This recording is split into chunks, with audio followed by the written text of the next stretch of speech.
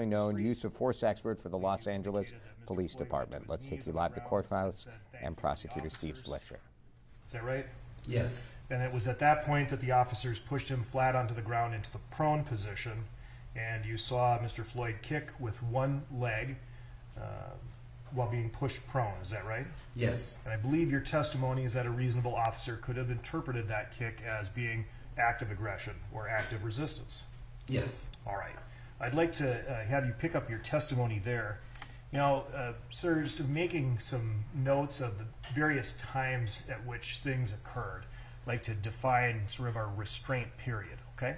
Yes, sir. Now, based on your review of the body-worn camera footage and using Officer King's body-worn camera footage as a point of reference, can you tell the jury at what point in time, in your opinion, does the restraint itself begin? Based on my review of the body-worn video, the restraint started at 20, 19, and 14 seconds. And when does the restraint period end? I believe it was 20, 28, and 43 seconds. And sir, what is the duration then of that time period, the restraint period? 9 minutes and 29 seconds. Now, in your opinion, does defendant's use of force during that time period need to be reasonable within the entire time period? Yes. Have you been able to determine what force what specific force the defendant applied to George Floyd during the restraint period, as in his body position? Yes. Now, if I could publish Exhibit 17, you've already reviewed that, and I believe you indicated Exhibit 17 shows how the defendant was positioned on George Floyd. I'm going to ask you to give some additional detail in that regard based on your analysis, all right? Yes, sir. So at this time, I would like to display to the witness only Exhibit 254 for identification. So does this 254 appear to be a composite of 5 different photos taken from offense materials in this case? Yes, sir. Can you just please, at a high level, explain what these different photos show, starting from upper left to the right and then down? The upper left photo shows the beginning where the defendant and the other officers removed Mr. Floyd from the vehicle, the police vehicle, and were placing him in a prone position. And the source of that photo? I believe it was the building camera that was across the street. Milestone? Milestone, yes. And then on the upper right? The upper right picture depicts when the emergency medical services responded and they were about to put Mr. Floyd onto the gurney. Okay. The lower portion of Exhibit 254 on the very left, what does that photo show? That shows the defendant with his knee on Mr. Floyd's neck, and also his left knee on Mr. Floyd's neck and his right knee on Mr. Floyd's back. Okay. The middle photo? The middle photo shows the defendant with his left knee on Mr. Floyd's neck. And then the final photo? The final photo shows the defendant with his knee on Mr. Floyd's neck and lower neck area, as well as his right knee on the back of Mr. Floyd. Right. And would the use of this composite Exhibit 254 assist you in explaining your analysis of the specific force used by the defendant upon Mr. Floyd during the restraint period that you've just defined? Yes. I'll offer Exhibit 254. And attention.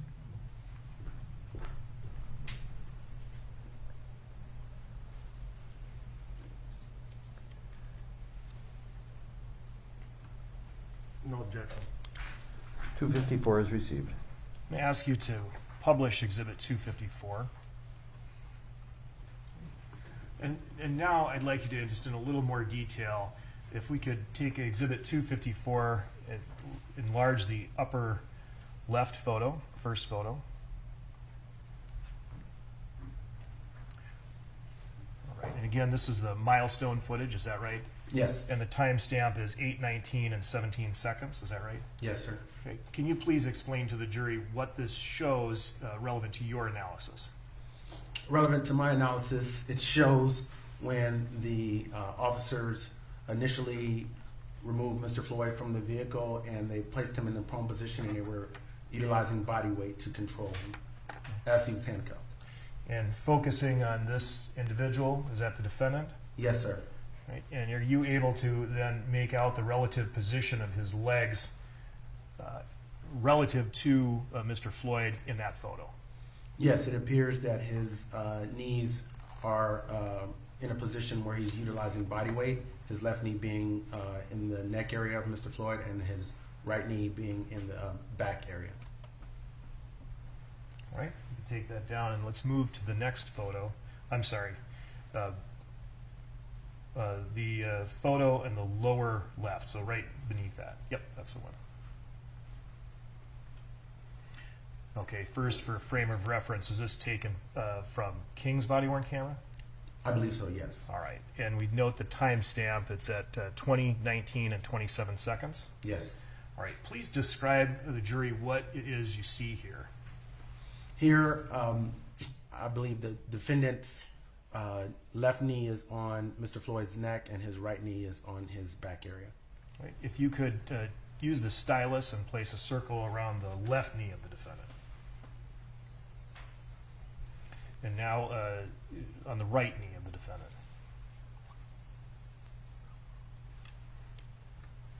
Okay. Now, based on your review, does this show the relative position of the defendant's knees during the entirety of the restraint period? Yes. You can take that down. And now the middle photo is consistent with Exhibit 17, which you've already reviewed. But again, you see the positioning from a different angle of the defendant's left knee. Is that correct? Yes. And can you note anything specific about the position of his feet? His feet are spread apart and on the ground. Based on your experience in training, where would the majority of the defendant's body weight be given the position of the left knee, the right knee, and the feet? That would be on his knees and pushing down from his knee area from his body. And if you could take that down.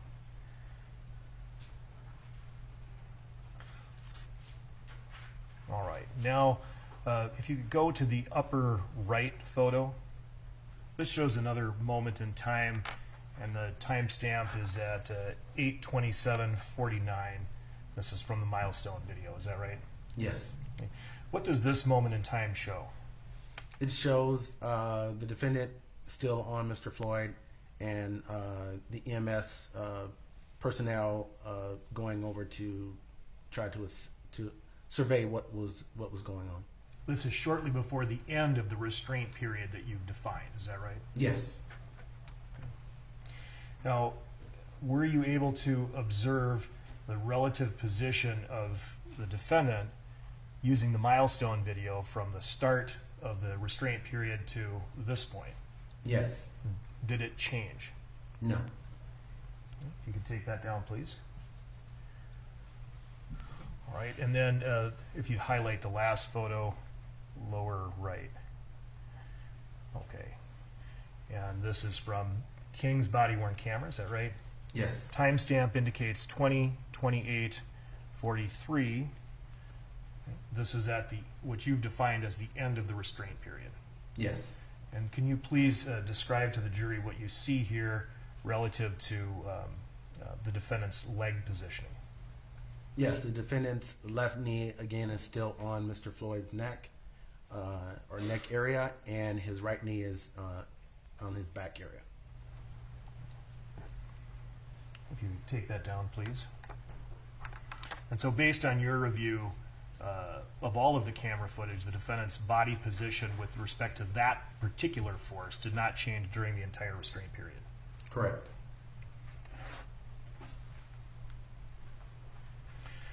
Sir, if you could take that down, please.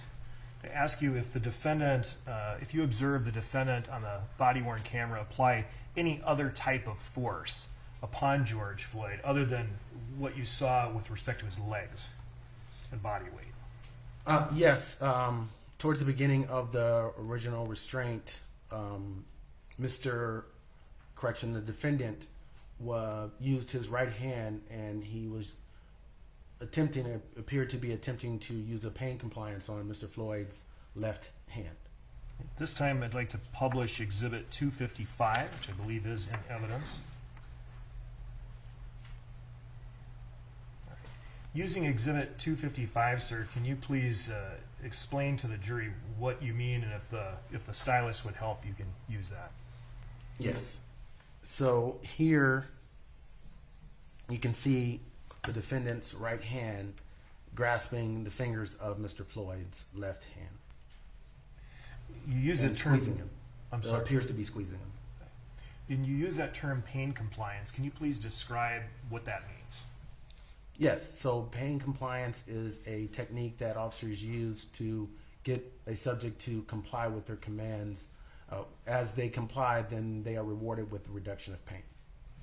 And how would this positioning induce pain? This can induce pain a couple of ways, either by squeezing of the fingers and bringing the knuckles together, which can cause pain, or also basically pulling the wrist into the handcuff, which can cause pain as well. And you can see on Exhibit 255 where there's where Mr. Floyd is handcuffed.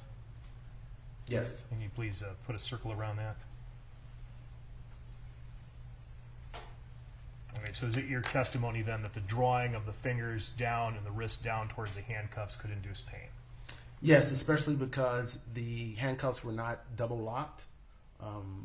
Double locked meaning that they could continue to ratchet tighter as the person moved. Were you able to hear instances of what you recognize to be ratcheting during your review of the body-worn cameras? Yes. So in the principle of pain compliance, if I'm to understand your testimony, you would inflict pain for the purpose of having the subject obey your command. Yes, comply. What if there's no opportunity for compliance? Then at that point it's just pain.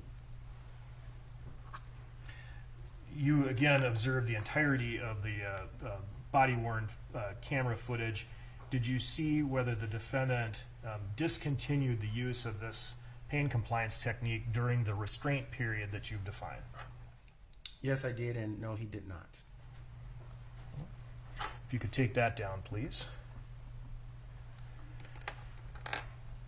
Sir, you previously testified about the Graham versus Connor factors, the three different factors you used in your analysis. Is that right? Yes, sir. In your review of Minneapolis Police Departmental policy, does the Minneapolis Police Department integrate these Graham-Connor factors into its policy and procedure manual?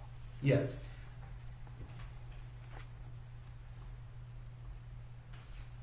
Now, you testified as to these factors, at least one of them, of the actions, what happened prior to the restraint period. I'd now like you to focus on the restraint period itself, okay? Okay. And if we could publish Exhibit 217. I believe it's page 2. And highlight the 3 bullets in the middle of the page. All right, this is from the Minneapolis Police Department Use of Force Policy and Procedure Manual, Section 5-300 series, is that right? Yes. And you see the different Graham versus Connor factors outlined here that you previously testified about, true? Yes. Now, you've already spoken as to the first factor, the severity of the crime at issue. Did that change during the restraint period? No. The crime was still that Mr. Floyd was in possession of a fake $20 bill.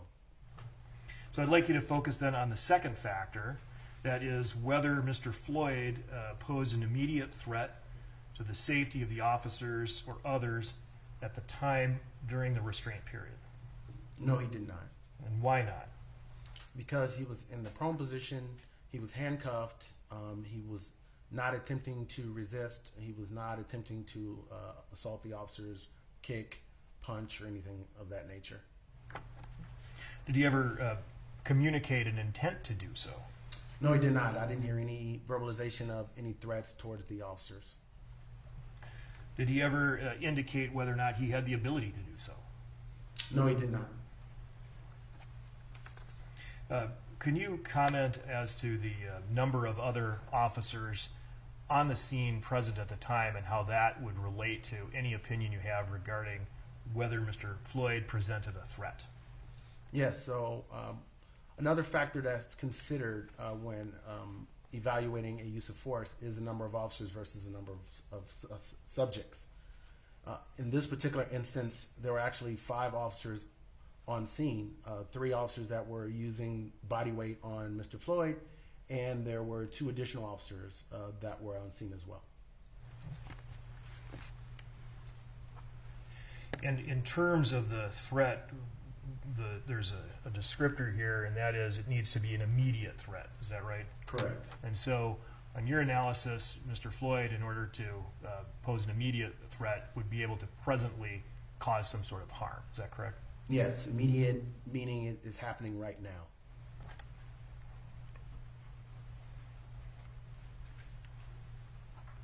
Now, focusing on the third factor, and that is whether Mr. Floyd was actively resisting or attempting to evade arrest by flight. Could you describe to the jury your analysis as to that third factor? Based on my analysis, Mr. Floyd never was not actively resisting at the time that he was in the prone position, nor did he communicate to them that he was attempting to resist or evade them. Now, are you familiar with the concept of proportionality? You could take that down, please. Yes, I am. Can you please explain the concept of proportionality as it relates to the use of force to the jury? Yes, so proportionality basically means that an officer is only allowed to use a level of force that's proportional to the seriousness of the crime or the level of resistance that a subject is using towards the officers. Are you familiar with a graphic known as a force continuum that can be used to illustrate this point? Yes. And does the Minneapolis Police Department use a similar item of force continuum to illustrate this point to its officers? Yes, they do. And if I can show Publish Exhibit 110, is this the force continuum that MPD uses, the version of it? Yes, sir. All right. Now, if you could take that down, please. Exhibit 919 is a demonstrative exhibit that can be used to illustrate this concept, and I'm going to ask that Exhibit 919 be published at this point. No objection, Your You Honor. may. All right, sir, we're publishing Exhibit 919, and what I'd like you to do is sort of walk the jury through the concepts of proportionality using 919 demonstrative to explain. You would begin, please. Okay. If you look on the far left, you'd see the subject's behavior. It starts off being active aggression, goes down to active resistance, then passive resistance. We'll start at the top being active aggression. So if the subject's behavior is active aggression, then depending on the severity of it, if it could cause serious bodily injury or death, then an officer is allowed to use deadly force. Moving down, if the subject's actions don't meet the deadly force threshold, then an officer is allowed to use a baton. Also, stunning strikes and unconscious neck restraint.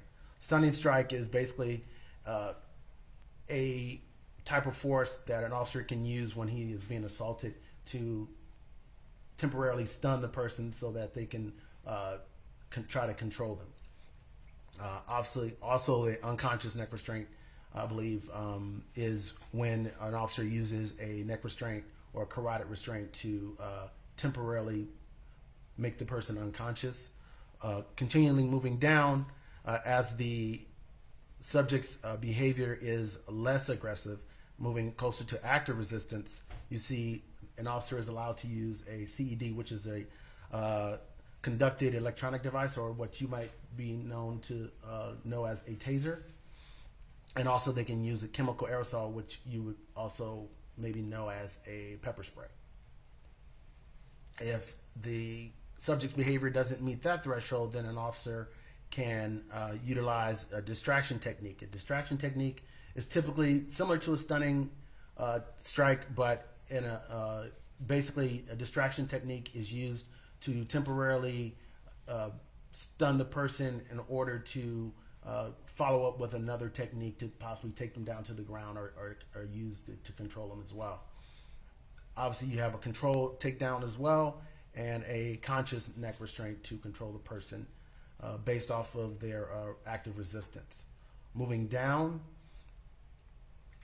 if the subject's behavior is passive resistance, then an officer can use a joint manipulation or a pressure point or escort holds, and these are probably the most commonly used types of force when officers are in the field. And then lastly, you have verbalization and just an officer's presence when the person is complying or, possibly passively resisting just verbally. And if no resistance is offered? Then just your presence.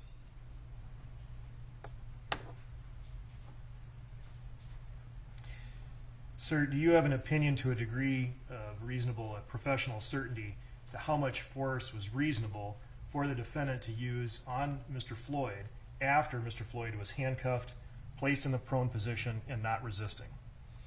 Yes. And what is that opinion? My opinion was that no force should have been used once he was in that position. I see on this continuum that phrase deadly force. Is deadly force defined? Yes. Is it defined in Minneapolis Police Departmental policy? Yes, it is. At this time, I'd like to publish Exhibit 216, and if you could move to page 2, calling out the definition of deadly force. And, sir, could you read into the record for the jury what the definition of deadly force is, beginning at force which the actor uses? Yes. Force which the actor uses with the purpose of causing or which the actor should reasonably know creates a substantial risk of causing death of great bodily harm.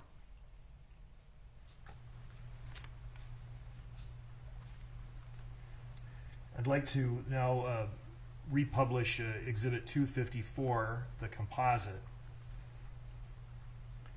And this is the force applied. I'm going to ask you, sir, do you have an opinion to a degree of reasonable professional certainty whether the force used, as shown in Exhibit 254, whether that force being applied then for the restraint period, which you've defined as 9 minutes and 29 seconds, would constitute deadly force?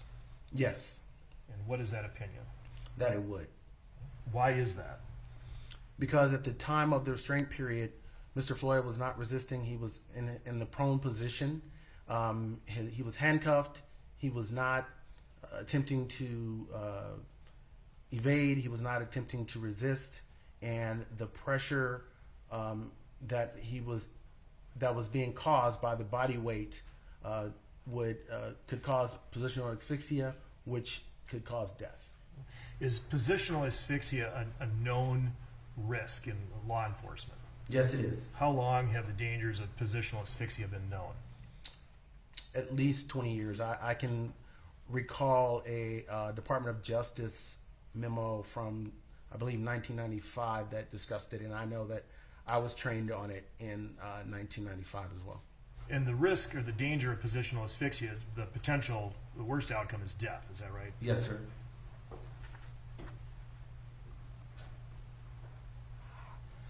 And when we talk about positional asphyxia and the risk, is that risk increased with the increase of pressure on the subject?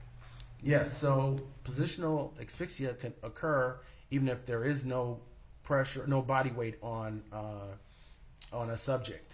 Just being in that position, and especially being handcuffed, creates a situation where the person has a difficult time breathing, which could cause death.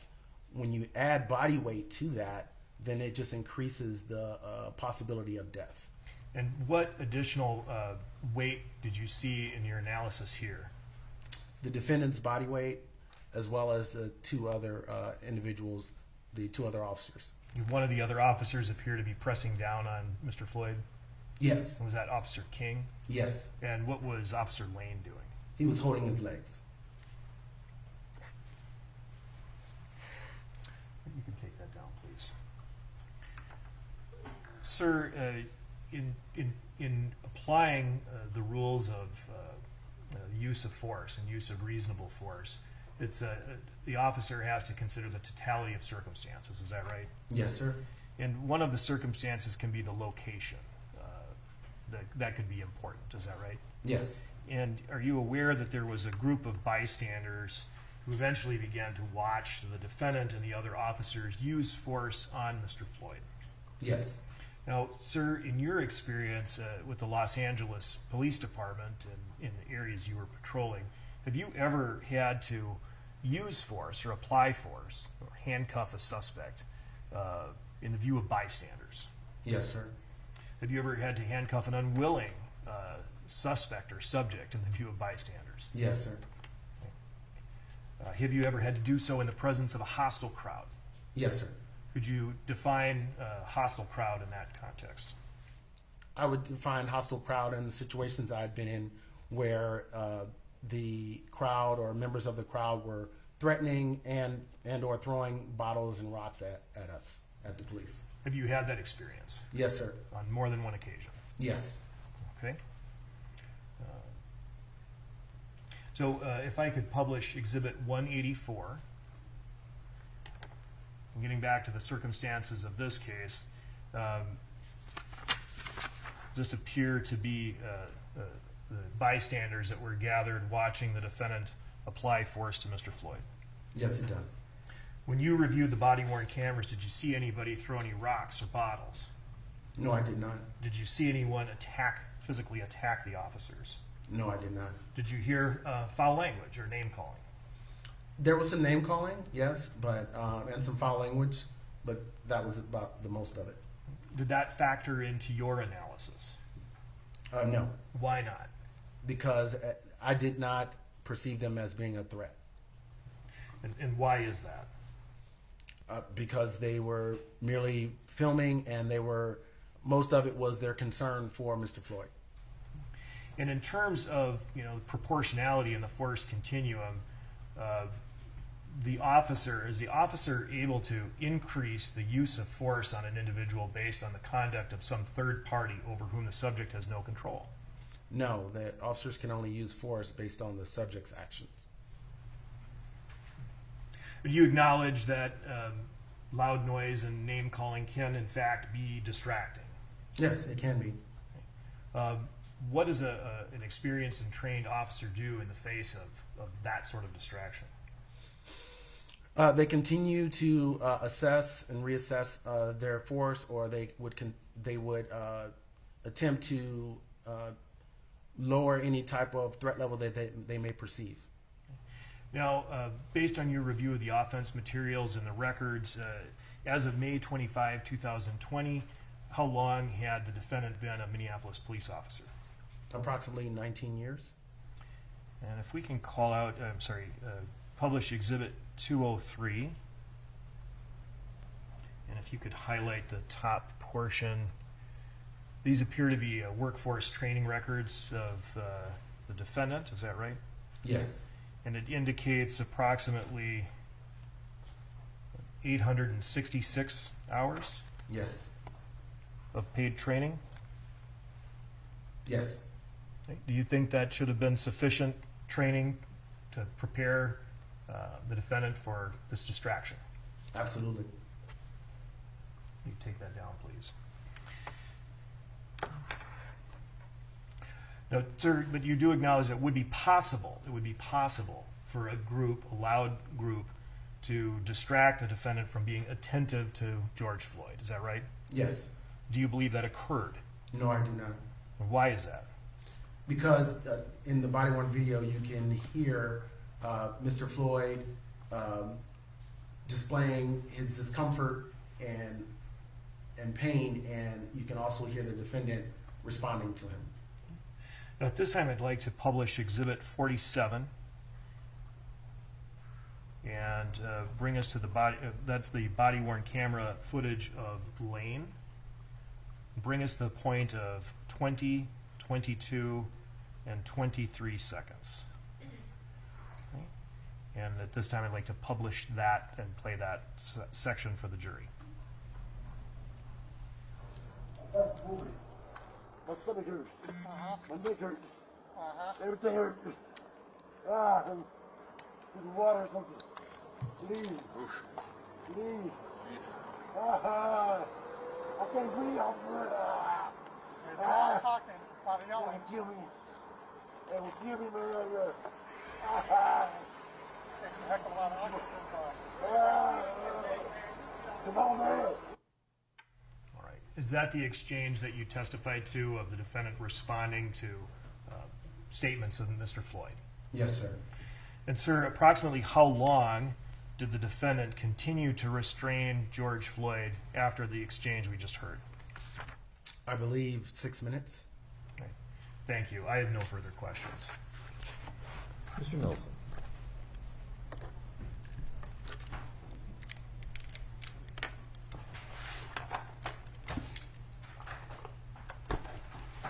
Now Eric Nelson, defense attorney for Derek Chauvin, getting ready to cross-examine Sergeant Jody Stiger, the use of force expert from the Los Angeles Police Department. He's been on the stand since about 9:15 this morning.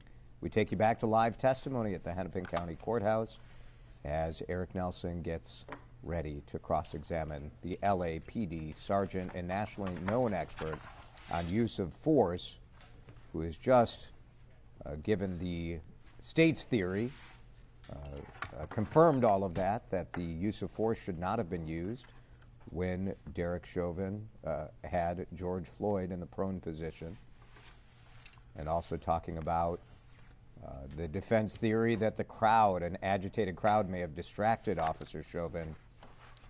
Sergeant Stiger saying that should not have been the case.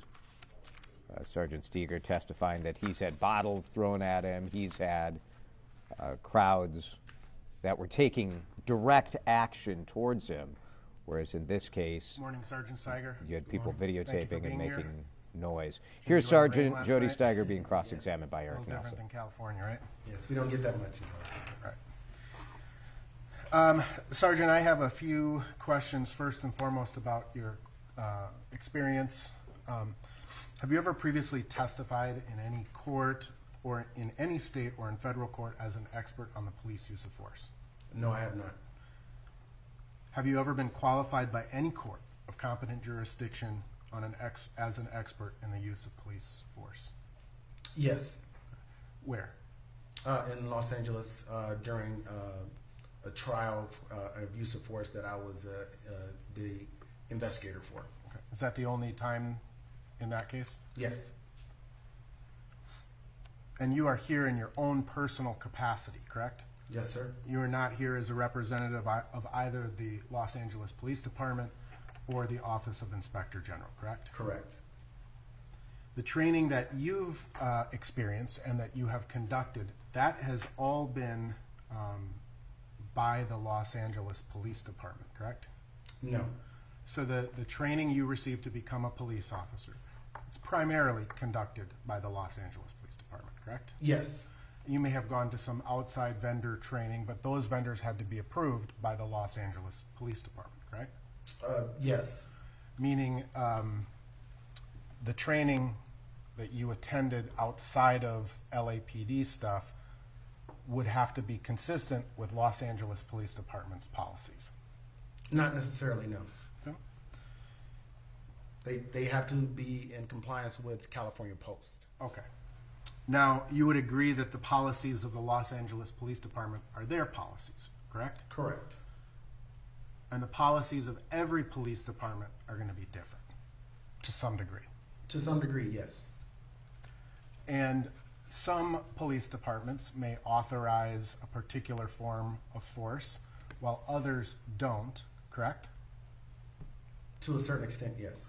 And that is a question of the reasonableness of that type of force. One department may say this is not a reasonable use of force, and another department may say this is a reasonable use of force? Based on my training experience, every agency that I've seen based their use of force policy on Graham versus Connor, so it's pretty standard. Right. But in terms of the actual tactics of the use of force, right? So a department may authorize the use of a particular tool, and another department may not authorize that tool. Correct. And thus they're both uses of force or potential uses of force, and the instruments to use that force may be different. Yes, but they all have to fall into the objective reasonableness standard. Understood. But one department could determine that that type of an instrument or that technique is within the reasonableness, objective reasonableness standard, while another department may not. Correct. So there can be, it's another way of saying reasonable minds can differ. Correct. Now, you testified that you have been a trainer for the Los Angeles Police Department in terms of their tactics, correct? Yes, sir. So when you talk about your training experience, are you doing it from like a teacher, you're teaching, lecturing, that type of standpoint, or are you doing the training on the mats, training the techniques, or both? Both. You've never been trained by the Minneapolis Police Department, correct? No, I have not. All right. But upon being hired in this case, you received a lot of materials in this case, right? Yes, I have. Yes, I did. You received an extensive amount of Minneapolis Police Department training materials, right? Yes. And you received investigative reports, right? Yes. From the Bureau of Criminal Apprehension, correct? Yes. And you received video cameras, correct? Or videotapes, correct? Yes. And you received materials within the training materials that also contained like videos or examples and illustrative type of materials as a part of the training materials, right? I don't quite understand. Well, let me rephrase it. Sometimes in a PowerPoint presentation, there may be a video embedded in that PowerPoint presentation. And that video is an example of a specific move, or it may be training exercises or these scenario-based trainings. Did you see all of those? No, I did not. I wasn't able to, because most of the PowerPoint presentations were in a PDF form, so I was not able to view the videos. Okay. So you've not seen the training videos prepared by the Minneapolis Police Department? No. But all of this material that you have received is, in fact, what you used in part to form your opinions in this case, right? Yes, sir. You relied on those materials to a certain extent. Yes. And some of those materials were completely irrelevant to this case, agreed? Yes. Such as the use of the taser, right? Yes. Such as the mounted patrol unit, right? Yes. But you received other information that was informative and had an effect on your analysis in this case, agreed? Yes. So those training materials were an important part of how you came to form your opinion. Yes.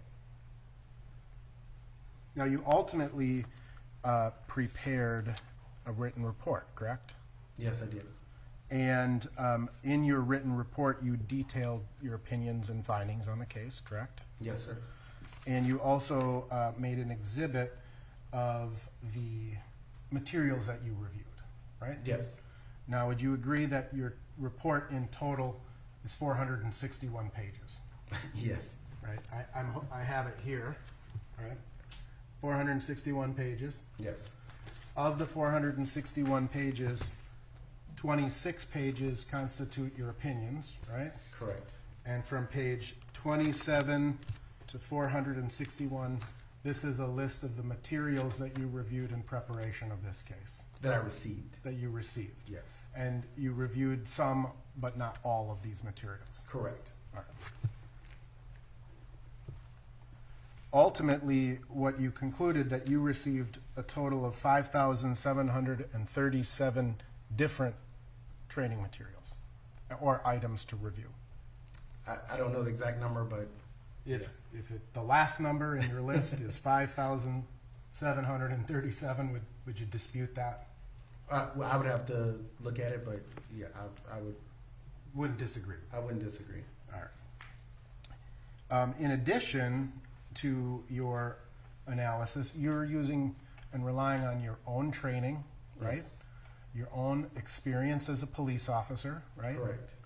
Your experiences doing both peer review of use of force with the Los Angeles Police Department and your investigation of uses of force, correct? Correct.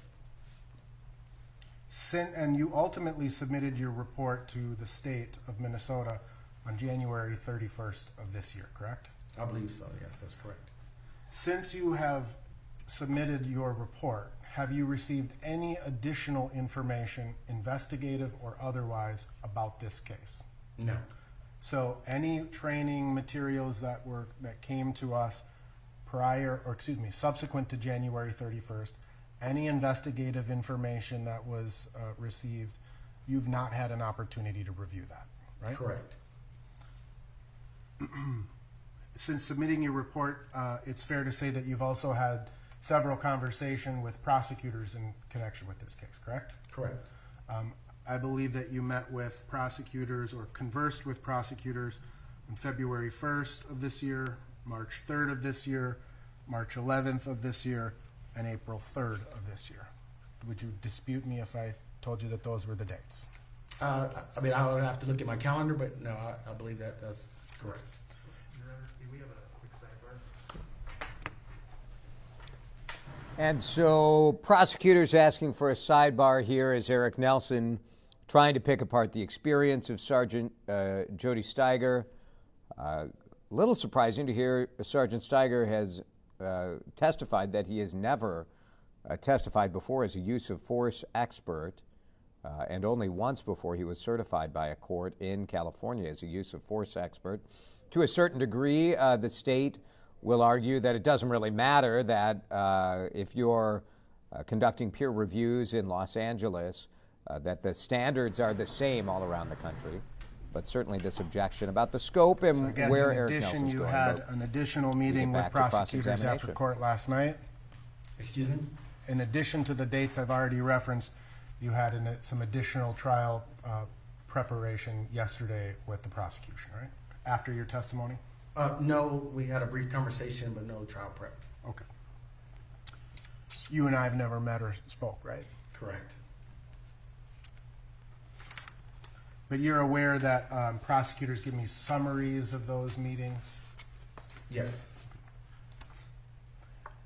So you also testified yesterday that in your role with the Los Angeles Police Department and the Office of Inspector General. Inspector General, thank you.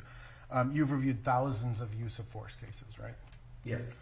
And it's fair to say that those cases range in terms of the use of force, right? The types of force used are very variable. Correct. Some cases may involve whether an officer should have punched a person, right? Correct. Some may involve whether they should have used a particular technique or not, a taser, for example. Correct. Some involve the use of deadly force, correct? Correct.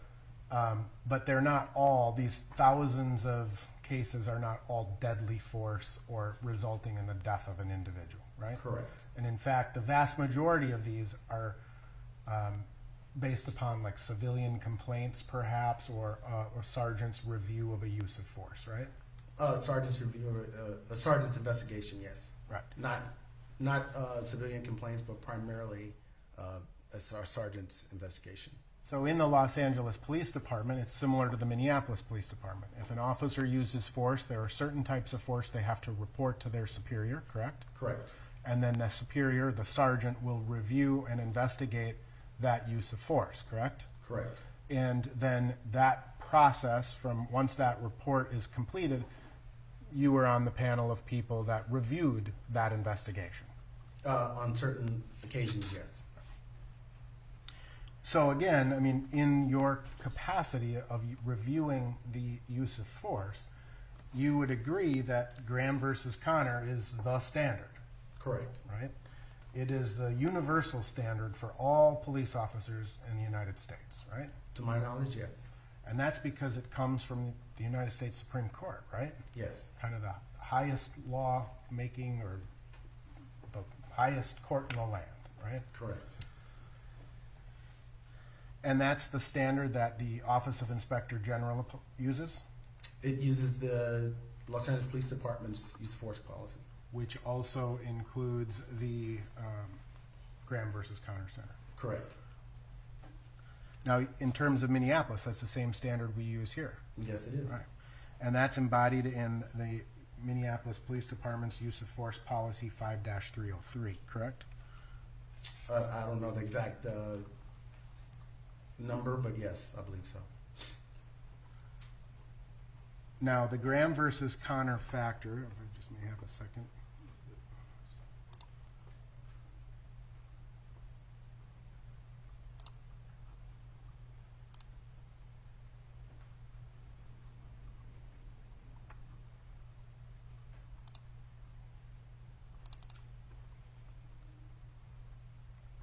You've talked yesterday and today about the Graham v. Connor factors, and you've done thousands of use of force reviews. You're comfortable discussing Graham versus Connor? Yes, I am. Okay. I'd ask the... Sure.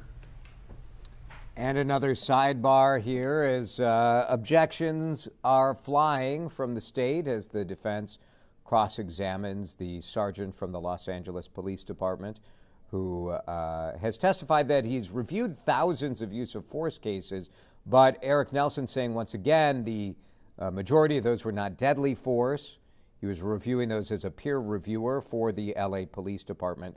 And so this is sort of an opening that the state created by bringing in an expert who has not testified hundreds of times, right? So again, Sometimes you use of reviewed force Minneapolis experts Police are Department very policy experienced at that testifying. But incorporates back to Eric Nelson as he continues cross-examination. And within the Minneapolis Police Department policy,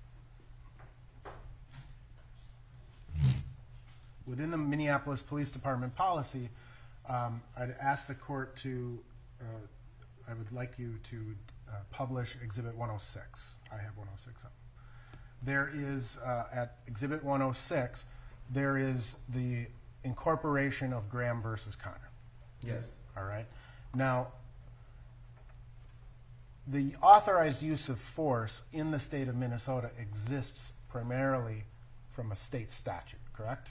Yes. And then that state statute, in terms of the police department policy, has to be consistent with the Graham versus Connor factors, right? Correct. And it's fair to say that there's more to the analysis of Graham versus Connor than simply the severity of the crime, the immediacy of the threat, or the act of resistance, right? Yes. In fact, what the ultimate police department policy says here is because the test of reasonableness under the Fourth Amendment is not capable of precise definition or mechanical application, its proper application requires careful attention to the facts and circumstances of each particular case, including those three factors. Correct. Right? Not limited to those three factors, though. Correct. After we discuss those, after the policy discusses those three factors, the policy goes on to read that the reasonableness of a particular use of force must be judged from the perspective of the reasonable officer, correct? Correct. On the scene, correct? Correct. Rather than with the 20/20 vision of hindsight, right? Right. And the reason that becomes important is this next paragraph, which reads, the calculus of reasonableness must embody allowance for the fact that police officers are often forced to make split-second judgments in circumstances that are tense, uncertain, and rapidly evolving about the amount of force that is necessary in a particular situation. Agreed? That's what it That's says? what it says. Yes, you're correct. And this is the Minneapolis Police Department policy. Correct. And then it concludes by saying that the authorized use of force requires careful attention to the facts and circumstances of each case. Agreed? Correct. All right. So ultimately, the analysis of the objective reasonableness of any case has to be a consideration of all of these thoughts that are contained within the policy. If they apply, yes. And this is not an exclusive list of factors that apply, right? Correct. Because ultimately, it's what's called the totality of the circumstances Yes. event, right? Yes. So we have to look at the entirety of everything that's going on, right? Yes, we have to look at the subject's actions as well as the officer's actions. And typically during my analysis, I look at the actions before, during, and after, what the officer knew at the time, and things of that nature.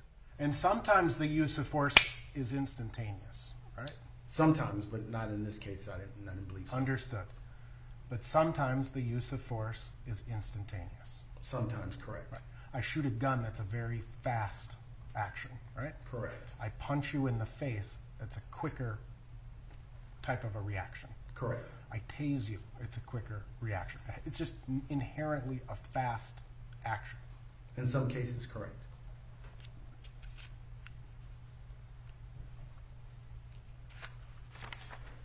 And ultimately, one of the things you said yesterday was that you concluded that this was an excessive use of force, right? Yes. That's not the standard, is it? The question is whether it is an objectively reasonable use of force, right? Correct. Now, when we review an authorized or whether a use of force is authorized, there are sort of layers to that analysis. Would you agree with that? Yes. All right. And I'm going to kind of start from the out and then work my way in. There's the general training that an officer has and his experience or her experience, right? Yes. There is kind of a mid-level of surrounding circumstances, right? Like, what do we know about the geography? What do we know about the neighborhood? What do we know about the people involved, right? Yes. And then there's the direct kind of layer, which is what's the type of force being used? How long is it being used? What are the subject and the officer's actions and reactions, right? Yes. Seriousness of crime, things of that nature, yes. Yep.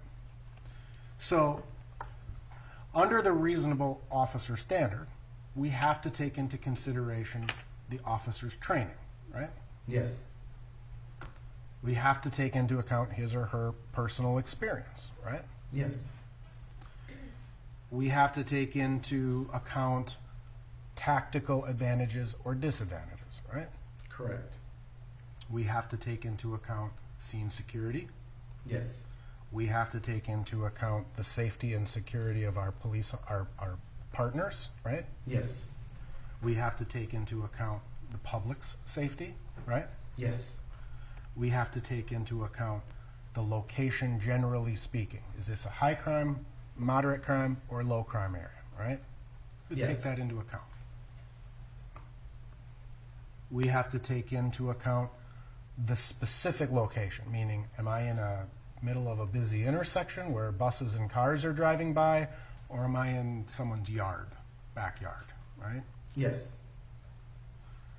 We have to take into account de-escalation possibilities, right? Yes. So you've seen, and you discussed a little bit yesterday, the Minneapolis Police Department, I'm sorry, we can take this down. The Minneapolis Police Department's critical decision-making model, right? I don't believe we discussed that yesterday. But you reviewed that, Yes.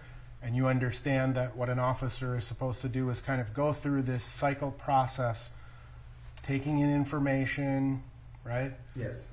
Assessing the risk, the threat, deciding is it lawful for me to do this, how do I react, ultimately with the goal of keeping everybody safe, right? Yes, that's a pretty standard thing to continually reassess as you are using force. Right. Reassessment is a specific tool, Yes. and that's common to police officers, right? Yes, sir. You have to take into account that sometimes incidents or interactions with a citizen are benign at best, right? They're not risky in any sense. Correct. But that not risky situation can very quickly become a very risky situation. Agreed? Agreed.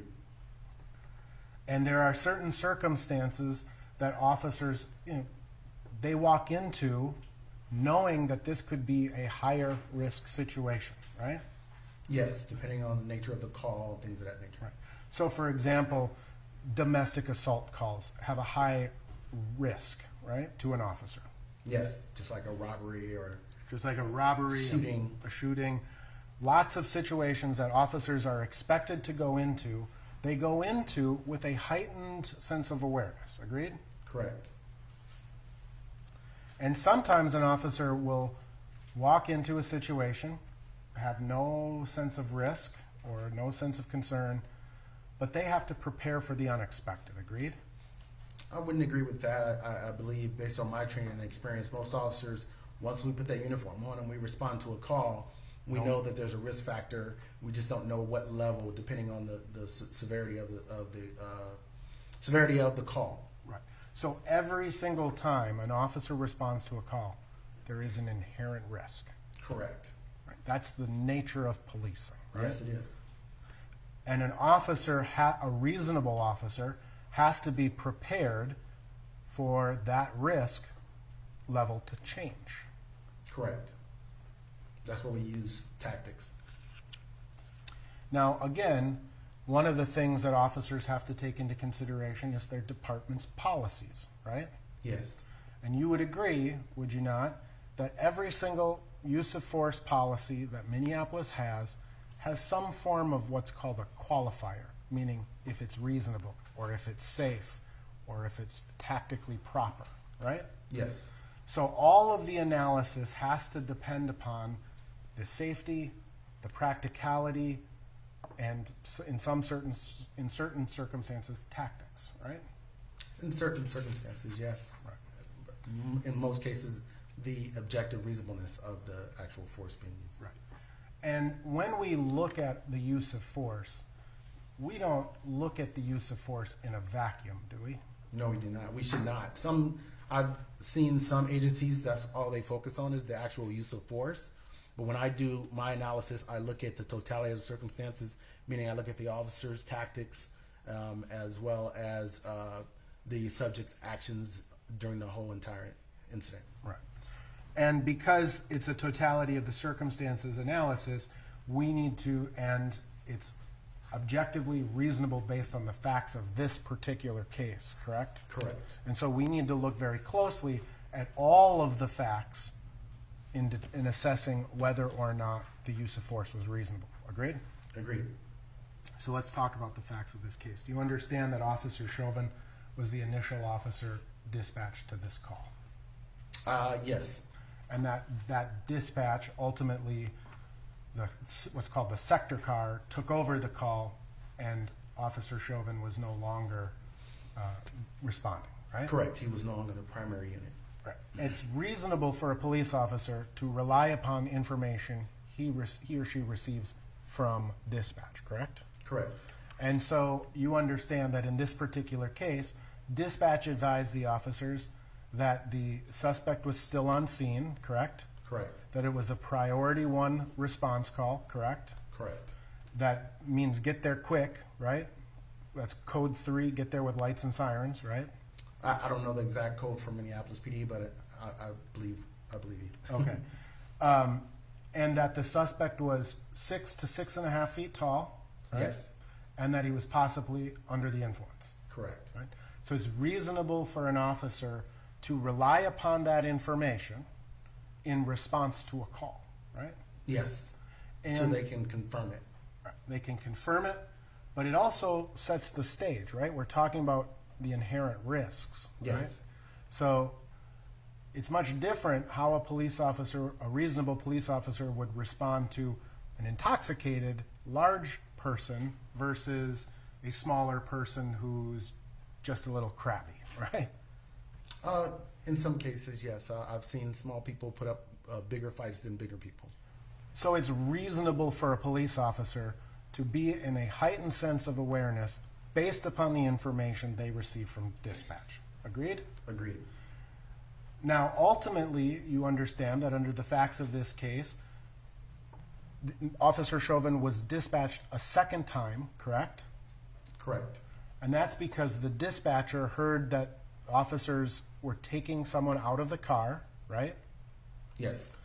And so let's just kind of stop there for a second. When you consider the fact that this was a forgery or a counterfeiting call, and you don't expect to use force in that type of a situation, you wouldn't normally expect. Correct. But now you hear dispatch send you on an emergency basis to the scene because officers are using force, right? They took somebody out of the car. Taking someone out of the car is not necessarily a use of force. Have you listened to the dispatch of this, the audio of the dispatch of this case? I believe so. And the testimony of the 911 operator was that she heard screaming and scuffling or some sort of a noise that prompted her to dispatch a second car, right? I didn't hear her testimony. Okay. But officers, they do hear, they get the radio traffic, right? Yes. They do hear all of the communication amongst all of the officers, right? Correct. And it's reasonable for an officer to rely on that information, right? Yes. And if you are an officer and you hear a scuffle on the radio, you hear we're taking one out, and you get dispatched code 3 or in an emergent situation, it's reasonable for an officer to come in with a heightened sense of alertness and awareness. Absolutely. And you would expect that, right? Yes. You've responded to these calls, I'm sure, thousands of times, right? Yes. So now you have an officer, a reasonable officer, would have a heightened sense of concern about this call. Correct.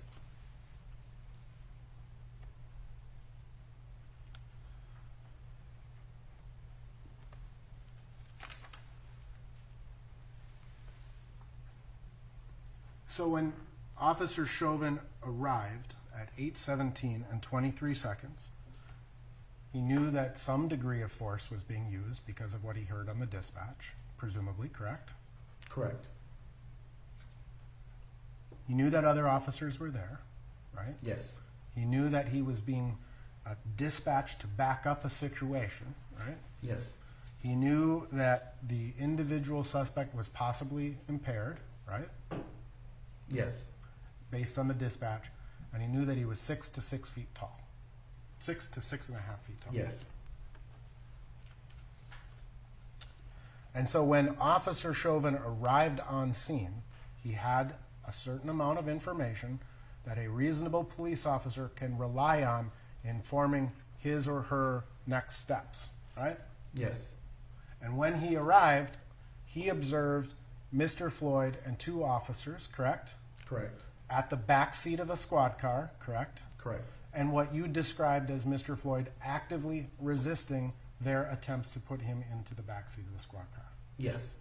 At that point, according to the model, the use of force continuum, Officer Chauvin, theoretically, based on what he saw, active resistance, he could have come up and dry stunned him or tased him. That would be within the active resistance, struggling use of force continuum. Yes. He didn't do that, right? No, he did not. Because sometimes an officer has to back down in their use of force, right? In certain situations, yes. A reasonable officer who comes on scene based with all of the information that he has at that particular time, right, comes into the scene, sees 2 other police officers struggling with an actively resisting person, right?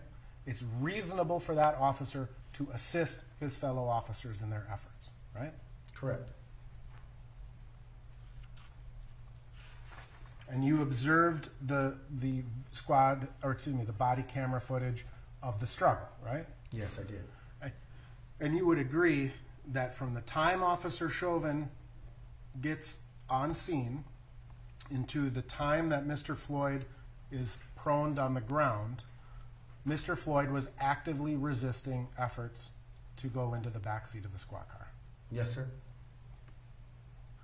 And the officers were reasonable in their use of force in their attempt to get him into the back of the squad car. Agreed? Agreed. Now, in this context, Mr. Floyd was saying certain things as he was being attempted to be put into the back of the squad car, right? Yes. You recall him at that point saying things like, "I'm not a bad guy." Yes. Do you remember him saying, "I have COVID"? Yes. Or "I just got I over just the got COVID"? COVID. Yes. Do you remember him saying at that point, "I can't breathe"? Yes. He was saying to the police officers at that point, "I can't breathe," Yes. as he was actively resisting their efforts to put him into the squad car. Yes. Now, again, in the course of your career and in the course of your training, experience, and all of the contexts that you've done, have you ever had somebody say to you, to attempt to bargain with you to avoid being arrested? Yes. Sort of like, "Hey man, I'll do what you want as long as I don't have to go to jail," right? Yes. Or somebody may be fighting and they may agree to stop fighting with you through a bargaining process, right? Saying, "If I get to sit on the curb, I will stop fighting." Yes. In certain instances, yes. Right. Have you ever had a person feign a physical ailment as you attempted to arrest them? Yes. Sometimes people will say, "I'm having a heart attack," right? "I think I'm having a heart attack. Don't take me to jail. Take me to the hospital." Yes. Right? And it's fair to say that the vast majority, or I shouldn't say the vast majority, it's fair to say that one of the things that an officer has to do in the assessment of the reasonableness of his use of force is take into consideration what the suspect is saying and how he's acting. Yes. 100%. Right? So if somebody is saying, "I can't breathe," and they're passing out and they're not resisting, that's one form of an analysis, right? Yes. Because the actions of the suspect are consistent with the verbal utterances he's making, right? Yes. Other times, and in this particular case, when Mr. Floyd was initially saying that he couldn't breathe, he was actively resisting arrest. Initially, when he was in the backseat of the vehicle, yes. And in fact, he was using his legs to push back and to use his body weight to against the officers, right? Yes. And at one point, 3 Minneapolis police officers were attempting to get him into the backseat of the squad car from the passenger side of the car, correct? Correct. And they were not able to do so. No. And in your report, you described it as when the futility of their efforts became clear, I think was the term you used. I can't recall using that word, but maybe I did. All right.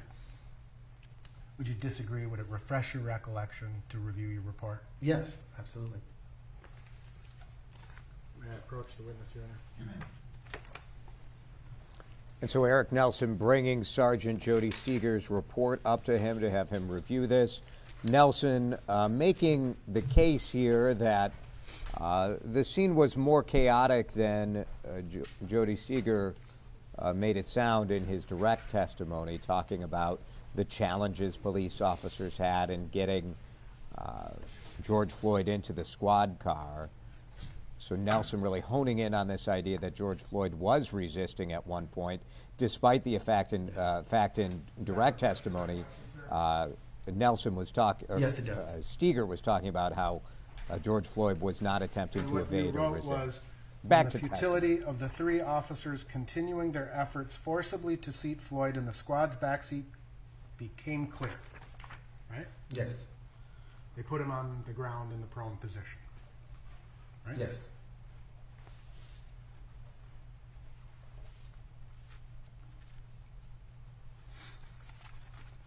So again, just in this context of assessing what someone is saying, a subject, an arrestee is saying, in comparison to their actions, you're also making assessments of their physical characteristics, right? An officer should be observing what physical characteristics a person is displaying. Agreed? Yes. So, and you're analyzing that against what a person says, right? Or Correct. how they're acting, I should say.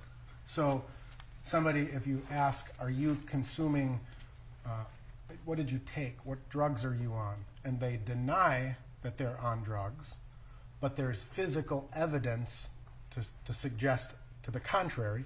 It's a consideration an officer has to make, right? Yes. And in this case, officers asked Mr. Floyd repeatedly what kind of drugs he was using, right? Yes. You've had an opportunity to review the body-worn cameras, and you've seen sort of a white substance forming around Mr. Floyd's mouth. Yes. That would be consistent in your experience with someone who's possibly using controlled substances? Correct. Is it common in your experience for people who have been using drugs or alcohol to deny that they have used drugs or alcohol? Yes, in some instances, yes. Right. It's kind of the proverbial drunk driver, right? I haven't had anything, officer, right? Yes. I've had 2 beers, right? People have a tendency to minimize what they have consumed, right? Yes.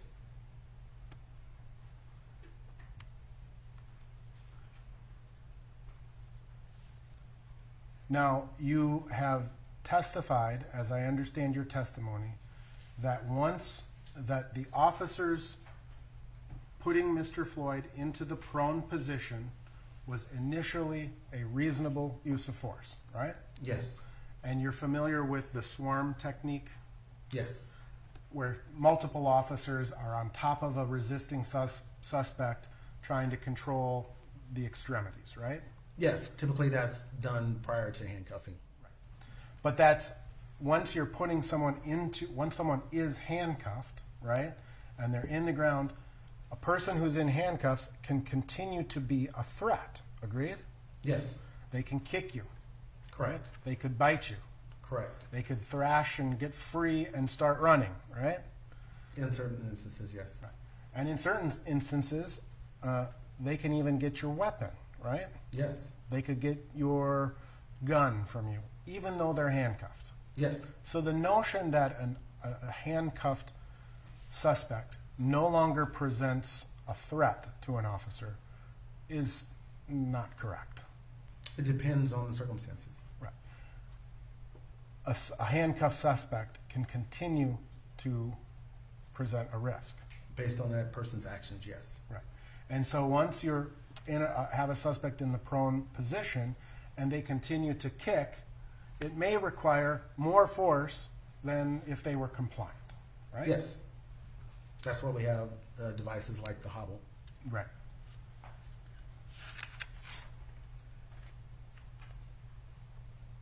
Now, initially during this instance, you would agree that Mr. Floyd continued to make certain protestations about his inability to breathe, right?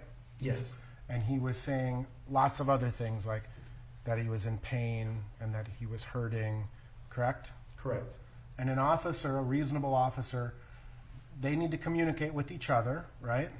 Yes. A reasonable officer is going to rely on information that his fellow officer tells him, right? Yes. A reasonable officer, again, is going to take into consideration what the suspect is saying, right? Yes. And compare that against the actions, right? Yes.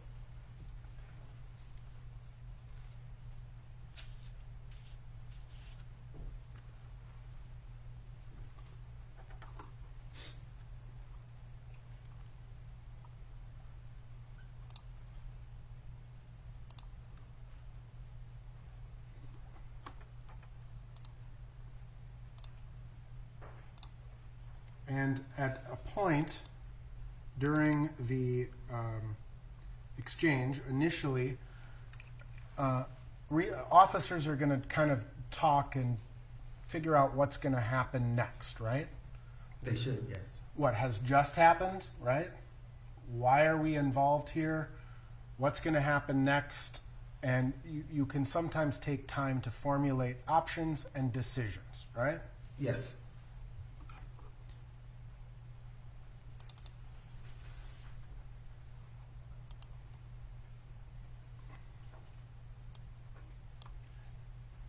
In the scene of an arrest, even just in the immediate kind of wingspan, that can be very chaotic, right? Yes. People can be talking to each other. People can be talking over each other, right? Yes. The suspect may be saying some things, right? Yes. Bystanders may be saying some things, right? Yes. In the chaos, it's easy to miss some things, right? In certain instances, yes, Right. depending on the severity of what's going on. I'd like to publish part of the body-worn camera. It's Officer King's body-worn camera, starting at 2021-01. This is a portion of what's already been received. Yes. Any objection? No objection. I'd like you to see if you can tell me what Mr. Floyd says in this instance. I ain't using this real on his face. Please. I ain't using this real on his face. Please. You hear what he said? No, I couldn't make it out. Does it sound like he says, I ate too many drugs? Listen again. I ain't using this real on his face. Please. I can't make that out, no. So in the chaos of a situation, things can be missed, right? Yes.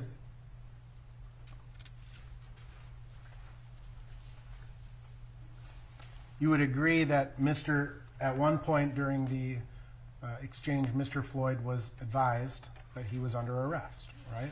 Yes. In fact, that happened a couple of times, right? Yes. Now, at the point they have Mr. Floyd on the ground, you would agree and you're aware that officers called for EMS, right? Yes. It's reasonable for an officer to call EMS, right? Yes. Depend if there is an injury, right? Or some need. Or a complaint of injury or some discomfort or medical emergency, yes. And you understand that in this particular instance, very shortly after Mr. Floyd was on the ground, officers called for EMS. Yes. They called for initially for his injury to his head. To his face or mouth Yes. injury, right? And they called it they called EMS in a non-emergent situation, right? Correct. And that happened at 8:19 and 49 seconds. Code 2 EMS for a mouth injury, right? Yes. And this occurred at the point when officers were discussing whether or not to use the Hobble restraint on Mr. Floyd, right? Yes. And ultimately, officers did not use the Hobble restraint, right? Correct. A Hobble restraint would generally require officers to consider calling EMS, right? According to Minneapolis Police Yes. Department policy. According to Minneapolis Police Department. And may be different in other jurisdictions, right? Correct. So as officers are discussing and ultimately they decide, you agree, that they decide not to use the Hobble device. Yes, they did not use the Hobble device. And we talked a little bit earlier about the de-escalation component of things, Yes. right? A decision to use or to not use a higher form of force that you may have been authorized to use can actually be a de-escalation technique. Agreed? In certain instances, yes. Right. So officers making a decision not to increase the level of force can be viewed as a de-escalation technique. Yes.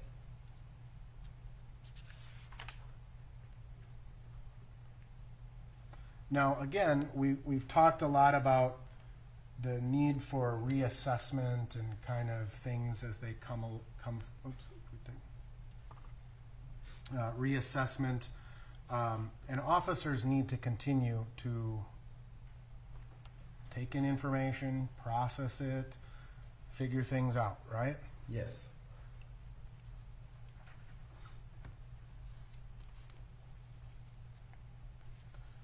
They have to, as a part of that process, continue to attempt to de-escalate, right? Yes.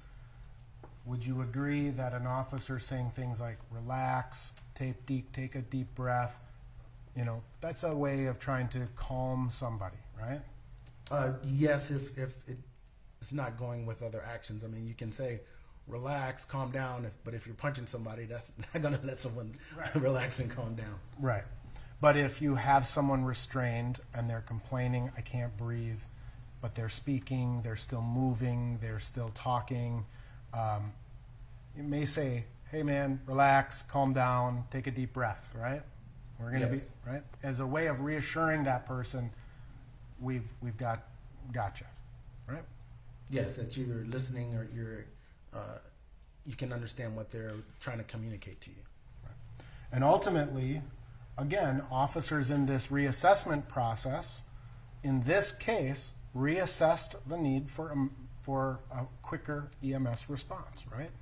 Yes, after I believe their initial call for the injury, then they asked for a quicker response. Right. It's stepping it up, I guess, is the quote, Yes. is the quote, right? They increased the priority of the call from a code 2 to a code 3, which in Minneapolis means get here with your lights and sirens, right? Yes. As a part of your analysis, again, at any level, did you consider what the average 911 or EMS response time is? Yes. Do you have that information? Not for Minneapolis, no, but I know just on average, typically, usually it's between like 5 to 7 minutes. Okay. And that's not specific to Minneapolis, right? Correct. And it obviously depends upon certain circumstances, right? Correct. If there's say a firehouse 3 blocks away, it may be 90 seconds or Correct. a minute even, right? Correct. And sometimes if all of the ambulances are busy Right. and all of the fire trucks are busy, it could be much longer, right? Yes. Or But- they go to the wrong location. Yeah, or they go to the wrong Yes. location, right? That happens sometimes. Yes, that's happened to me. So part of the analysis that a reasonable police officer is making is, I got EMS coming, right? How long should I expect them to be here? How long? They're considering that. They're taking that into their analysis. Yes, they should. Now, at the point that they stepped up the analysis, or stepped up EMS to code 3, would you agree that that's about the time that people began to congregate? I would have to look at the video again, but yes, that's probably around the same time. Right.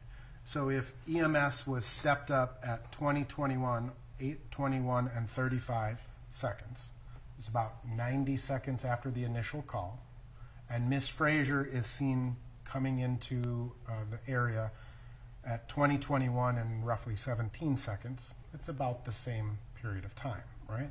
Is Same. Ms. Frazier The bystander with the video. Yeah. Oh, okay. So she's the bystander who started recording, Okay. right? So she started recording at about this same time, right? Yes. And she was concerned about what she saw, agreed? Yes. And again, based on your review of all of the body cameras, Miss Frazier, she wasn't saying anything initially, right? I don't believe she was, no. She was simply there recording, Yes. right? She was not in any way interfering with what the police were doing, right? Right. But more people started coming together, Yes. right? And there was another gentleman that was there before, actually, as they were attempting to put him into the car, right? The older gentleman, yes. The older gentleman. And I believe, correct me if I'm wrong, do you participate in a training or present a training or have anything to do with a training called Awful but Lawful, or Lawful but Awful, something like that? Yes. And so you would agree the general concept is sometimes the use of force, it looks really bad, right? Yes. And sometimes it may be caught on video, right? And it Yes. looks bad, right? Yes. But it's still lawful. Yes, based on that department's policies or based on that state's law. That was the whole premise. I did a presentation at a conference for that. Okay. So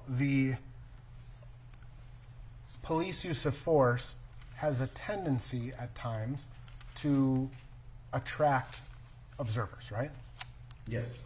And in the course of your career, I'm assuming at the very beginning of your career, not every single person was walking around with a video camera 24 hours a day, 7 days a week with it in their hand, right?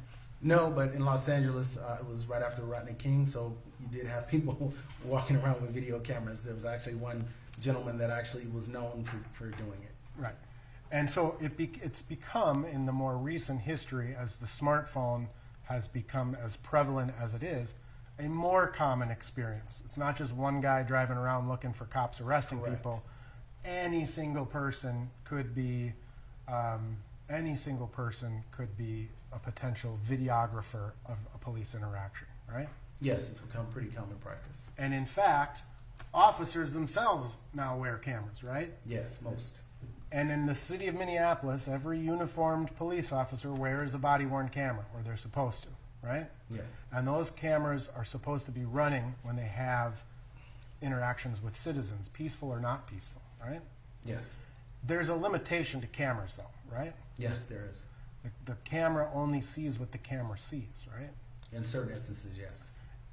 Meaning anything outside of its field of view is not observable to the camera. Correct. And certainly the certainly cameras they don't have a feeling or a sensation, right? No. You can't determine what the tension in their body, right, based on a camera. Specifically, are you If referring someone is struggling, right, and you've got them handcuffed, they can still be tense, but not really look very tense, right? I would disagree with that. Okay. So the camera would be able to pick up whether someone is having a particular sensory experience? Yes, it can. Okay. Counsel, Cyber. And so we go into another sidebar. This part of the COVID changes that we have in the Hennepin County Courthouse. Normally you would have the counselors approach the bench, but if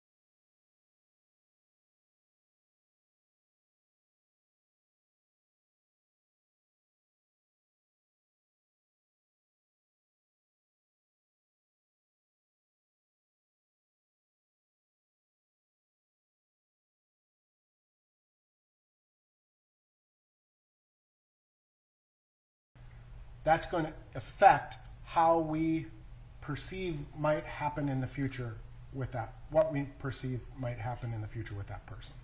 There's something to be concerned about, correct? Right. Because, in fact, oftentimes people who become compliant after a struggle start to struggle again, right? In certain instances, yes. It happens, right? Yes, it does. Someone who said, almost to like catch their wind again, right? And start fighting again, right? In certain instances, yes, but in most cases, officers are trained that you can only go by what the suspect's actions are at the time. You can't say, oh, well, I thought he or she was going to do this, so then I'm going to use this force. Okay. It has to be based on their actions. An officer's use of force can exceed the suspect's use of force, right? The suspect's behaviors, right? Yes. That's the design, correct? In certain instances, yes. It has to be proportional. Right. Meaning this concept of proportionality. If I call you a name, and I'm a police, or if I call you a name and you're a police officer, you can't pull your gun out and shoot me, right? Correct. That would be a disproportionate use of force to the threat I perceived, yes. Right. And so the mere fact that force is being applied, it's not second by second. We have to look at it in a longer context, right? Yes, but you are constantly reassessing during that time frame. Constantly reassessing. Now, I presume you've gone through firearms training. Yes. And I presume that you have had situations where you, in your firearms training, are confronted with multiple threats, right? Yes. And your training teaches you to deal with the most active threat, right? Correct.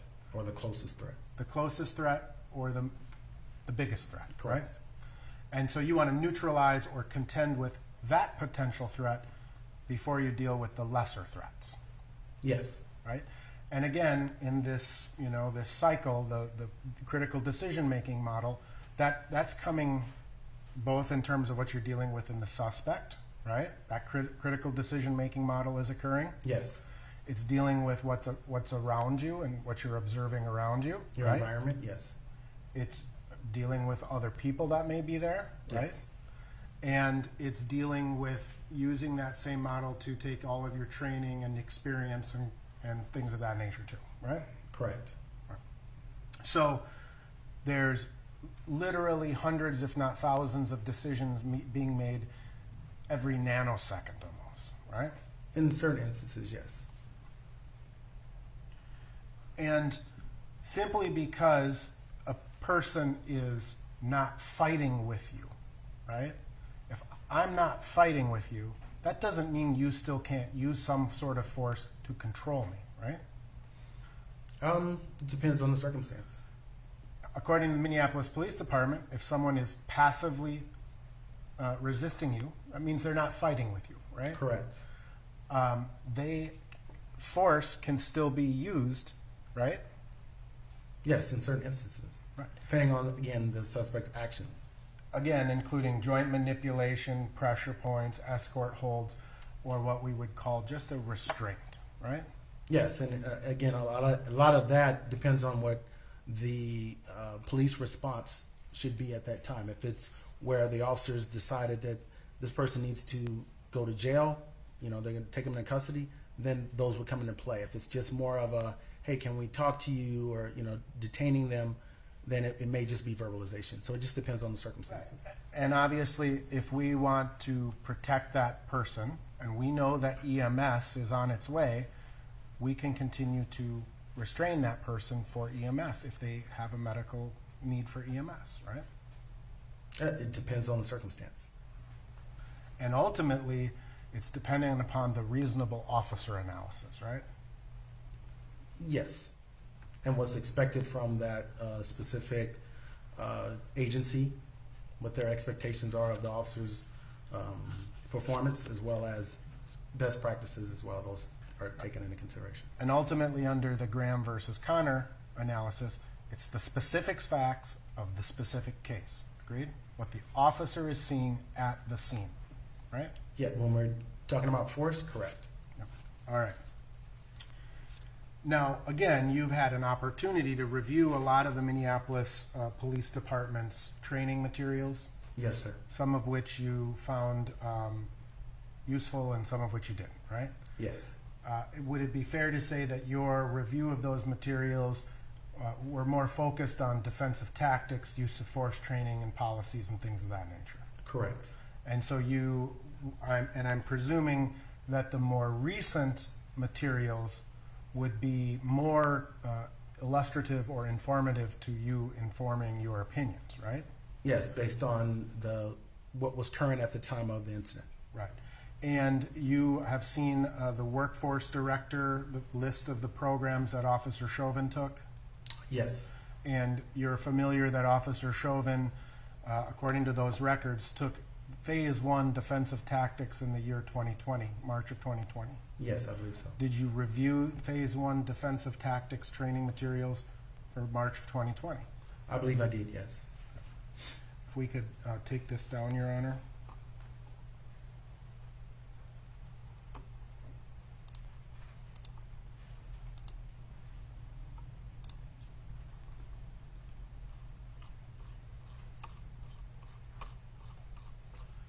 I'm just showing the witness.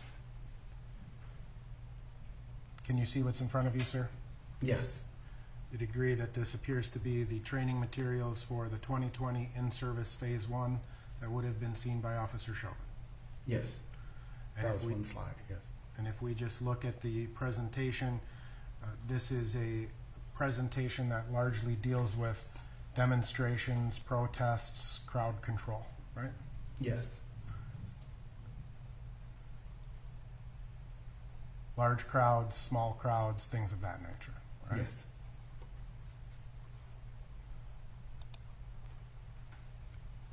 This would have been training that Mr. Chauvin had roughly a month or two before this incident, right? Correct. Does this appear to be a true and accurate copy of what you would have reviewed? Yes. I have previously marked this as Exhibit 1032, and I would move for its admission. Is this the single slide, counsel? The entire program. All right. Any objection? Yes, Your Honor. Foundation. Bates is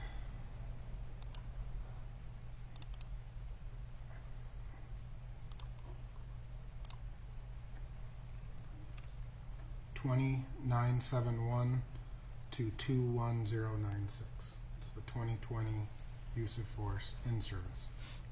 Large crowd management overview.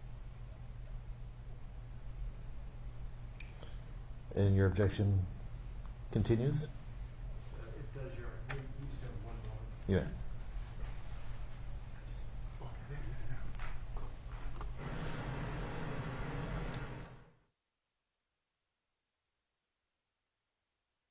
Here, as Prosecutor Steve Slisher takes a look at this piece of evidence that Eric Nelson is trying to introduce.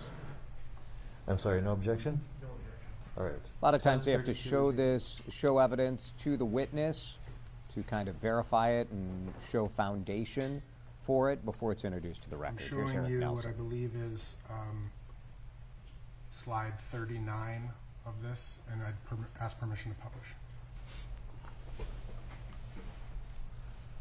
This is the Minneapolis Police Department training materials on dealing with crowds, right? With large crowds. Large yes. crowds. Crowds, officers are trained, crowds are dynamic creatures and can change rapidly, right? Yes. You would agree with that? In this particular training for large crowds, correct. But even in small crowds, even if you have 10 people or 12 people, crowds are dynamic creatures, right? In certain instances, yes. And they can change very suddenly, right? Yes.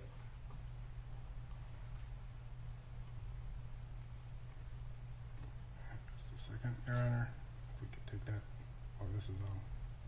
And I agree that this deals with larger crowds and larger protests. Yeah, the training is specifically for mobile field force. I'm an instructor for mobile field force as well, so yeah, I'm familiar with Right. similar training. Yep. And again, officers, they are experiencing this training, right? Yes. And they're taught never underestimate a crowd's potential, right? Correct. And again, crowds being unique to the particular circumstances of a particular case, right? Correct. And so ultimately, when an officer is on scene and he's making a decision to use force, and a crowd assembles, whether they're peaceful or not peaceful, an officer, a reasonable officer, has to be aware of what they're doing, right? Absolutely. And that can distract an officer. In certain instances, yes.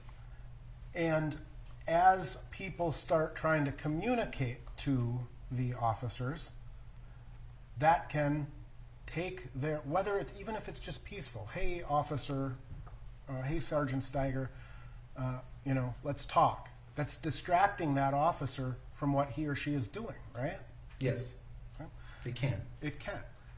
And an officer has to be prepared for the unexpected. A reasonable officer does, right? Yes, they're always mitigating the risk. And I understand that part of what an officer has to do is assess the words someone may be saying and comparing it to the tone of how they're saying it, right? Yes. That's what a reasonable officer does, right? Yes. If I say, hello, Sergeant Stiger, versus, hello, Sergeant Stiger, right? There's two different tones, and my tone can convey meaning. Yes. Agreed? And if I start calling you names, that conveys a meaning, right? Yes. And saying things like, you're a fucking pussy, you're a bitch, that conveys a particular intent. Agreed? I wouldn't say an intent, no. And a reasonable officer could foresee that or see that, perceive that as a threat. Name calling, I would say it depends on the officer's training and experience. Okay. But an officer, a reasonable officer, could perceive the words that people are saying and the tone that it is being said in as a threat or a risk to the officer's safety. Agreed? A risk, possibly, but officers are typically trained that when it comes to verbal threats in and themselves, that you can't just use that only to justify force. Now, you've had, again, an opportunity to review Minneapolis Police Department's training materials. Oh, if we could take this down. Sorry.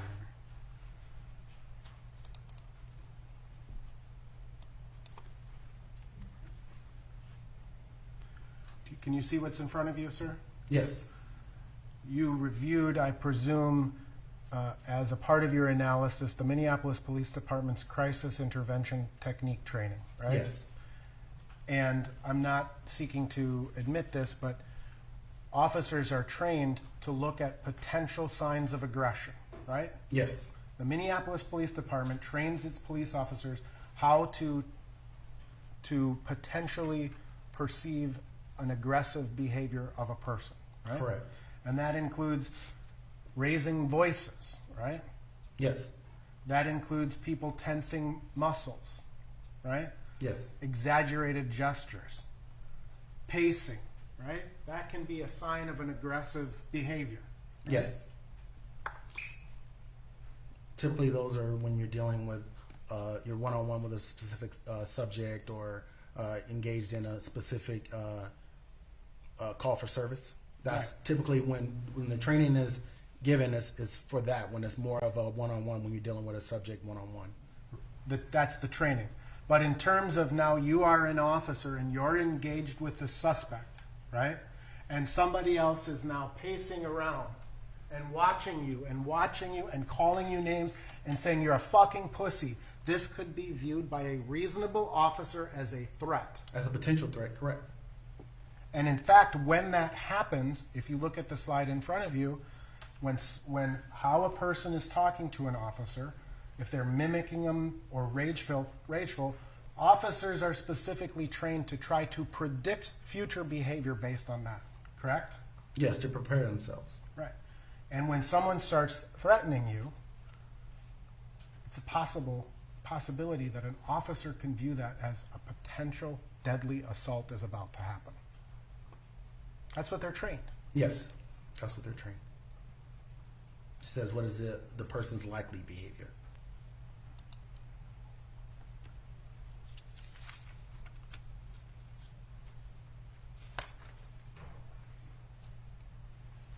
Now, you testified that, did you listen to every single thing that the crowd or the people were saying? I attempted to, yes. Right. Some of it you can't make out, but yes, for the most part, yes. And you would agree that if someone were to say, if you touch me like that, I would like to slap the fuck out of you, right? That could be viewed as a threat. Yes.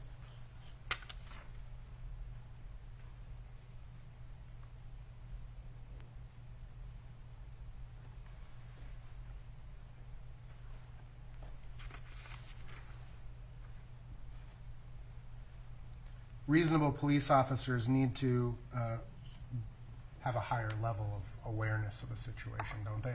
Yes. And a reasonable police officer, you would want a reasonable police officer to be more situationally aware of everything that's happening around him or her than an average bystander, right? You'd Yes. expect that. Usually that comes with training, experience, and tenure.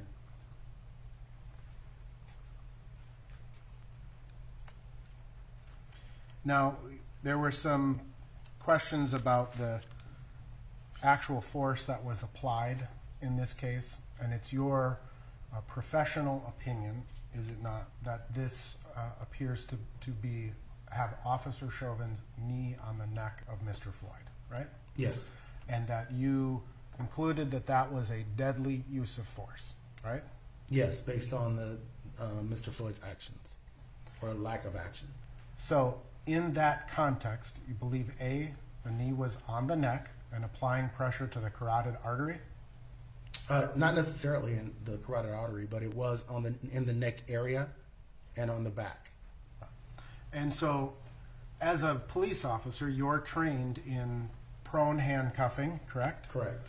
You're trained in ground defense, correct? Yes. And ground defense includes the prone restraint technique, right? Yes, I mean, there's other terms for it, but yes. What would you call that? The prone restraint technique. Well, it depends on in what context you mean. Right. So the prone control technique, is that a Yes. specific term you're familiar with? Control on a person. Right. You've heard the phrase To control attempt the to handcuffing. Let's not talk over each other. Sorry, sir. To the next question. Yes, sir. You've heard the phrase control the head, control the body? Yes. That's commonly what police officers are trained, right? Yes, when it comes to handcuffing, correct. And in ground defense, right? Yes. And in the context of ground defense or in handcuffing or continuing to restrain a police or a suspect, control the head, control the body, right? Yes, when they are resisting. And these concepts are widely accepted throughout law enforcement in the United States. Yes. And so again, in the training materials you've reviewed, you can see there are photographs, correct? Correct. Of officers employing a knee to the head, right? I didn't see officer employing a knee to the head, no. Sometimes to the neck. Near the neck area, correct, yes. Right. And the specific technique that you're trained is for an officer to put his knee into what would be the trapezius area, in between the shoulder blades at the base of the neck. Yes, right? the base of the neck. And that is standard protocol, standard police practice, and basically in every single department that you're familiar with. That I'm familiar with, yes. And you were trained that way. Yes. And there's the immediacy of the handcuffing, correct? Correct. And then there's the need to continue to control the suspect, correct? If they're resisting. Yes. And then there is simply holding someone or restraining them to decide what your next steps are going to be, right? Yes, in most cases, however, especially in the last 20 years, officers are trained to, once you handcuff the person, even if they are still resisting, you still want to try to put them in a somewhat of a side recovery position or sit them up. Even if they're still resisting? Yes.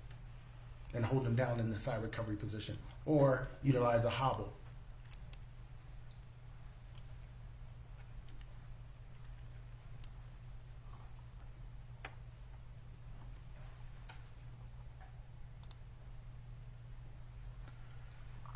You would agree that the Minneapolis Police Department are trained that when a person is handcuffed and then rendered unconscious, that officers need to use caution in unhandcuffing them to revive them? No, I'm not familiar with that. No. Did you, as a part of your analysis, review any training materials regarding the use of the lateral vascular neck restraint? Yes. Just looking in front of you, did you look at this training material? Yes.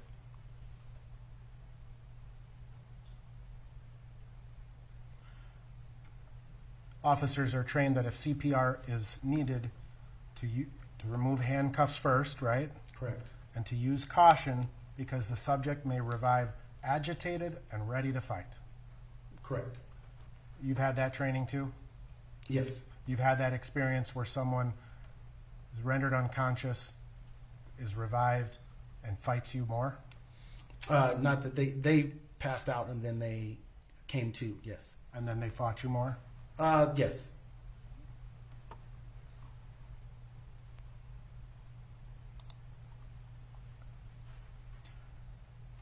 Looking at what's already in evidence, the 2019 use of force manual at slide 41.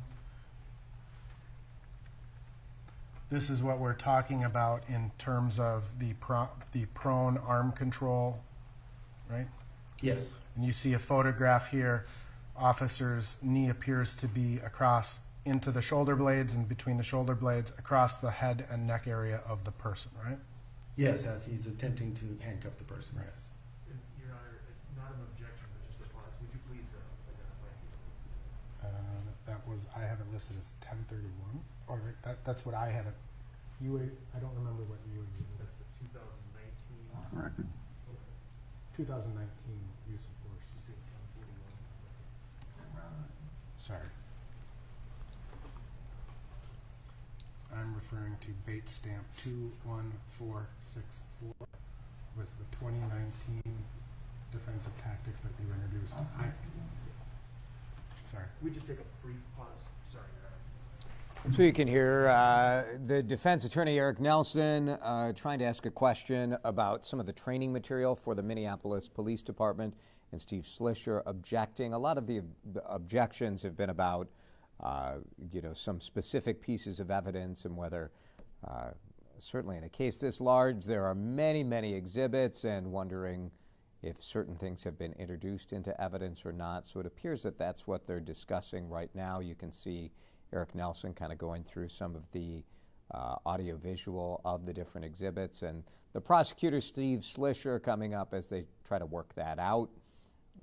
Kind of a technical issue, but you can't ask someone about evidence that hasn't been introduced yet unless... Your Honor, this is both from sides Exhibit stipulate. 126, which is already in evidence. I'd ask for permission to publish. Right.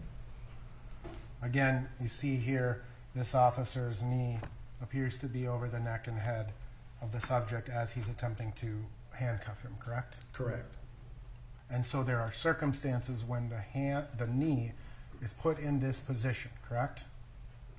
Yes, but officers are always cautioned to try to stay away from the neck as much as possible. All right. We can take that down, Your Honor. Now, you were shown a series of photographs, the comparative photographs, and I just don't have a copy of that right now. I believe it was Exhibit 274, the one you just admitted.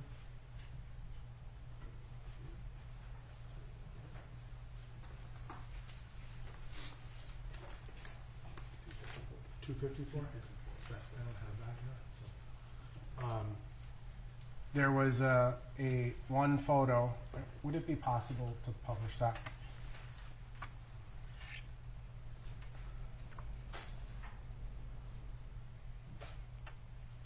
The photo, if we could publish this exhibit in this upper right-hand corner, right? Yes. Mr. Chauvin, the right shoulder is down lower, right, than the left shoulder. Yes. And that would be consistent with more of his weight being on his right side, correct? Yes. We can take that down. And again, when we look at still photographs, what we miss is sort of the dynamics of what's happening, right? Yes. So weight can be shifting from side to side at times, Correct. right? And if an officer is, generally speaking, on his toes, the majority of the weight is going to be in the feet, right? That's what you're trained? Yes, that's how officers are trained. And so if his left leg, his foot is off to the side, he has no weight, or he has less weight on that side of his body because his foot is off to the side, right? Yes. And if his right foot, the toes are tucked under, that would be consistent with having the majority of the weight on the right side, right? Yes. And again, in uses of force that you've used yourself, or in uses of force that you have reviewed, right? Oftentimes, these things, uses of force, leave injuries on a suspect, right? Yes. And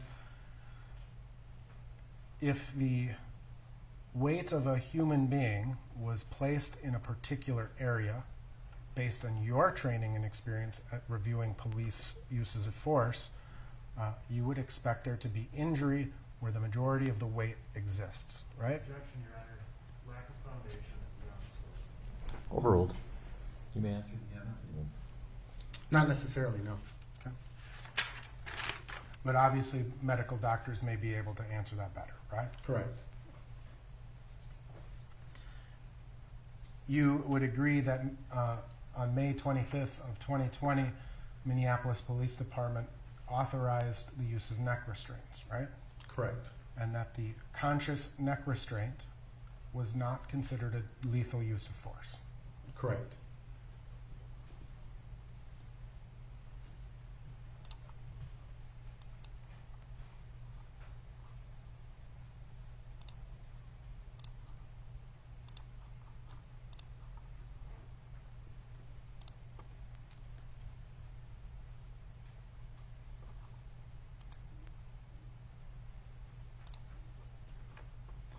So I would like to show you a series of photographs that were introduced yesterday, starting with Exhibit 1045. So before we go there, you would agree that some of the problems with photographs are that, again, it doesn't capture, a single photograph isn't going to capture the dynamics of what's happening, right? In some cases, yes. Weight can shift, right? Correct. In a video versus a still photograph, right? Yes. And positions can change, right? Yes. And those things can happen throughout the course of the time of use of force, right? Yes. Now, I'd like to show you and publish Exhibit 1045. I don't know if you've seen these, but these are stills from the body-worn camera. Oh, sorry. I gotta switch. It's a little difficult to see through the glare here, but maybe you can see it better on your screen. And if you have to stand up to see past The glare, feel free. Thank you, sir. In this area here, it appears that you can see Officer Chauvin's left leg, Yes. and that Officer Chauvin's shin appears to be sort of parallel to or over Mr. Floyd's left shoulder blade. Agreed? It's hard to tell. It could be his neck or shoulder blade. In this dip right in here, the area between the two shoulder blades, he's handcuffed, right? That causes the shoulders to sort of come back. I'm sorry, you're referring to his left knee, correct? That's Right. what you stated, that his left knee? Right. Yes, his left knee appears to be, based on the photograph I'm looking at, near the neck area of Mr. Floyd. In between the shoulder blade here and what would be the shoulder blade behind his hand. Above it. I wouldn't say it was in between it. It's more, it looks like it appears to be more above the shoulder blades than it does on the shoulder blades or below it. Almost resting on the shoulder blade. Above, I would You would say call it's it above, yes. All right. But it appears to be angled in towards the cruiser, correct? Yes. Now, showing you, oops, I'm going to display that again. That being at 20/23/32, right? Yes.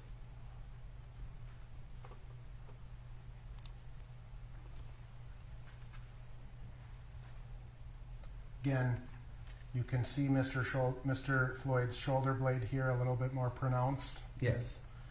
It appears to be above the shoulder blade, correct? Mr. Chauvin's, Mr. Floyd's shoulder blade is a little more pronounced. Mr. Chauvin's shin appears to be, or calf, appears to be above the shoulder blade. Correct. Angled in towards the squad car, correct? Slightly, yes. Showing you 1047. This is now at 2027. Appears to be a different angle now, right? Yes. And you can get a much clearer view of the placement of Mr. Chauvin's knee. Yes. And again, here you've got the shoulder blade. Mr. Chauvin's knee is sort of at the base of the neck, right? Correct, I would agree. And looking finally at Exhibit 1048.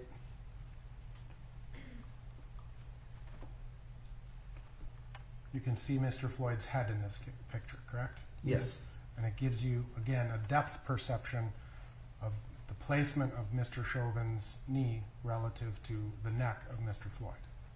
Somewhat, yes.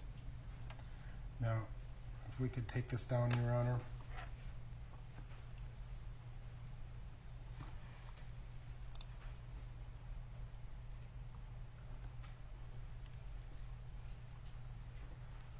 I'd like to show you what has been introduced into evidence as Exhibit 1020, which on the left-hand side of your screen, you see that appears to be the bystander video. Yes. On the right-hand side, that's from Mr. King's body-worn camera. Yes.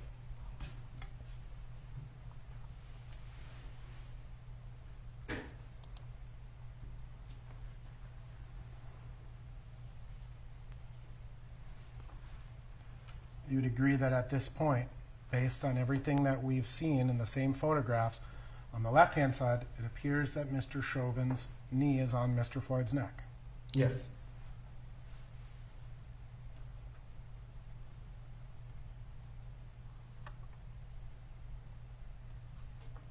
More of the base of the neck.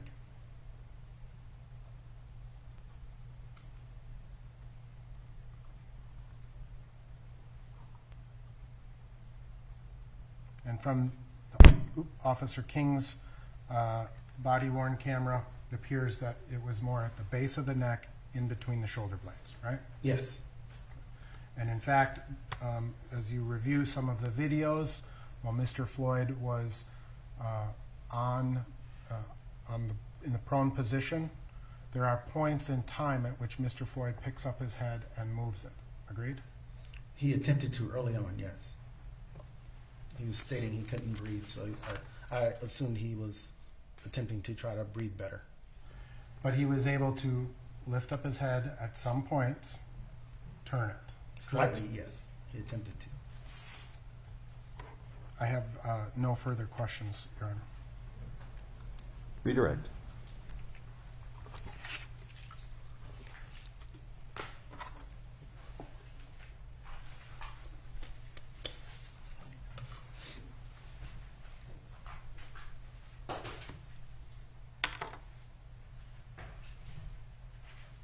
Thank you, Your Honor. Sir, to clarify a little bit on the, thank you. To clarify a little bit on the known risk that you testified to with respect to positional asphyxia. Yes. Okay. Is the risk related to the pressure on the neck or the pressure on the body? It's the pressure on the body. Any additional pressure on the body complicates breathing more so than if there was no pressure at all. And so the placement of the knees, even if there can be shifting between the neck, the base of the neck, the point is that both of the defendant's knees were on Mr. Floyd's body during the entirety of the restraint period. Is that right? Yes.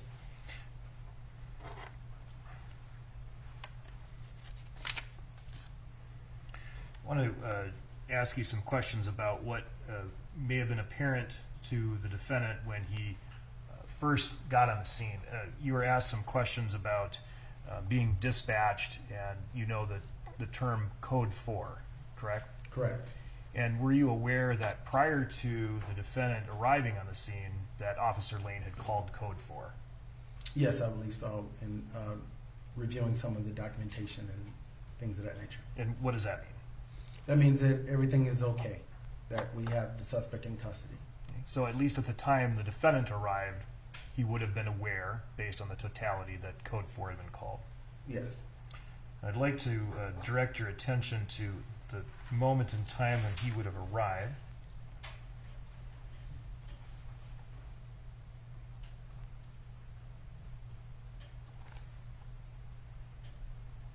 You can pull Exhibit 43, which is, for the record, Officer Lane's body-worn camera.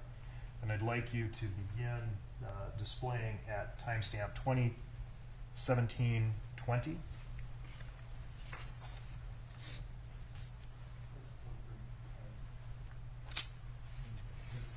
I'm sorry, can't hear you. Hold on.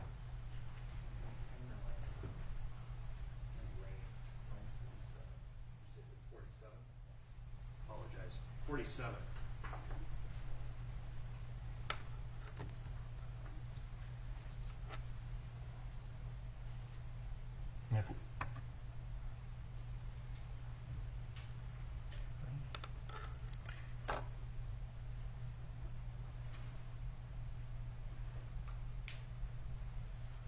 All right. Well, we see it at, you can leave it at 20 or where it was. Yeah, go ahead. All right. So we see in the still frame, and now for the record, the timestamp is 20:17:20. At this point in time, we see Officer Tao, and would have been next to him, the defendant, arrive. Is that right? Yes, I believe you can see his shoulder and the circle that you have. And I'd ask to begin publishing to the jury.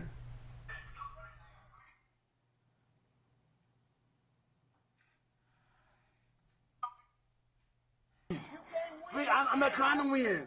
I'm not trying to win. I get on the ground, anything. I can't stand this shit, man. He know it. He know it from his house. Okay, can I talk to you, please? If you get in this car, we can talk. I'm claustrophobic. I'm hearing you, but you're not working with me. God, I'm claustrophobic, man. Get in the Why don't you car. go over here? I'm going to pull you in. Get in the car. Get in the front, please. No, you're not getting in the front. I'm claustrophobic. Get in the car. Okay, man, okay. I'm not a bad guy, man. Get in the car. I'm not a bad guy. Man. Now, and you can take that down. Sir, in assessing an individual in the totality of the circumstances that would have been apparent at the scene, were you able to detect any indication that Mr. Floyd was under some sort of distress? Based on his comments and based on his actions, yes, it was a possibility. And is that something that would have, apparently Officer Chauvin, the defendant, would have seen that? Is that correct? Yes. And would a reasonable officer have taken that into account? Yes.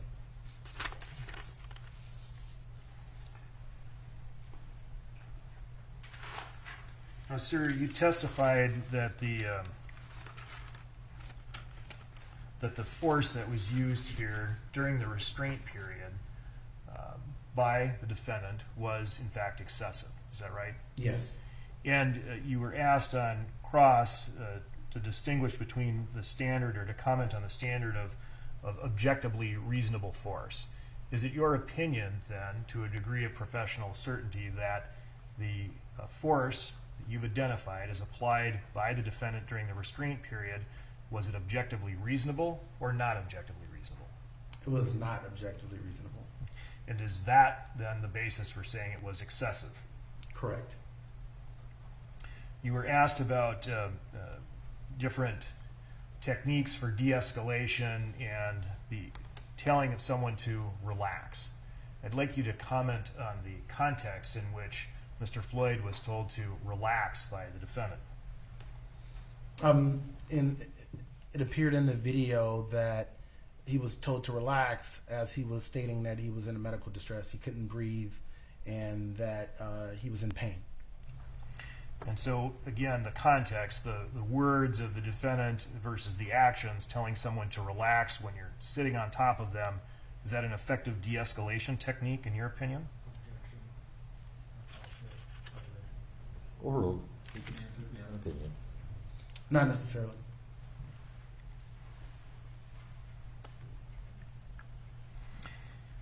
As to an officer, a reasonable officer, reassessing and reevaluating the situation, they also have to take in information related to a subject's potential medical condition. Is that right? Yes. Would you agree with the statement, in your custody, in your care? Yes. What does that mean? That means once you take someone into custody, then you're responsible for their care. And can you, as an officer, simply opt not to believe them? No. You have to consider the context, correct? Correct. And we're obligated to in most cases. I'm sorry, I cut you off. Could you please repeat that? I'm sorry, Your Honor. You're obligated to. It's part of your duty. And in the context that you saw here, in which Mr. Floyd was manifesting some distress, did you believe the defendant have an obligation to at least take that into consideration in the totality of circumstances when considering to continue the type of force he was applying? Absolutely. As the time went on, clearly in the video you could see that Mr. Floyd's his health was deteriorating. His breath was getting lower, his tone of voice was getting lower, his movements were starting to cease. So at that point, as a officer on scene, you have a responsibility to realize that, okay, something is not right, something has changed drastically from what was occurring earlier, so therefore you have a responsibility to take some type of action. Sir, you were shown some training materials that included photographs of officers in positions in which they would have their legs on the subject's back and the base of the neck. Is that right? Yes. And in the photograph you were shown, that subject was not yet handcuffed, was he? No, he was not. And the purpose of situating oneself on a subject is to gain control in order to handcuff the individual. Yes. And what is the officer supposed to do after they handcuff the individual? Immediately sit the person up or put him in a side recovery position.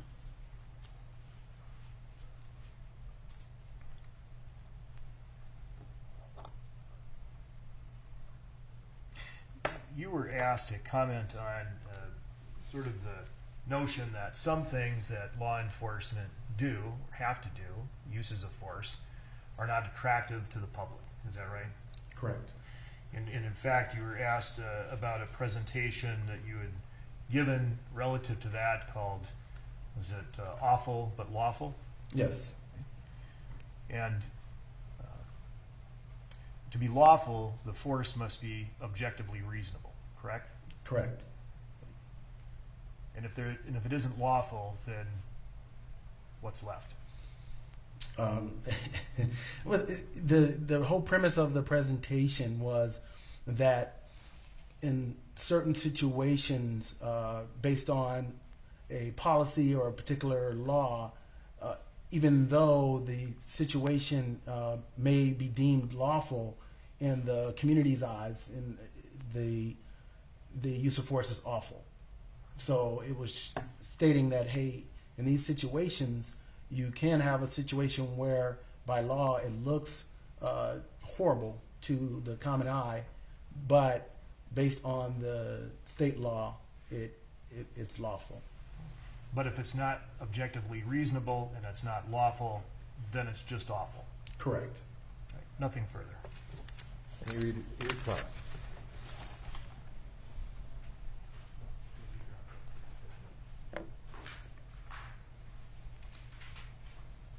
Defense attorney Eric Nelson now getting ready to do a recross. The initial cross-examination of Sergeant Stiger You were not was an personally there hour that day, 45 correct? minutes long. The day of this incident? Correct. Correct. And you would not have known how people were feeling, correct? Correct. You would not know how they felt in terms of their perception, correct? Correct. You would not know how Mr. Floyd's body felt at that moment, correct? Only what he was verbalizing. I'm talking about in terms of the stiffness or tension of his body. Correct. And again, in terms of your use of force reviews in the past, you said you're a peer reviewer. How many reviewers look at an incident in the terms of a use of force? From start to finish, numerous. So in Los Angeles Police Department, it starts with the sergeant who's doing the investigation. Then from there, it will go to the watch commander, who happens to be typically a lieutenant or another sergeant, and the training coordinator. Then they make recommendations, and then they send it to the captains of the division. And at that point, the captains would then send it to the bureau. And that's where I was at one point as well. Then the bureau makes recommendations, and then it gets sent up to another unit, and they make the final recommendation in that. In regards to more serious ones where I was a peer member, it goes from the investigators to the use of force review board, which is a 5-member board, 4 command staff and a peer. And that peer review board, the 5 people, they make recommendations to move up the chain, right? Yes, so they make recommendations. I'm sorry. No, I was itching my face. They make recommendations to the chief of police. Then the chief of police reviews it, and he makes recommendations to the police commission. And the inspector general's office also reviews all the evidence as well, and they make recommendations. In most cases, they concur with the chief, but some cases they disagree. And then finally, a presentation is made to the police commission, and the police commission at that point makes the final decision. So there's layers of review, right? Correct. And ultimately, in terms of just that 5-member review board, right, the one that you were describing, Right.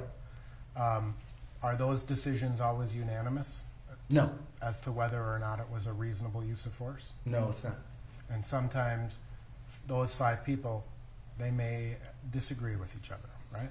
Yes, we have a something what we call a minority report. I've actually written a couple of those myself. But yes, if one person or a number of people on that board will disagree, then that the ones that disagree, the minority have to do a report, basically telling what their case is or why they disagree. Right. So even within that process, there is 5 potential police officers who can disagree with each other. Correct. All right. I have no further questions. All right, thank you, Sergeant. Thank you, sir. We appreciate your time. You are excused. Thank you. Let's do one more witness, at least start.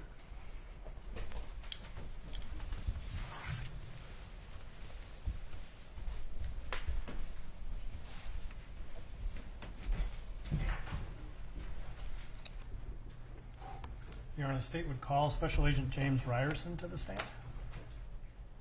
So one more witness coming in before the lunch break. Sergeant Jody Stiger, a long time on the stand, cross-examined for an hour 45 minutes. And now it appears that the state is calling one of the special agents who actually investigated what happened that night. So we'll hear more about that. Right now, as testimony continues live at the Hennepin County Courthouse. Take off your mask. Let's start with you giving your full name, spelling each of your names. James, James, Ryerson, Reyerson. Mr. Frank.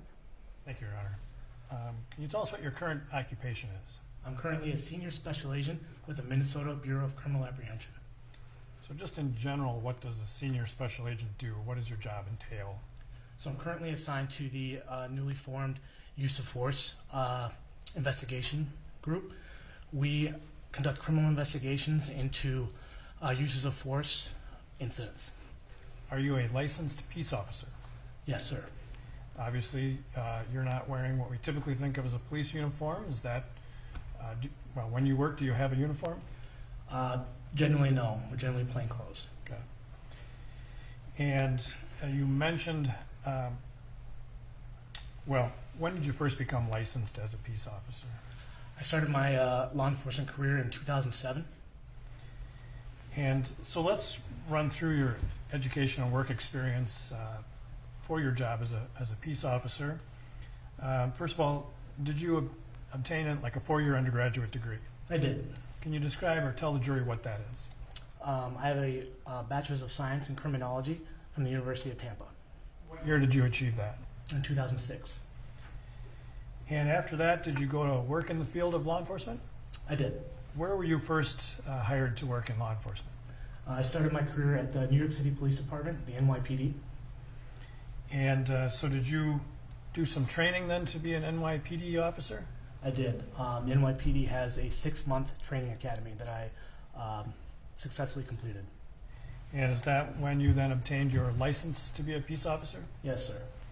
And that was about what year? Approximately 2007. And when you became, well, let me ask you this. How many years did you work for the NYPD? Approximately 4.5. And can you describe for the jurors, in what capacity you worked as a peace officer in New York City? So as a police officer, initially assigned to the 32nd Precinct in Harlem, New York, my initial duties were as an impact officer, interacting with the community, addressing kind of quality of life issues. I was then transferred to Manhattan North Task Force as a task force officer. From there, I was assigned to address quality of life issues as well as violent crime issues, narcotics, and guns. So all that time spent on the streets, essentially. Correct. And at some point, did you leave the New York City Police Department? I did. And what was the next job that you took in law enforcement? I was hired as a special agent with the Drug Enforcement Administration, or the DEA. What year was that? It was approximately 2011. And what were your duties as a DEA agent? Primarily to address large-scale, long-term investigations into narcotics. Into what? Narcotics. Okay. Drugs. And you had to do some training for that job, I assume? Correct. Yes, sir. And how long was the training for that job? Approximately 4.5 months at Quantico, Virginia. And what kind of, well, after doing the training, were you assigned to a specific location? I was, sir. Yes. And where were you assigned? Initially to an enforcement group in New York City, and then I was transferred down to Nogales, Arizona, where my primary responsibility was investigating cartel activity. And when you say cartel, we're talking drug cartel. Correct, sir. And at some point then did you leave the DEA? Yes. And what year was that? Around 2013. Why? To move back to Minnesota. And when you moved, well, when you say back to Minnesota, had you been here before? Yes, this is where I'm from. So when you went to the New York City Police Department, that was a change of locations for you? It was, yes, sir. So 2013, you said you came back to Minnesota? Correct. And did you find work in a related law enforcement field? Yes, sir. Describe that for the jurors, please. I went to corporate investigations, focused on insurance, white-collar based kind of work. And during that time period, did you complete some more education? I did, yes, sir. And tell the jurors what that was. I received my master's in business administration from Southern New Hampshire. What year was that? Approximately 2014. And at some point, did you leave that corporate investigative work? Yes, sir. Where'd you go from there? I went to the Metro Transit Police Department. That's here in Minnesota? Here in Minneapolis. And how long did you work there? A very short time. Okay. Where'd you go from there? I was hired by the State of Minnesota Fraud Bureau as a special agent. So is that part of the state government? Correct. What agency is that? Department of Commerce. When you worked at the Department of Commerce, were you a licensed peace officer? Yes, sir. Probably a lot of people don't know that there are licensed peace officers in the Department of Commerce, right? Yes, sir. What kinds of investigations did you do at the Department of Commerce? Primarily white-collar investigations. And at some point, did you leave the Department of Commerce then? Yes, sir. And where did you go after that? The Bureau of Criminal Apprehension. And when were you hired by the Bureau of Criminal Apprehension? 2018. And that's where you are today still? Correct, sir. So initially licensed in 2007? Yes, sir. Did you maintain your license as a peace officer during that entire time period? No. When? From about middle of 2013 to 2016, I was not. And that's when you were working? From the middle of 2013, sir, to about 2016, I was not. And that's when you were doing the corporate work? Correct. As a licensed peace officer, you are required to take some ongoing educational credits, correct? Yes, sir. And you've done all that throughout your career, with the exception of that 2-year period? Yes, sir. When you were hired at the BCA in 2018, what were you hired to do? I was hired within the Metro Homicide Unit, so we investigated major homicides as well as officer-involved incidents. When you're hired at the BCA, are you required to go through some training specific to working for the BCA? Yes, sir.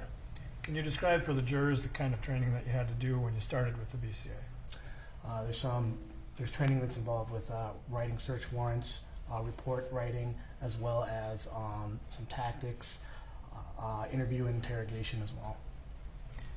And do you also have to spend some time at the medical examiner's office? Yes, sir.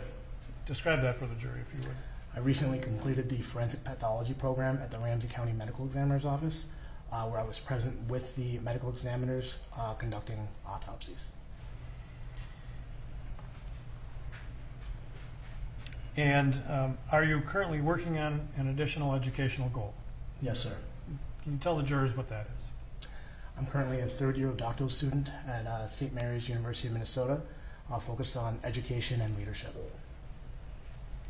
Now, you have told us that you work for the Bureau of Criminal Apprehension, Yes, sir. commonly referred to as the BCA, correct? Correct. Can you describe for the juries, what is the BCA? So the BCA is a state law enforcement agency. We are under the umbrella of Department of Public Safety, kind of delineated into 4 divisions. The investigative division that I'm a part of, we have information services, a laboratory, as well as a training section. And we provide services to law enforcement agencies as well as to the community. And so your jurisdiction is generally where? The state of Minnesota.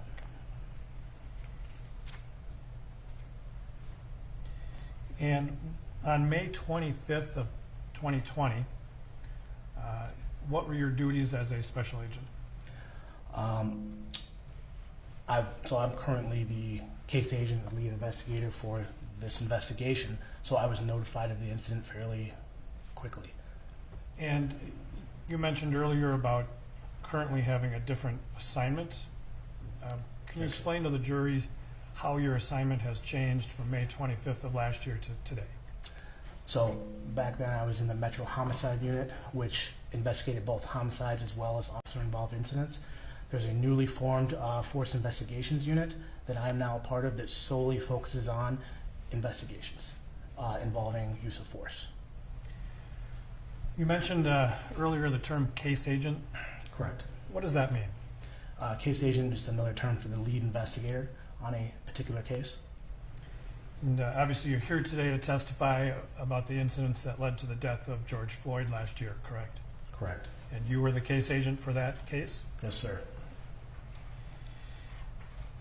And when you are the case agent, are you responsible for knowing the course of the investigation? Yes, sir. Being involved in all aspects of the investigation? Somewhat, yes, sir. And that runs from beginning to end? Yes, sir. So taking you back to May 25 of 2020, you got called out regarding this incident? Yes, sir. Can you just describe for the jurors how you get that initial call and what you do in response? So So my supervisor called me at approximately 9:45, Agent Phil, and informed me there had been an incident that occurred in the confines of Minneapolis involving Minneapolis Police Department. It was determined that myself, Agent Phil, and Agent Scott Mueller would all report to City Hall. So we met at City Hall, Minneapolis City Hall, and then it was determined that Agent Mike Phil would head to 38th in Chicago, the scene, and myself and Agent Scott Mueller would head into room 100 at Minneapolis City Hall. And so did you understand essentially why you, as BC agents, were being called to this incident?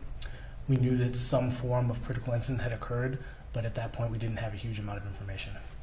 And when you use the term critical incident in this context, what did it mean to you at that time? An incident involving a police officer and potentially a civilian that could have caused harm. So on May 25th of 2020, was the BCA responding to calls of critical incidents within the city of Minneapolis? Yes. And so had you developed, that is the BCA, a process for responding to those calls? Yes, we have critical incident protocols. And when you arrived with the other agents at City Hall, that's where the administrative offices of the Minneapolis Police Department are, correct? Correct. And so then at some point, the decision is made for Mike Phil to go to the scene at 38th in Chicago. Yes, sir. And that you and Agent Mueller then wait around or stay at City Hall, correct? Correct. All right. And when you arrived there, did you, I guess, give what we call a briefing about what was known so far? Yes, sir.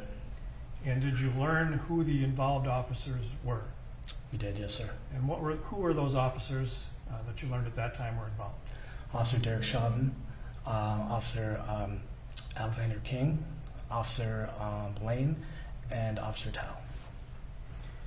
And in the course of, well, I guess I should ask it this way. Did you then initiate the critical incident protocols for this incident? I did, yes. And as part of that, taking photographs of each officer? Yes, sir. And were those officers there at City Hall that evening? Yes, sir. I should ask you, I guess, you said you initially got the call about 9:45 p.m.? Correct. Do you recall about what time it was that you arrived at City Hall? Approximately 30 to 40 minutes later. And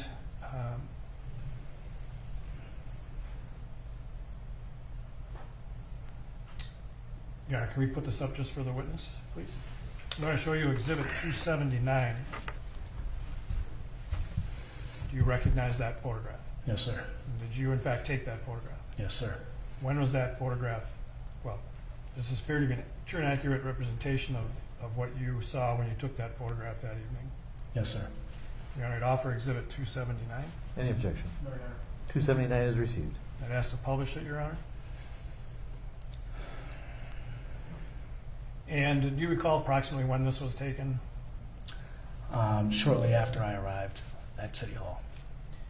And through subsequent investigation that you've done, did you learn the approximate weight of the defendant around this time period? Yes, sir. And what was that weight? Approximately 140 pounds. Sorry? 140 pounds. And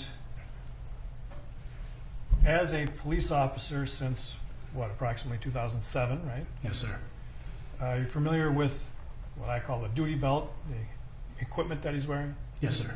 Can you just describe for the jurors, in general, what is present on his duty belt? Initially, firearm, handcuffs, mace. Usually there's a radio holder and a radio associated with that as well, and multiple magazines. The magazine is what? A magazine holds the bullets for the firearm. And any body armor that he is currently wearing? Yes, it appears as though he has a vest on. Based on your experience as a peace officer, are you able to estimate the approximate weight of the equipment that the defendant is wearing in this photograph? Approximately 30 to 40 pounds. We can take that down. Thank you. Now, while you're there at City Hall, did you endeavor to collect some other items of evidence or for the investigation? Yes, sir. And what other items did you acquire? Part of our critical incident protocols is acquiring the officers involved's uniform as well as their equipment, including their firearm. And did you also acquire some videos? Yes, sir. And on May 25th of 2020, were you aware that Minneapolis police officers wear body cams? Yes, sir. And did you acquire then the body cam videos for the 4 involved officers? Yes, sir. And can you just describe for the jurors how that process is done? The Minneapolis Police Department Crime Lab retains the actual physical body-worn camera, downloads it, and provides it then to the BCA, to me. And so you acquired those 4 body cam videos? Yes, sir. In the course of the investigation, you've acquired some other videos as well? Yes, sir. With regard to the body cam videos of the 4 involved officers, you have watched all of those, have you? Yes, sir. Those have a time stamp on them, correct? They do, yes, sir. And in your review, do they appear to be consistent with each other in their time stamps? Yes, sir.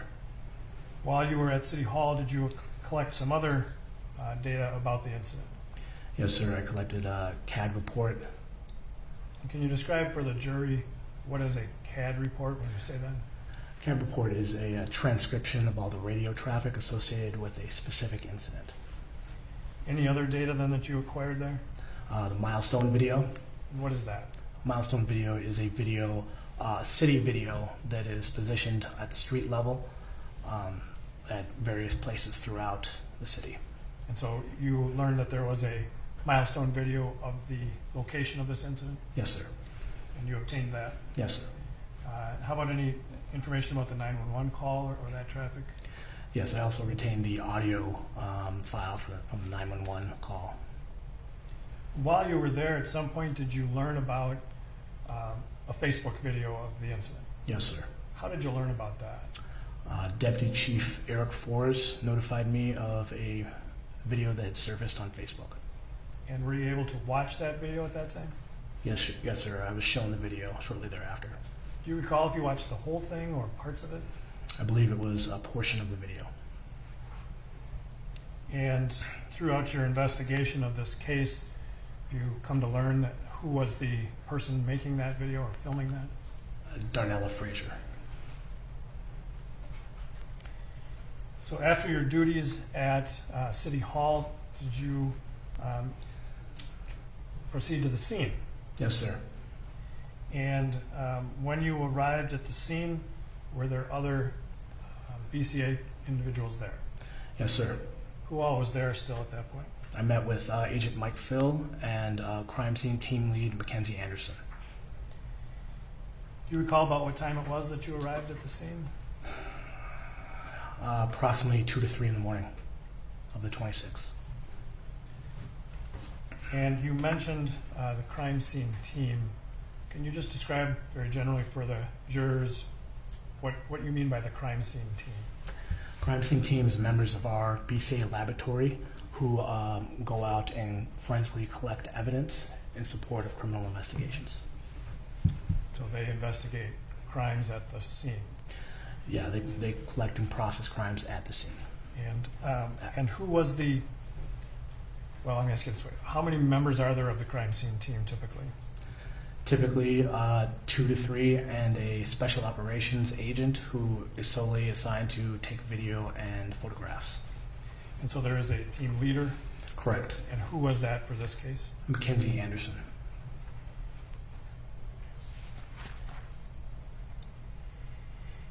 When you arrived at the scene, did you learn about some vehicles at the scene that were involved in the incident, supposedly? Yes, sir. And what were those vehicles? Can you describe them, please? A I believe, blue and color Mercedes-Benz and a Minneapolis Police Squad Car 320. And so when you say the Mercedes-Benz, do you know what style of vehicle that was? I actually don't. It's an SUV. Okay. Yeah, that's what I was trying to get at, I guess. And so those 2 vehicles, did you see them at the scene? Yes. Do you recall where they were located? I believe they were on the south side of 38th. And with regard to the squad car, the Minneapolis police squad car, did you learn anything about contents of that vehicle? Yes. What did you learn? I learned that two $20 bills were in a manila envelope in the trunk area of the vehicle, as well as other items that related to this incident. So what did you do with regard to that envelope? I seized those at the scene, that envelope at the scene. Okay. And so you, by seizing it, you took it with you? Correct. And did you open up that envelope and see what its contents were? Initially, yes. And so you mentioned $20 bills, correct? Correct. And, Your Honor, if I could show the witness only, please, Exhibit 198.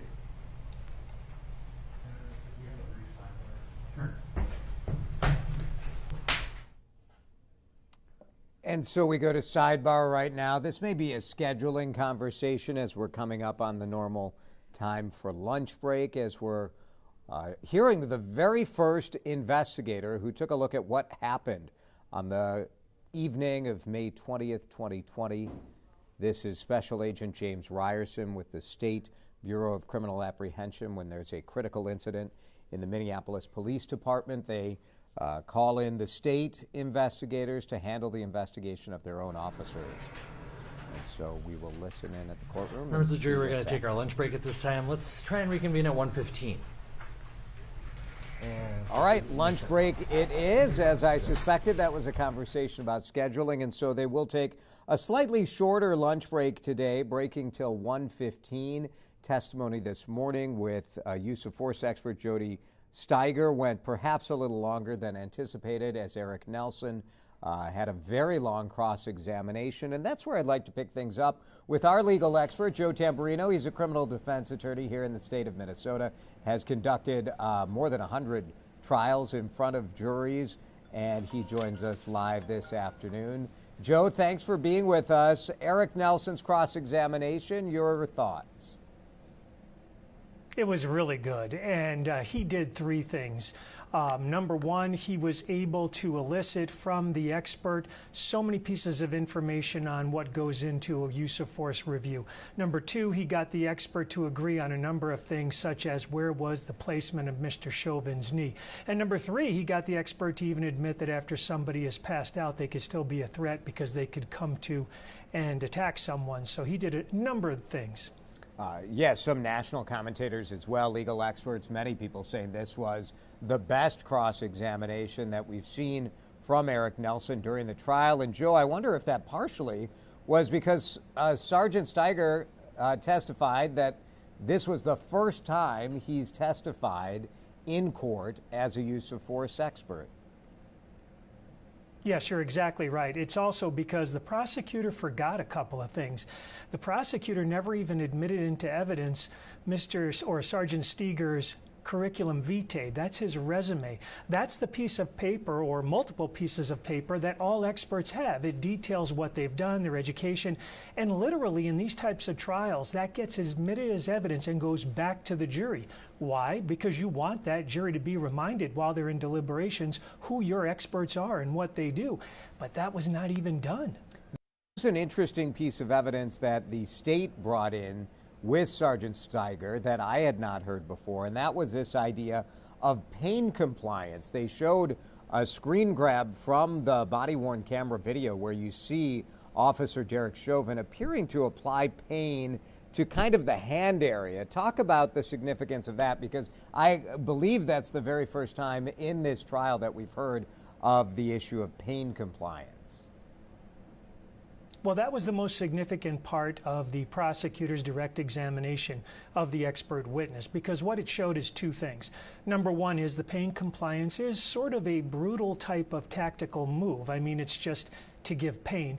And second, what it could also show for the prosecution is that Mr. Floyd, he was out during this. He wasn't saying that hurts or saying, please don't do that to my arm, which means that at the time this was happening, it could very well be that Mr. Floyd had already passed.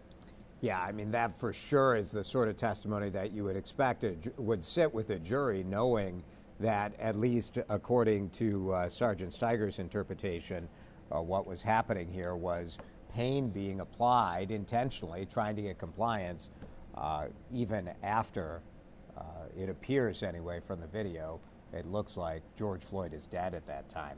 Let's talk about Special Agent James Ryerson from the State Bureau of Criminal Apprehension. Are you surprised that it's taken until witness number 27 to bring in someone who actually investigated what happened on the evening of May 25th, 2020?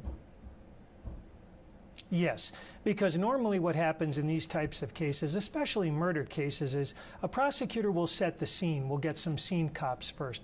Then we'll go into some civilian witnesses, perhaps spark of life.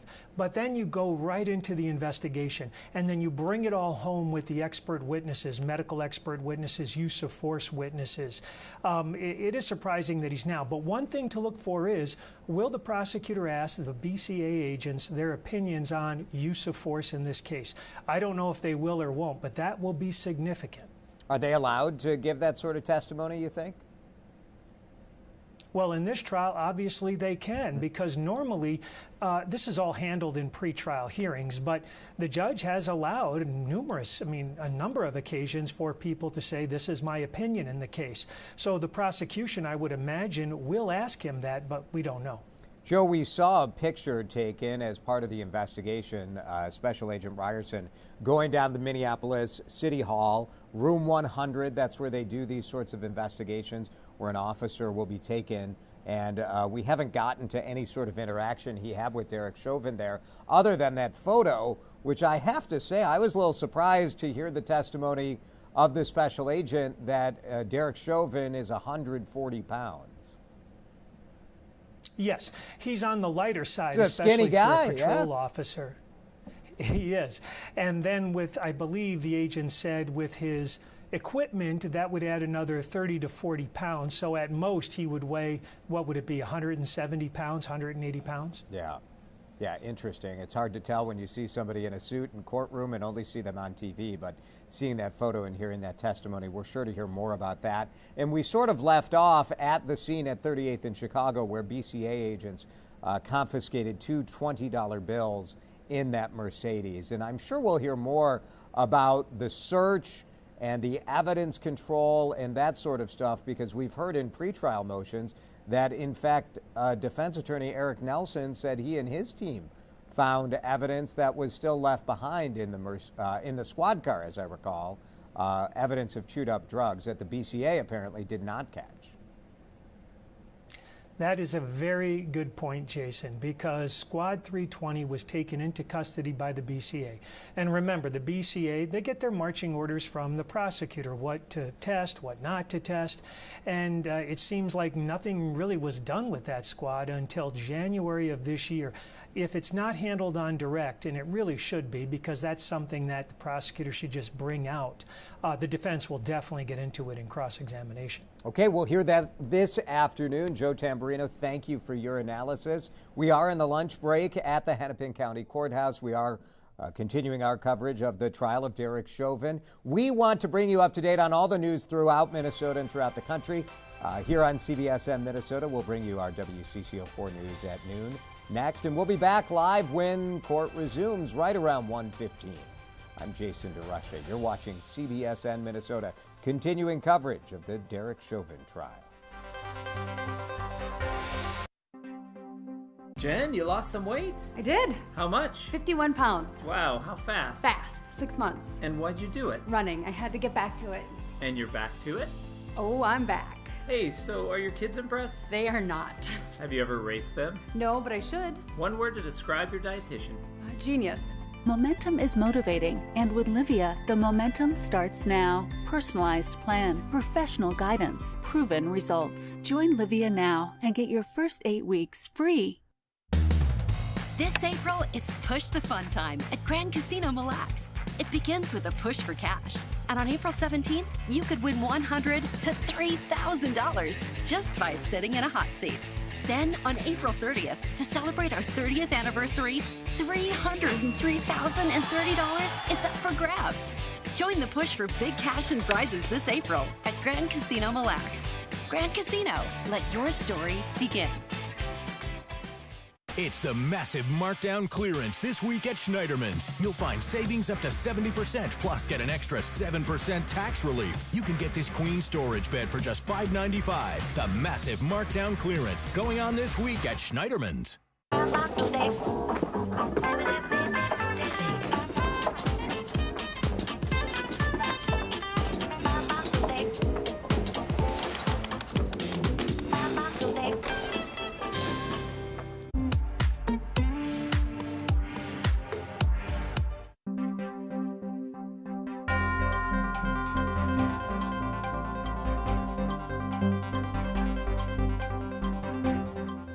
This is day 8 of testimony in the Derek Chauvin trial in the George Floyd case.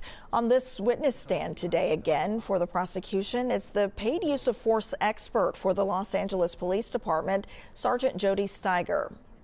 You have an opinion to a degree of reasonable professional certainty whether the force used, as shown in Exhibit 254, whether that force being applied then for the restraint period, which you've defined as 9 minutes and 29 seconds, would constitute deadly force.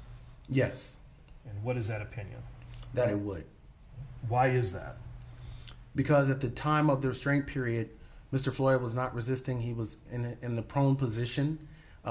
He was handcuffed. He was not attempting to evade. He was not attempting to resist. And the pressure that was being caused by the body weight could cause positional asphyxia, which could cause death. Have you ever previously testified in any court or in any state or in federal court as an expert on the police use of force? No, I have not. You can watch this afternoon's testimony live on CBSN Minnesota. To find CBSN Minnesota, just download the free WCCO News app or stream it on WCCO.com.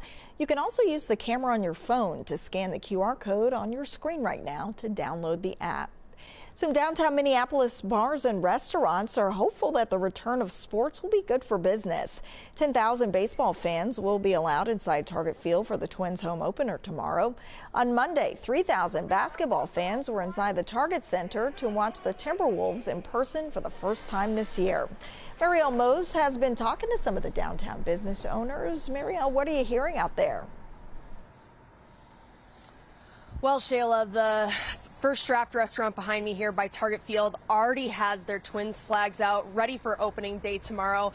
Dozens of restaurants and breweries like this one suffered huge losses last season to not have Twins and Timberwolves fans coming into downtown to be at the stadiums. But this year, they're hoping to turn that around and see a big profit and a big turnout for customers. We spent the morning at Gray's Libations and Provisions, also near Target Field, and they actually opened in fall of 2019. So last Twins season would have been their first full baseball season, and they completely missed out on it. So not only are they excited to have survived 2020, but they're so excited for their first full Twin season. And the co-owner told me that she expects to see an uptick of 60% in sales revenue. It feels amazing. It feels amazing to be here at this point and just know that like we can gather and be community again. It's just like just for good old American baseball. Like it feels good to be able to be here, to be able to support the fans, to be able to support the businesses that'll all reap benefit from us being able to have fans, and we just can't wait. We're just super excited to be here. A downtown staple, O'Donovan's Irish Pub, which is near Target Center, is a popular spot for basketball fans to go to before Timberwolves games. They've been boarded up, doors locked since last March, over a year now, and they just opened for the first time to welcome back Timberwolves fans this past Monday night. Shayla? Marielle, certainly a lot of businesses looking forward to the change of traffic there, and certainly a lot of fans too. Thank you so much.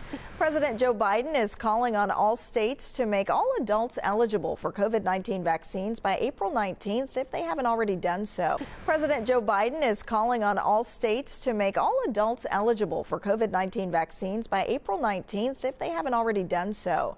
But even as daily vaccination rates have soared in recent months, new daily cases have started to tick up. Federal health officials say the nation is still at a risk of another surge. Natalie Brand reports from the White House. In less than 2 weeks, President Biden wants all states to make all adults eligible for the COVID-19 vaccine if they haven't already done so.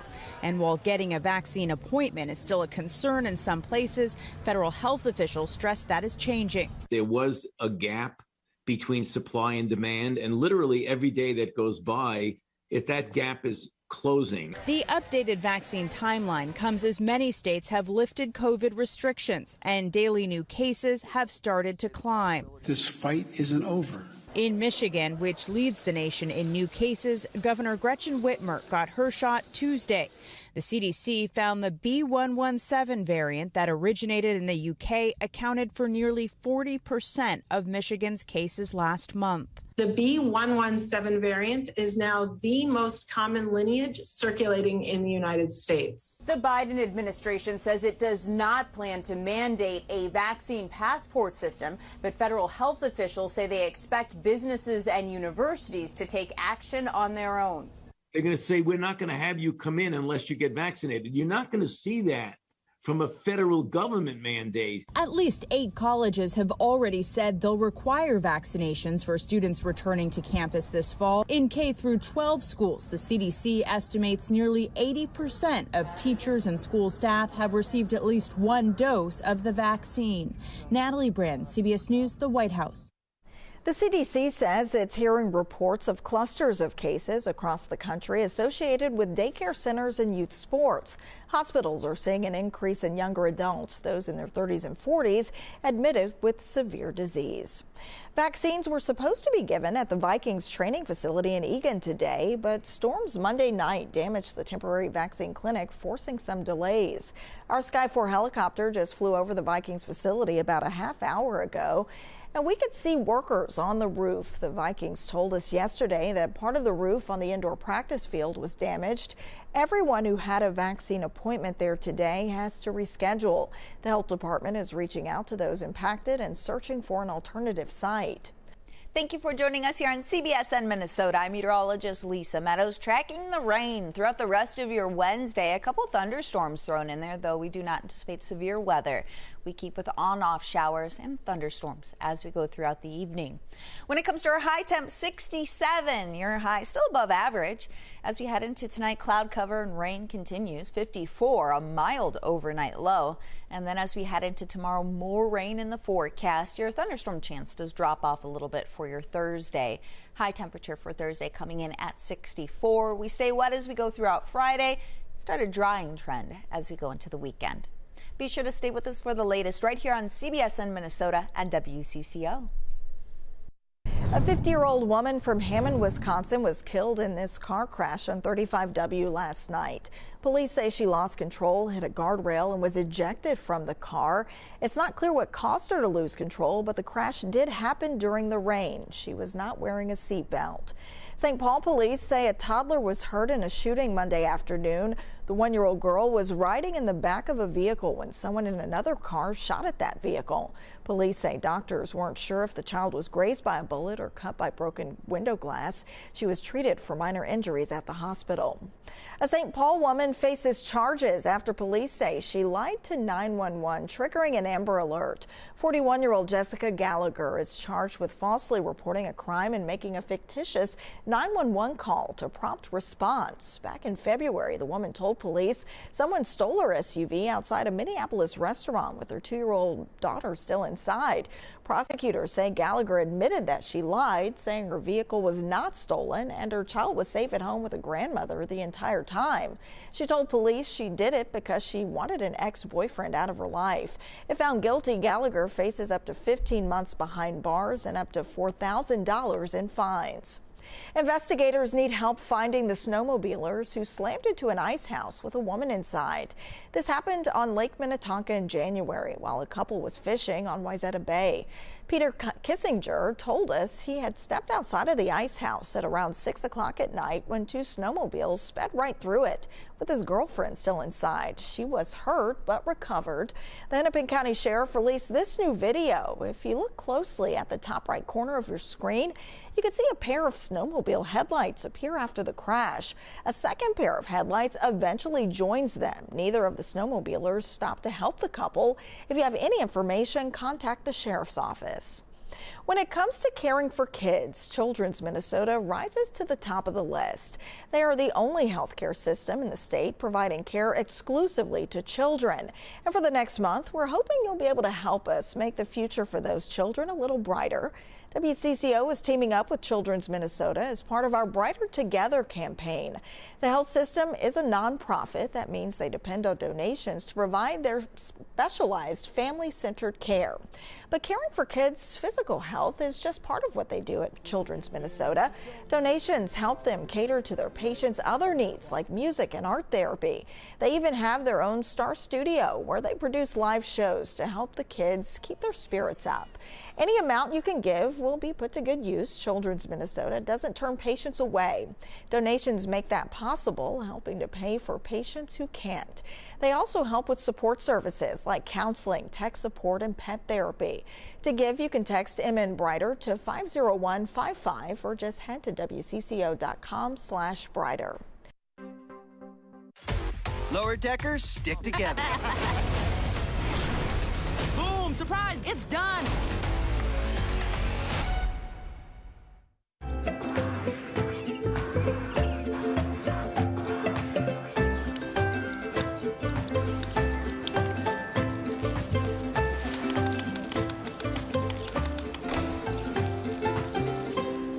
We traveled into the future. 930 years. Time traveler.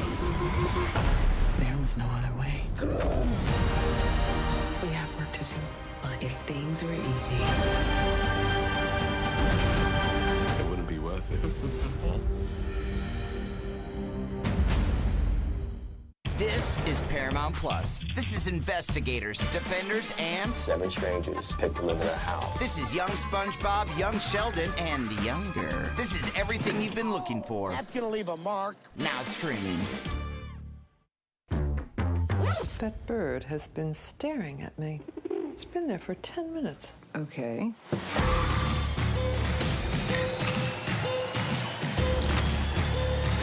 I didn't know we were coming, or I didn't wearing pants. You changed the rules, sir. Oh, objection, Your Honor. That's intense. Yeah, welcome. Are you ready, counselor? I am, Your Honor.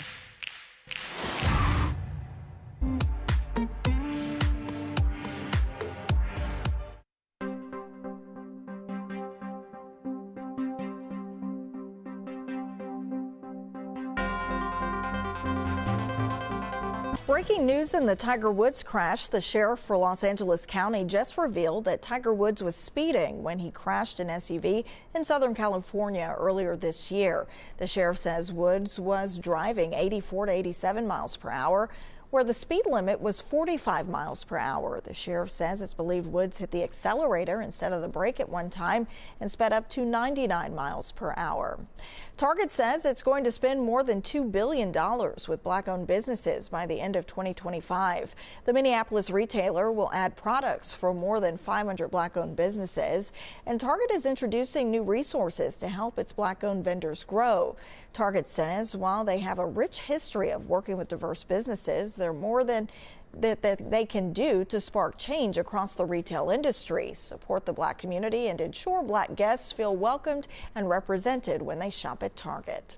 The pandemic changed many things, including the clothes we wear. Kate Smith looks at how one dress capitalized on the trends of dressing down. First of all, before I speak about the nap dress, you have to understand that I am a dress girl. I do not like pants. So dresses were on Nell Diamond's mind when she started her fashion and lifestyle brand Hill House Home. I really wanted to create a product that was a dress that could kind of carry me from making my toddler breakfast in the morning to an important meeting to drinks with my husband after work. In 2019, the nap dress was born with some success. But then the pandemic hit. Lockdowns and working from home turned the house dress meets nightgown into an internet sensation. This is my nap dress collection. As you can see behind me, I've got 6. I'm in my powder blue Nestle, which is absolutely gorgeous. I don't love them. I am totally obsessed with them. Vogue magazine even named it one of the 17 items that define 2020. The nap dress definitely exceeded all of our expectations and all of our projections. What makes a nap dress unique? The real beauty and importance of distinction of the nap dress, I should say, is that it's both beautiful and practical at the same time. The success of the nap dress comes as demand for comfortable clothing surges. Last year, sales of sweatpants, sleepwear, and slippers jumped, with millions of people stuck at home. Comfort was something that was on the forefront. Stylist Trey Ingram says many of his clients' tastes changed during the pandemic. Hey, I want comfortable shoes, or I want comfortable sweats, I want comfortable tops. Like, it did not matter what it was, they just want something comfortable. Ingram believes people are ready to dress up again as life inches back to normal. But Diamond thinks the nap dress has staying power. People now get to show off their nap dresses in real life. Just wait till you see this in person, wait till you see it with shoes. And that's why she has even more collections planned this spring. Kate Smith, CBS News, New York. Thank you for joining us here on CBSN Minnesota. I'm meteorologist Lisa Meadows. Let's check out our weather headlines as we continue to go throughout the day. Today we have on-off showers and also some thunderstorms in the forecast. Unfortunately, the rain will linger throughout Thursday, which means we're anticipating a wet Twins home opener, and temperatures will be cooling down as we go into next week. So let's break it down for the rest of the day today. Temperatures above average in the 60s, even the upper 60s for the afternoon hours, into the 50s as we head into the evening. We keep with really can't tell you a time period where we'll be dry throughout the day. It's really just on-off showers and thunderstorms possible as we go throughout the afternoon and also the evening. You can see it pulling in this moisture with this weather system, especially into the metro, going throughout the afternoon and also the evening. We could have some thunderstorms, some small hail, but we do not anticipate severe weather with this for today. So that is some good news compared to the last couple of days. We'll continue with your rain chances going into tonight, and we'll keep with those shower chances as we go throughout your Thursday. Also, the system just kind of sticks around, brings in the moisture for the next couple of days. By the time we dry out heading into this weekend, we'll be left with about 1 to 1.5 inches of rainfall here in the Twin Cities, the majority of the metro. Higher amounts for Alexandria, closer to 1.5, 2 inches, and making your way up to the north near Bemidji, 2 to 3 inches of rainfall possible there. Temperatures, despite the cloud cover and the rain, are still above average. 67 your high here in the Twin Cities, and notice where this warm frontal boundary is. You can notice it here on the map pretty easily. 70s for Rochester, also Eau Claire. The front up to the north, those numbers are only in the 40s and the 50s. Low temp down to 54. Your overnight low still pretty mild. 40s up to the north, and then for tomorrow we're back into the 60s again. Just looking at cloudy skies and also the rain continuing. Notice for the Twins home opener, unfortunately, we continue with those rain chances. It's going to be a wet game. Temperature's not too bad, though. At least they're in the 60s.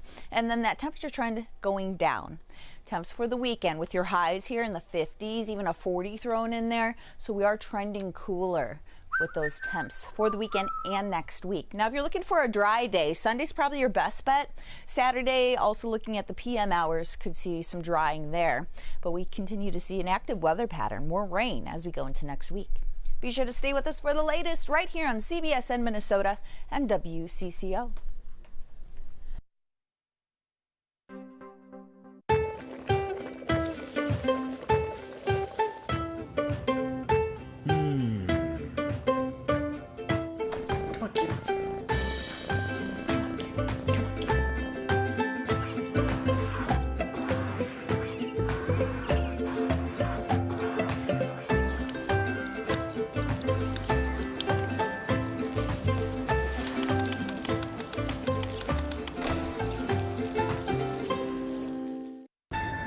Discovery is reporting for duty.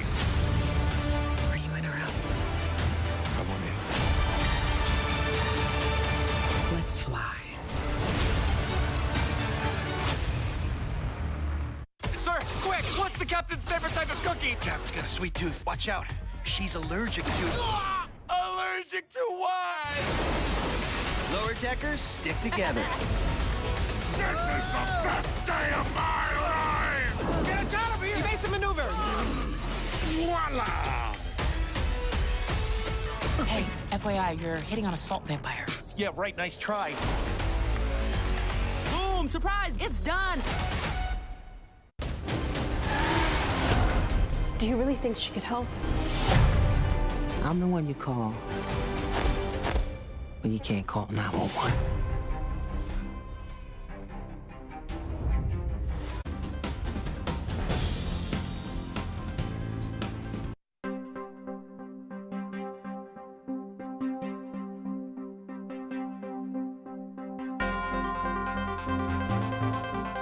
We're getting new details on Harry and Meghan's first project for Netflix. Heart of Invictus is described as a docuseries about competitions at the Invictus Games. Harry founded the event in 2014. It features athletics for wounded and injured service members. The series is set to follow athletes and organizers on the road to next year's games. A release date has not yet been announced. Julia Roberts and George Clooney are teaming up again. The Oscar winners are set to star in Ticket to Paradise. They'll play divorced parents trying to stop their daughter from rushing into romance the way they think they did decades before. Filming is set for Australia, with the movie due in theaters in September of 2022. Thank you for joining us here on CBSN Minnesota. I'm meteorologist Lisa Meadows. Let's check out our forecast. Notice our average low in the metro for tonight, 33, actually pretty close to freezing, and we're going to be well above that. Low temp tonight, 54 here in the Twin Cities. We have a frontal boundary in place, so lows are in the 50s to the south, the 40s and the 30s up to the north. Cloudy skies with rain and a couple of thunderstorms overnight. Be sure to stay with us for the latest right here on CBSN Minnesota and WCCO.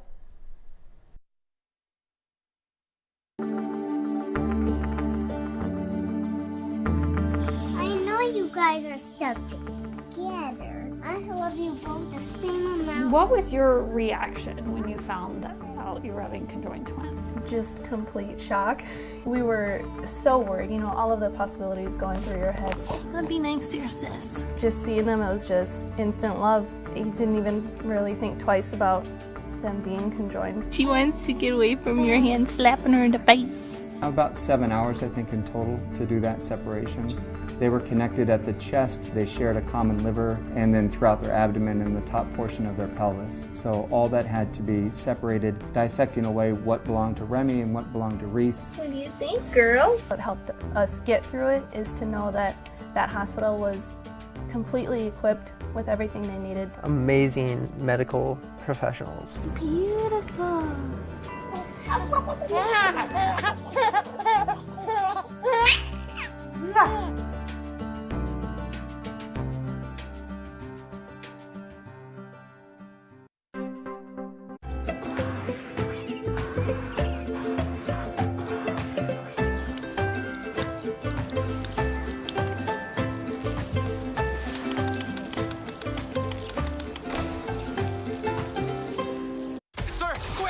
Captain's favorite type of cookie. Captain's got a sweet tooth. Watch out.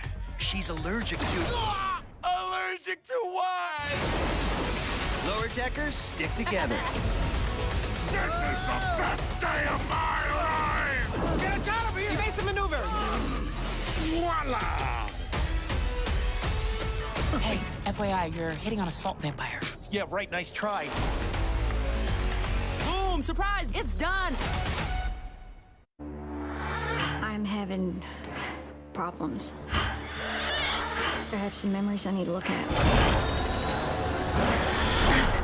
Hello, Clarice.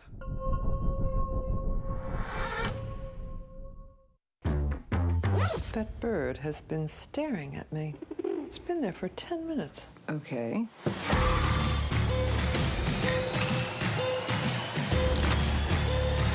I didn't know we were coming, or I wearing pants. You changed the rules, sir. Oh, objection, Your Honor. That's intense. Yeah, welcome. Are you ready, counselor? I am, Your Honor.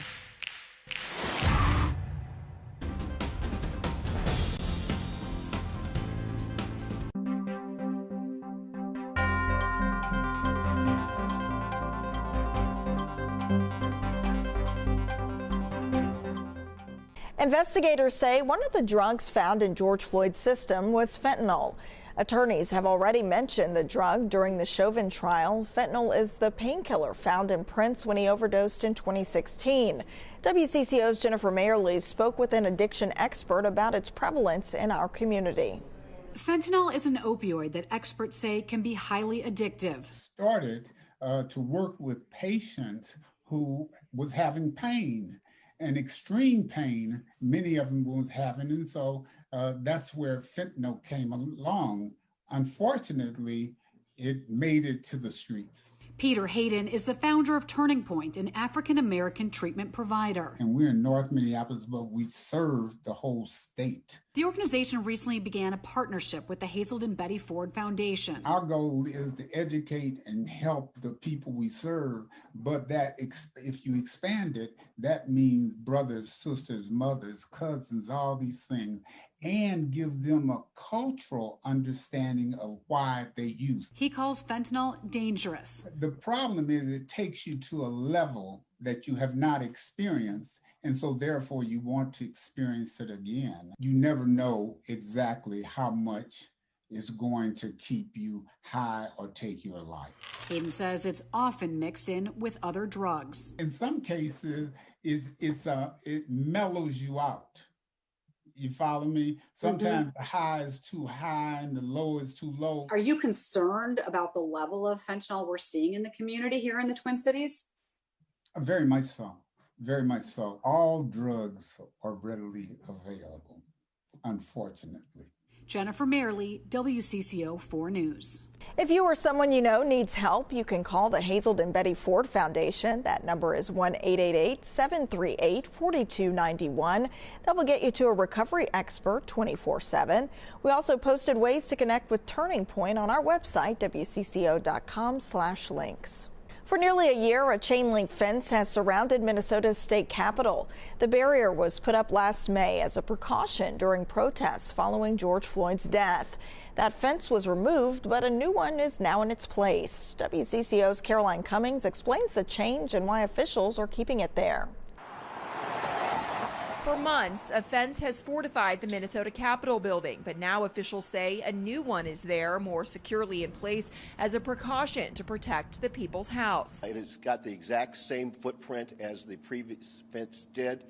That fence was put up rather hastily in May of last year, and we recognized that structurally we could do a better job. As law enforcement is at the ready during Derek Chauvin's trial, including state troopers who monitor Capitol grounds, Harrington says the fence frees up resources. With the fencing securing these properties, it requires less police personnel to be on guard and to be on duty, allowing more officers to be available to be responsive to the needs of the community. This new fence installed in March is more costly than the old fence, which was up for 10 months. But all told, both fences cost taxpayers more than $200,000. According to the state's purchase order, the new fence cost more than $68,000 to install and is rented for 4 months at more than $12,000 per month. The total price tag, more than $116,000. That's slightly less than the more than $107,000 it cost to keep up the old fence. This comes following 100 protests outside of the Capitol building in 2020, according to DPS, including this one that took down the statue of Christopher Columbus, which was outside of the fence at the time. DPS Commissioner John Harrington says there isn't a plan to keep the fence up there long term. A state contract has it up for at least another 4 months. At the Capitol, Caroline Cummings, WCCO 4 News. Thank you for joining us here in CBSN Minnesota. I'm meteorologist Lisa Meadows. Looking at our forecast as we head into Thursday. Temperature's not too bad. Still in the 60s here. 64 your high temp here in the Twin Cities. Mid-60s for western Wisconsin. Cooler to the north and to the northwest. High temperatures there in the 40s. Cloudy skies with scattered showers throughout the day as we go throughout Thursday. Starting to taper off as we head into Thursday night. Be sure to stay with us for the latest right here on CBSN Minnesota and WCCO.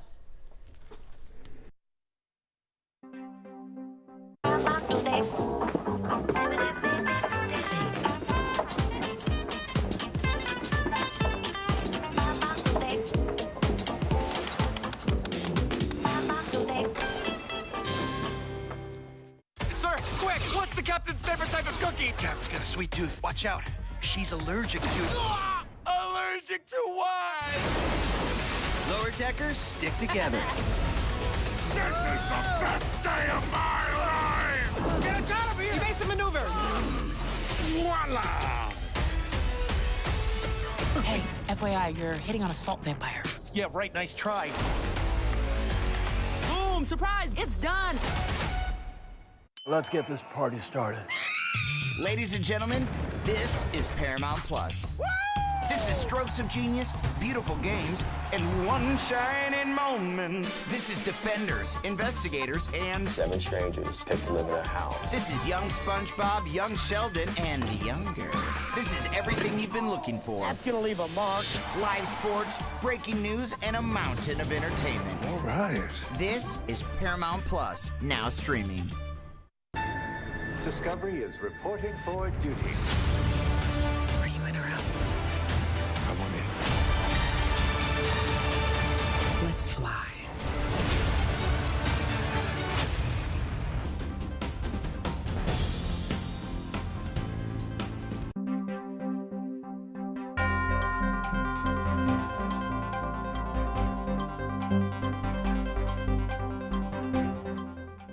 You're watching extended coverage of the Derek Chauvin trial on CBSN Minnesota. Well, so far we've had 2 people testifying. The first was Sergeant Jody Stiger. He was continuing his testimony from yesterday. He is a Los Angeles police sergeant, and he is serving as the prosecution's expert witness on the use of force. He's actually being paid in excess of $12,000 to testify in this case. That is something that is normal, and the defense is going to come back with their paid experts as well. Sergeant Stiger did say under direct examination today that the use of force by Derek Chauvin in this case, as far as he's concerned, was a deadly use of force, and that it was not necessary because George Floyd was on the floor, on the ground, in a prone position with his handcuffs, his hands behind his back in handcuffs. You also had some back and forth about the positioning of the knee and the shoulder blades versus the neck area. It appears that some of the angles and some of the body cameras, especially the ones later on, do make it look as if that knee is a little bit more squarely on the shoulder blade area, the lower part of the neck. But the prosecution was able to come back and point out that for really most of this, it does look like from all the angles that we have, and we've got a lot of them, that the knee is on the neck. Also testifying, just called to the stand, Senior Special Agent with the BCA, James Ryerson. And he's important because what happened after this investigation, after it was determined that George Floyd had in fact died, the BCA takes over this investigation. So they are the investigative agency, because it would be a conflict for the Minneapolis police to investigate their own officers. So he is just getting his testimony underway. We look forward to hearing more from him this afternoon.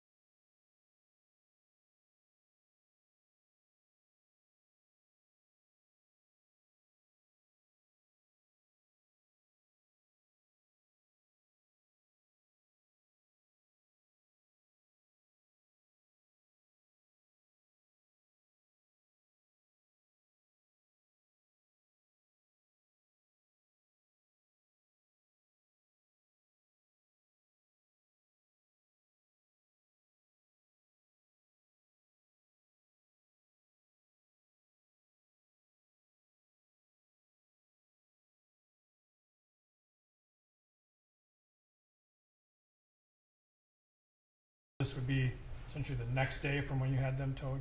Yes, sir. And were you involved in the processing of the two vehicles? I facilitated it, and I was present for portions of it. And who does the processing of the vehicles? The BCA crime scene team. And so same group that had been out at the scene? Yes, sir. Mackenzie Anderson was the team lead. Now, because you were the case agent, well, are there other agents assigned to complete tasks for the investigation? Yes, sir. And did you or the other investigators attempt to locate other security videos of the incident? Yes, sir. And were you able to obtain some additional security camera videos from the incident? Yes, sir. And can you tell the jurors where you got those from, or where the BCA got those from? One video from Cup Foods, another one from the Dragon Walk restaurant that was immediately across the street. And, Your Honor, if we could publish Exhibit 1. Recognize what's depicted in this photograph? Yes, sir. And you'll notice there's a little stylus on there. You should be. Can you just circle for the jurors where those two businesses are that you obtained the security videos from? Okay. The first one is Cup Foods here. The second one is the Dragon Walk. And that's where those security cameras were? Correct. All right. So basically on the corner of each building? Correct. All right. Thank you. And since you obtained different security camera videos from those two businesses and the body-worn camera videos from the officers, did you attempt to determine if the timestamps in all those various videos are the same? Yes, sir. You told us earlier that the body-worn camera videos were all consistent on time. That's correct. And did you attempt to determine if the Cup Foods video timestamps matched up with the body cams? Yes. And what did you find? I found that the Cup Foods video was 40 seconds ahead of the body-worn camera video timing. And did you also do the same with respect to the Dragon Walk video? Yes, sir. And what did you find there? I found that the Dragon Walk video was 24 minutes ahead of the timestamps noted on the body-worn camera footage.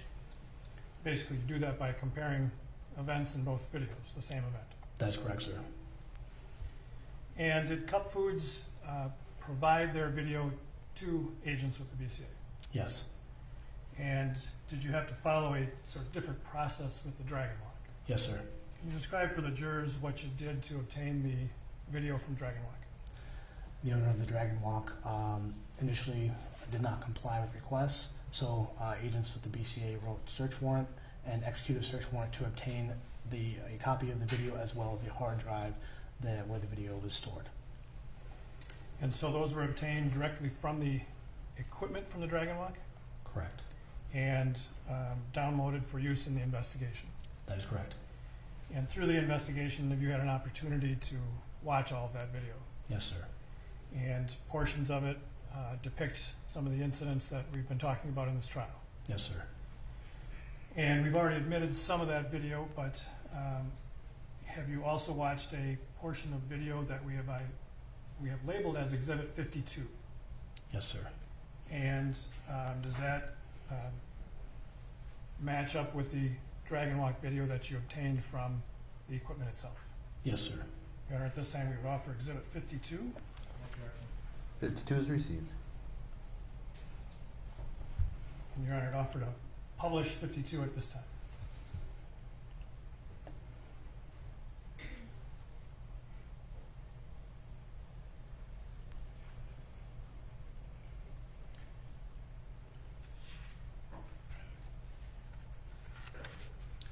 And while this is running, Agent Ryerson, can you tell us again how far off the Dragon Walk timestamp is from those of the body cams?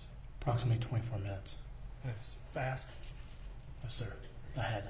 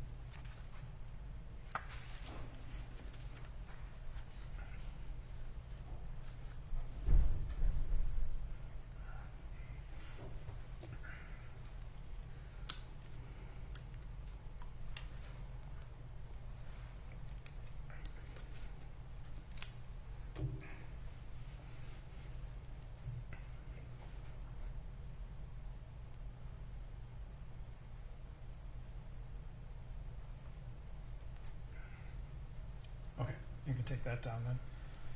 And have you also seen a portion of the video from the Dragon Walk that we have labeled as Exhibit 54? Yes, sir. And does that appear to be an accurate portion of the video you obtained directly from the Dragon Walk equipment? Yes, it does, sir. And Your Honor, at this time we'd offer Exhibit 54. 54 is received. Now I'm going to ask that we publish this to the jury. My recollection is about 9 minutes long, so I'm going to speed through some of it probably, but if we could publish 54.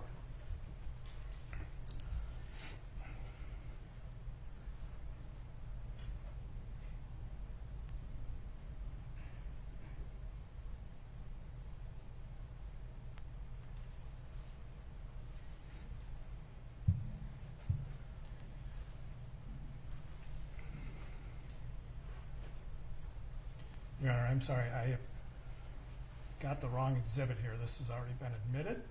Let me come back to that in a little bit if I could. All right, so you're watching Prosecutor Matthew Frank as he tries to pull up video. We're looking at security video from right across from Cup Foods, the Dragon Walk. We just learned from BCA Special Agent James Ryerson that they had to subpoena that video. They had to get a search warrant to go get the video from Dragon Walk, which is a restaurant across the street at this intersection. And what we're seeing initially is we saw George Floyd at the beginning of this evening. You see you see that Mercedes pull up. George Floyd gets out, and he walks into Cup Foods with Maurice Hall. Now, Your Honor, I believe it should be Exhibit 55. Here we go. The prosecutor now getting the right exhibit up. That What you saw was the cashier coming. Portion of the Dragon Walk video. Yes, sir. There we go. So you saw the cashier coming out of Cup Foods, which comes up later in the narrative here. So that isn't what Matthew Frank was intending on showing. He said he's going to show 9 minutes of video here. There won't be audio on it because it is from the surveillance camera at Dragon Walk, and you see defense attorney Eric Nelson coming up to make sure that this exhibit is something they agreed on playing in court. So he chooses not to object, and then this video will be entered into the record. All of this part of the investigation of the BCA. The state BCA, that's who's on the stand again to bring you up to date. James Ryerson was the lead agent for the state agency, the BCA, that took over this investigation from Minneapolis police. So Minneapolis police, when they have an incident involving one of their own officers that needs to be investigated, they go to an outside agent, outside agency to investigate it, and the BCA is that agency. James Ryerson on the stand. He started his testimony before the lunch break. We got to hear about a half hour of his testimony and really just kind of establishing the beginning of his work investigating on the night of May 20th. I'll come back to that. May 25th, 2020. Back to Matthew Frank, the prosecutor, as direct examination continues with BCA agent James Ryerson. Agent Ryerson, then, as part of the investigation in your usual cases, does somebody from your agency usually attend the autopsy? Yes, sir, generally. And was that done in this case? No, sir. Do you recall why? I believe it was COVID-19 restrictions as per the Hennepin County Medical Examiner's request. And as part of your investigations, is it typical to obtain a blood sample from the deceased? Yes, sir. And do you know if that was done in this case? Yes, sir, it was. Can you describe for the jury how that came about? Special Agent Brent Peterson acquired it from the Hennepin County Medical Examiner, brought it back to the BCA, and submitted it to the lab. So just so we're clear, that's a sample of Mr. Floyd's blood, correct? Correct. And then that's provided to the lab for any testing they might need it for? Yes, sir. Right. And at some points in the investigation, did you receive a copy of the autopsy report from the medical examiner? Yes, sir. And do you recall what day it was that you received that? I believe it was June 4th, 2020. And did that also include a copy of the toxicology report? Yes, sir. And prior to that, did you have much information in the investigation about any suspected drug use? We had preliminary information, but nothing concrete. And where did that preliminary information come from? I believe some of the information was in the audio files of the radio traffic. And what did that indicate in terms of drug use? That Mr. Floyd may have been under some influence of some substance. And did you know at that point what kind of substance? No, sir. What form? No, sir. Did you know if any drug use was suspected there at the scene? No, sir. I want to forward a little bit to the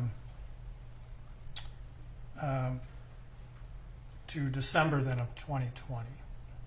Was a subsequent request made to conduct a further processing of the Mercedes SUV? Yes, it was. Do you recall how that came about? Per the prosecution's request. And what was requested that be done? A reprocessing of the Mercedes-Benz with particular focus on a few specific items to include a potential pill.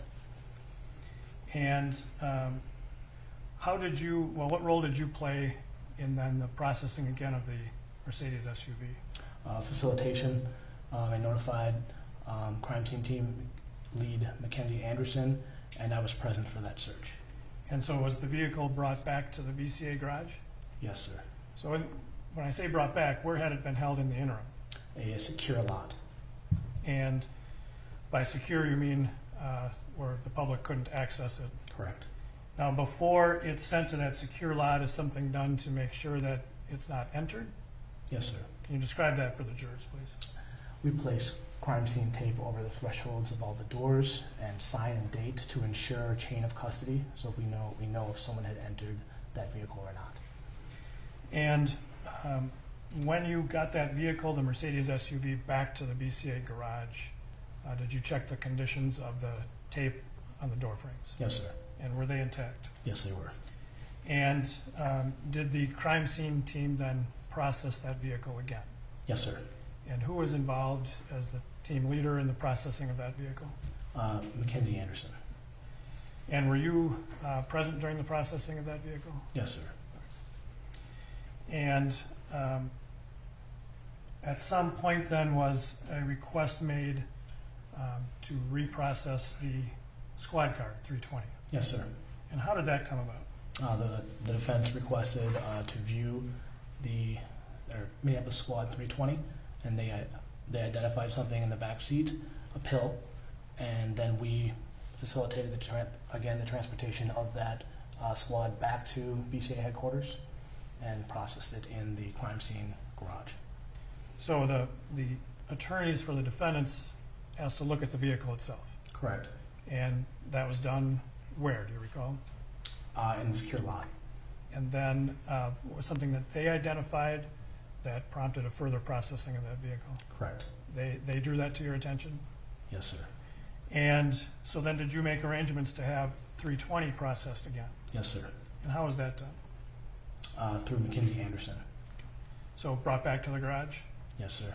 Now, were the seals in place at that point? When it got back to the garage, no. Why not? Because they've been broken at the secure lot. For what purpose? For the defense to view. So they looked at the inside of the squad car? Correct. And did the crime scene team then process that vehicle again? Yes, sir. And were you present for that processing? Yes, sir. Okay, but did Mackenzie Anderson process that as well? Yes, sir. To your understanding that she will testify later about the processing of both those vehicles? Yes, sir. All right.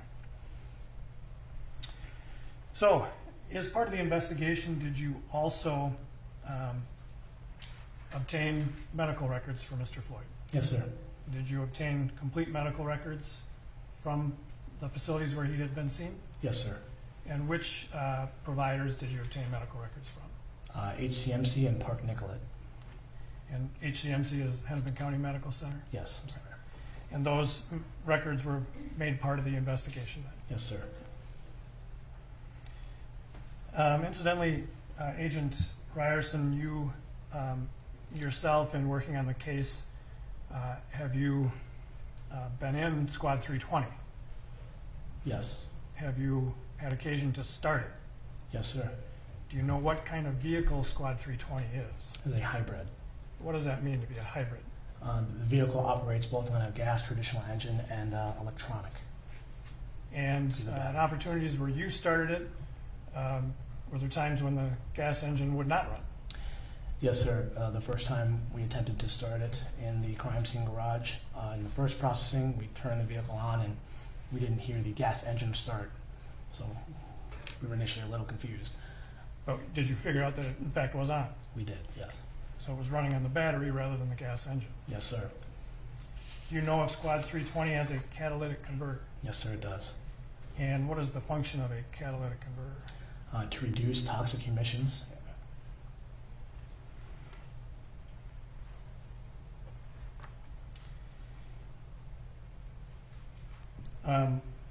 Prior to coming to court, did you have an opportunity to review a video that I'll refer to as a composite video? Yes, sir. That is a putting together of two separate videos into one? Yes, sir. And did you recognize that as a mix of both Officer King's body-worn camera and Darnell Fraser's Facebook video? Yes, I did, sir. And while you were watching it, were you able to determine if they were synced up? That means, were they running at the same time? Yes, they appeared to be synced. And, Your Honor, we would offer Exhibit 127. Any objection?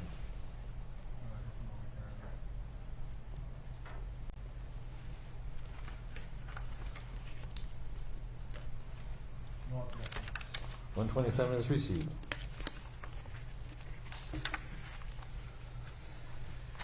And Agent Ryerson,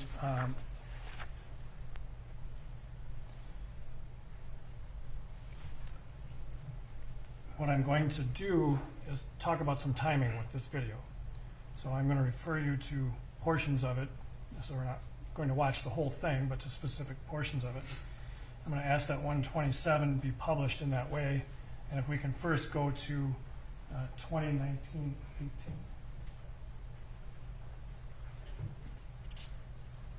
Okay, so the record should reflect that right now we're at 2019-17. That's good.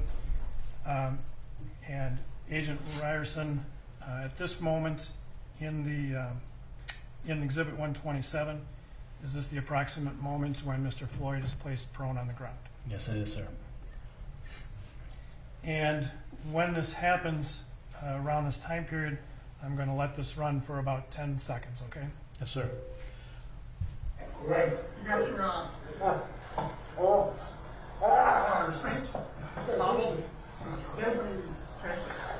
Grab that. Now, looking at that 10-second portion, were you able to determine approximately where Mr. Chauvin's left knee is? Yes, sir. It appears as though it's on the back of Mr. Floyd's neck. And are you able to determine where Mr. Chauvin's right knee is? It appeared as though it was on Mr. Floyd's back. Right here at 2019-28, the hand that's sort of in the center of the photograph, that Officer Chauvin's hand? Yes, sir. Okay, wearing a glove? Yes, sir. In the videos you have reviewed, was he wearing gloves on both hands? Yes, sir. Now I'm going to just speed up to 20-20-45.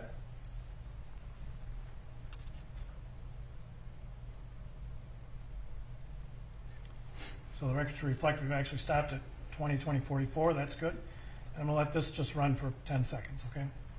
Yes, sir. My face getting bad. Yeah, so you just legs up. Oh, that's all right. Just leave them. Oh, Just my leave God. All right. Now, here at 20-20-55 for the record, we see another video portion within this video, correct? Yes, sir. So the right hand, as you're looking at it, the right side of the screen is now Darnell Fraser's video, correct? Yes, sir. So this is what you meant earlier when we talked about a composite video. Correct. Is there a time during the Darnell Fraser video that it becomes apparent Mr. Floyd stops verbalizing? Yes. Or saying words? Yes, sir. And that approximately, well, if we could then go to 20-23-59.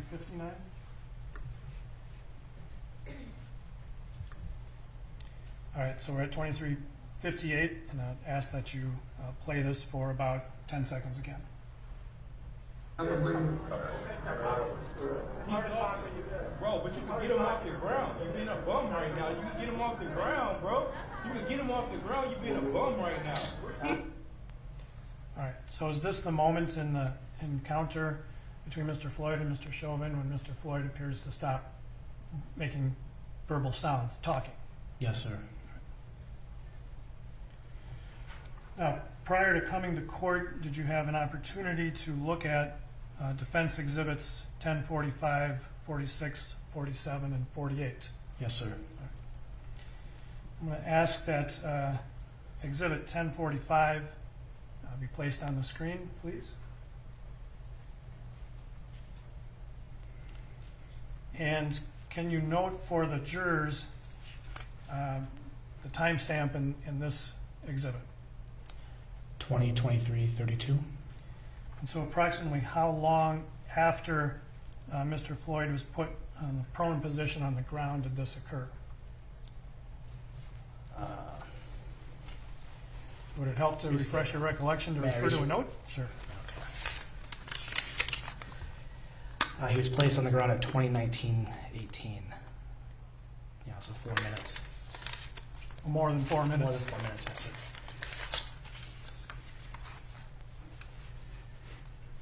And then going back to Exhibit 127, is there a point in time on Darnella Fraser's Facebook video when it appears that Mr. Floyd no longer makes any movements?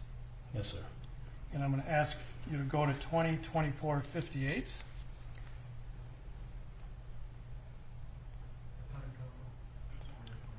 (20:24:58).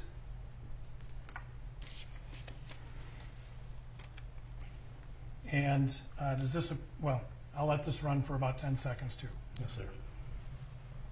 Yeah, I mean, good so far. I need my deal strap. Think that's cool though, bro. You're a bum, bro. You're a bum for that. You're a bum for that, bro. You get mad. So is this approximately the time when afterwards Mr. Floyd does not appear to make any movement? Yes, sir.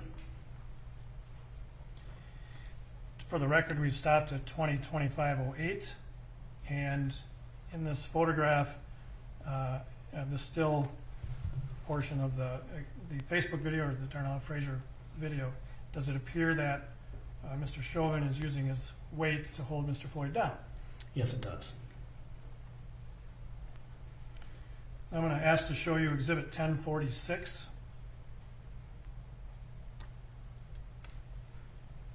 Can you tell the jurors, the timestamp from this exhibit? 20:26:40.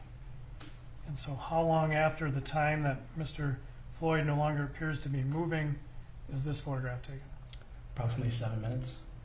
I'm sorry, from the previous photograph? Oh, from the previous, I'm sorry. Approximately 3 minutes.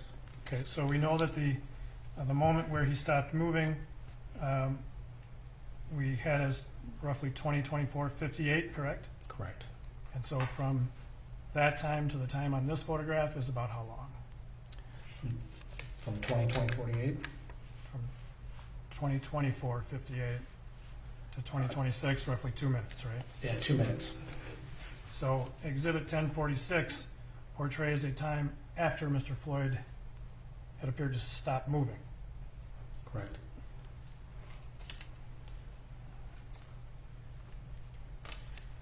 Are you able to tell from the Darnella Fraser video when the paramedics arrived?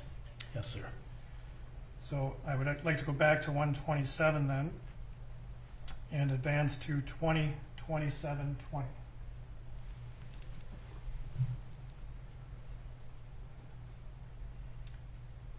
All right, so here the record should reflect we're at 20:27:18. That's close enough, and I ask you to play about 10 seconds of that.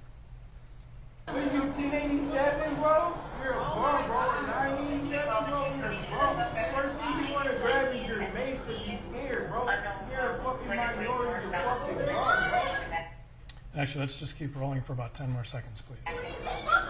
Like, bro, 3 minutes, bro.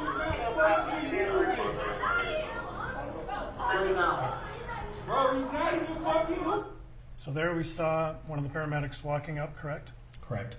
And so the timestamp here is 20:27:40, correct? Correct. And now I'm going to toggle back, I'm sorry, to Exhibit 1047. Do you see the exhibit there? Yes, sir. And the timestamp on Exhibit 1047, you see that? Yes, sir. And then also to Exhibit 1048. Yes, sir. You see the timestamp there? Yes, sir. Do those two still photos depict a time after the paramedics arrived? Yes, sir. Based on your work on the case and your review of the videos, is there a moment in Exhibit 127? You can take that down. Is there a moment in Exhibit 127 where you think you can see better the placement of Officer Chauvin's right knee? Yes, sir. And I would ask to go back to 127 at 20:28:43.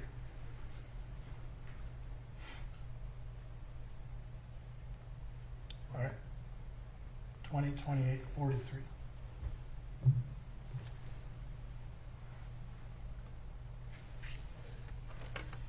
And what I'd like to have you do, Agent Ryerson, while we're frozen here on this moment, if you would take the cursor and illustrate to the jurors where Officer Chauvin's right knee is.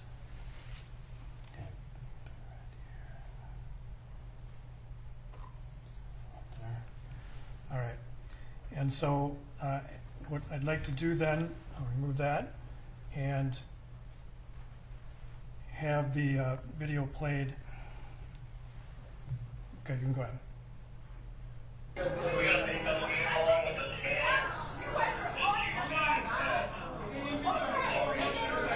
Okay, we'll just stop the video there.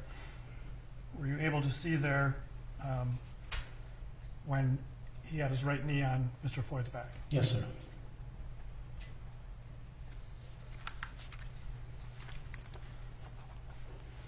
Your Honor, to keep things moving, I think I will deal with that previous video at a separate time and continue. That's all I have. Thank you.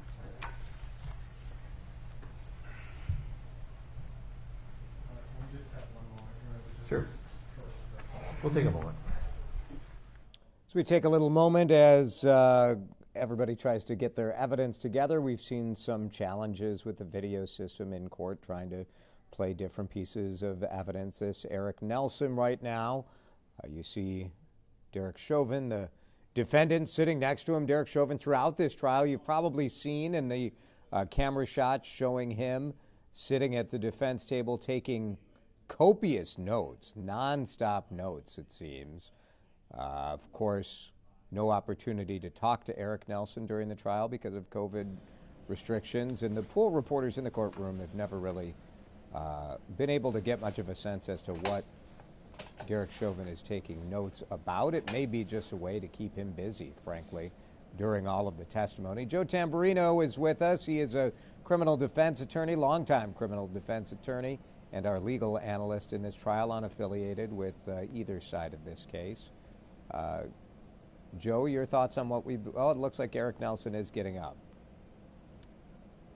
Yeah, sometimes this technology, Joe, is a little challenging as they try to find clips Sure. to show, right? Exactly. A couple of things. Number one is the Squad 320 was processed on May 27th. We didn't hear if the agent knew that there were pills in the vehicle at that time. We assume that he did know that, but we don't know. So probably Mr. Nelson will question him on that. And number two, we need to hear more about when the defense attorneys with the BCA went to go view that vehicle a few months ago. All right, very good. We'll be watching for that. There was some testimony that might have been, you might have heard this and think, well, why are they asking about a catalytic converter on the squad car? The squad car on the scene was a hybrid vehicle, and the point was made by the BCA agent that it did have a catalytic converter. There was some suggestion earlier on in this case that perhaps the elevated CO2 levels in George Floyd was because he was inhaling exhaust. So trying to say it wasn't the pressure, it wasn't the position, perhaps he was inhaling exhaust. But the catalytic converter is designed to kind of eliminate some of that exhaust, eliminate that CO2, and so that was the point the state was trying to make there. All right, looks like we're going to get back to testimony. Cross-examination about to begin. The state's lead agent investigating the death of George Floyd, investigating these officers. You heard that a lot of what the BCA does is under the direction of the prosecution, various searches and search warrants and that sort of thing. We will now hear the defense take their opportunity to question, especially listen for questioning about the search that wasn't Ryerson. very effectively completed, as thank you for being they here. didn't find drugs until January. Here is Eric Nelson. So you testified that you were the primary case agent in this particular case, correct? Yes, sir. And it's fair to say that the BCA's investigation into this case was fairly extensive, correct? Yes, sir. You would agree that approximately 50 BCA agents were involved in this case in one form or another? Yes, sir. Those BCA agents were frequently paired up with agents of the Federal Bureau of Investigation or other law enforcement agencies? That's correct. Would you agree that roughly 25, 26 FBI agents participated in your investigation? Yes, sir. Would you agree that ultimately, all things told, the BCA executed approximately a dozen search warrants in this case? Yes, sir. There was an extensive amount of information that was gathered by the BCA. Agreed? Yes, sir. A lot of that information is ultimately has no bearing on this case. Agreed? Meaning, interviews were conducted, for example, of people who didn't see anything. That did occur. However, I believe that our investigation was very thorough. Right. And that's what I'm trying to just gather. It was more than just watching a few minutes of video, piecing a couple of things together, interviewing a couple people, right? Yes, sir. In fact, I believe, and correct me if I'm wrong, that roughly 200 citizen witnesses were interviewed in this case? Yes, sir. And so when we break down and we look at those citizen witnesses, the purpose of any investigation is to gather as much information as is possible, right? Yes, sir. And to preserve that information for further review to determine at a later point if it does or doesn't become relevant to a criminal investigation, right? Yes. So in terms of, say, the citizen witnesses, the BCA agents interviewed many witnesses who did not observe. They weren't present, for example, correct? Yes, sir. People who live in the area. Agents went and canvassed the area, knocked on doors, talked to people at local businesses, and they said, oh, I wasn't there at that time, I was somewhere else, right? Correct. BCA agents worked hard to identify people who may have seen some portion of that, correct? Of this incident, correct? Yes, sir. So things that BCA agents did would include trying to read license plate numbers on cars that were passing by, looking up the registered owners of those cars, and going and interviewing them, correct? Yes, sir. And sometimes people acknowledged being in that area. Sometimes they said, we weren't there. Yes, sir. Right? There were also witnesses that the BCA agents interviewed that provided just sort of background information, right? Yes, some, sir. So, for example, the owner of the vehicle that was being driven by Mr. Floyd was not present that day, but she was interviewed, correct? I believe so, yes, sir. Right.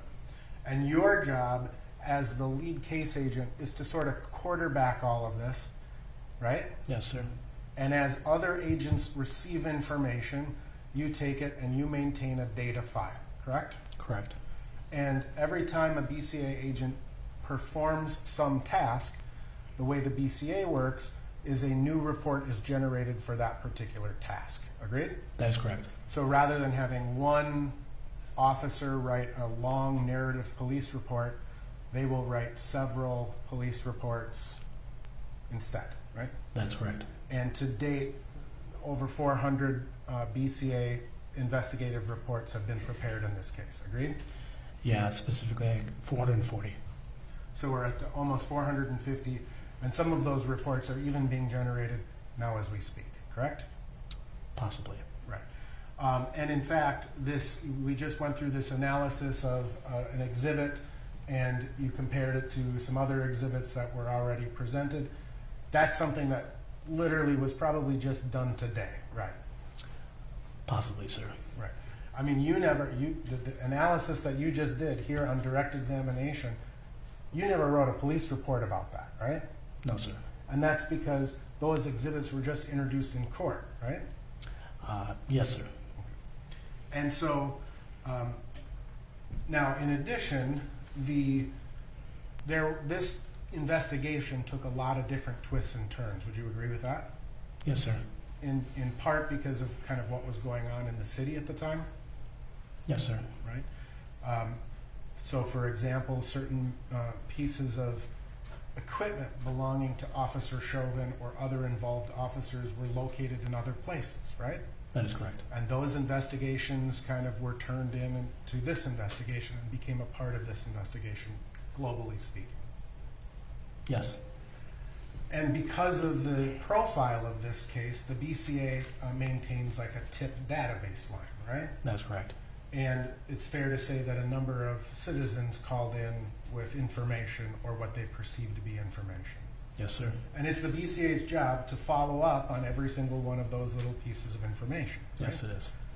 And ultimately, in following up on those little pieces of information, oftentimes you can see that, I mean, this is irrelevant to this case, it's something else, or this person may just want to share their opinion, right? Yes, sir. And so this investigation has been ongoing essentially since May 25th of 2020. Yes, sir. And all things told, part of what the BCA did was to go and get training records from the city of Minneapolis, correct? That's correct. Through search warrants. Yes, sir. And there were multiple search warrants to obtain that type of information, right? Yes, sir. And there were 2 search warrants executed on the Mercedes-Benz driven by Mr. Floyd, correct? Yes, sir. There were 2 consent to searches of Squad 320, correct? Yes, sir. Now I want to just be very clear about something. When you talk about the second search of the Squad 320, yes, you prior to that the defense request to view, right? Yes. Squad 320 had been in the Bureau of Criminal Apprehension secure storage from effectively May 25th, 26th, all the way until January when that was done, right? Yes, not on site at our headquarters. Right, at the secure storage location. Correct. And the defense would not have had access to that unless you or another representative of the BCA was present, correct? That is correct. And it is common, is it not, in your investigations for defense attorneys to ask to view pieces of evidence, right? Yes, it is. And it's permissible. Yes. And that was done in this particular case, right? Yes, it was.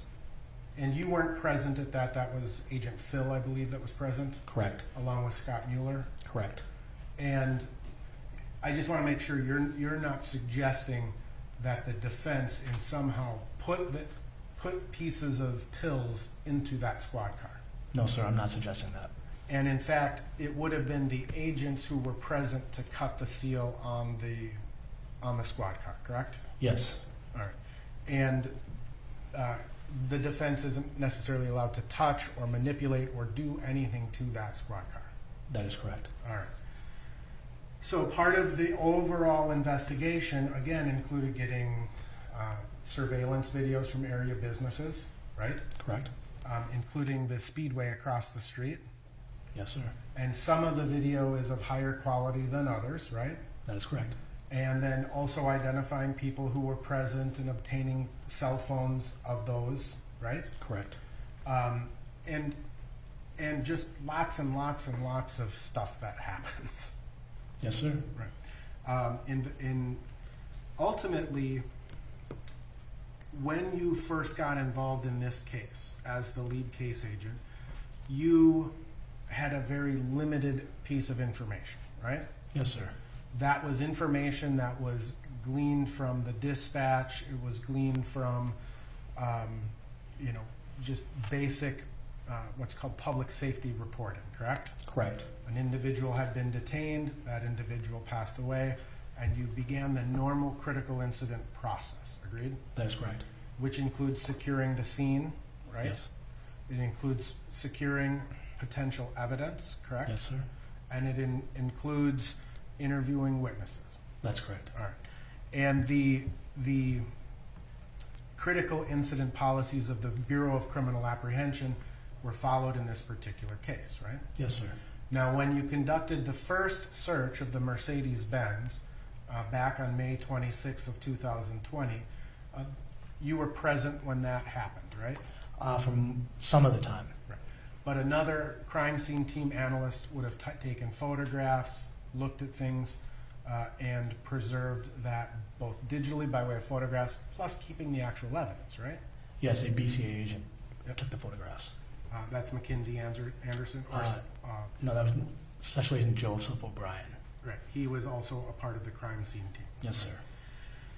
And so, again, your job is to investigate the case, right? Yes, sir. And so, did you review those photographs at that time? Did you specifically take note at that time of the presence of pills in the Mercedes-Benz? Out of the 750 photos that I reviewed, I did not. Okay. And so, it's not that you didn't preserve the evidence, you just didn't notice it. Correct. And again, based on what you had learned about what happened in this case, you weren't necessarily looking for anything of that nature, right? Correct. Because ultimately, whether it was relevant or not relevant was to be determined, right? Yes, sir. And you testified that you did watch all of the body camera footage? Yes, sir. But initially, other agents, because in terms of the body camera footage in this case, you would agree that it's extensive. Very much so. In the sense of, after this incident, something like 8 or 10 Minneapolis police officers were on scene, right? Correct. They were securing the scene from roughly, 9 o'clock in the evening until 3 o'clock in the morning, right? Correct. And all of those Minneapolis police officers, pursuant to policy, had body-worn cameras on. That is correct. So roughly 5 to 6 hours of body-worn camera footage for all of those. Approximately. And and then there's all of the video, the surveillance video. It takes a lot of time to do this, right? Yes, sir. And this investigation would be different than a lot of other investigations, wouldn't it? In terms of officer involved uses of force. In what way, sir? Well, this investigation was occurring simultaneously to a court process, was it not? Yes, sir. Normally an investigation is completed and then it's submitted to some prosecuting organization and they review it and they make determinations, right? Correct. And that is, of all of the officer, or the majority of the officer involved incidents that you've been involved with, how it's commonly occurred, right? Yes, sir. And so in this particular case, things were unusual because of that. That is correct. Right? And so information in May or June was not known until sometimes until November, December, January, etc. That's correct. And so there has been sort of a changing dynamic in terms of the investigation. Correct. In terms of the videos that you have watched, you did testify that you watched the drag and walk video. Yes. We need to sort out some exhibit number stuff on that real quick. But I want to bring your attention back to, I think this is Exhibit 122.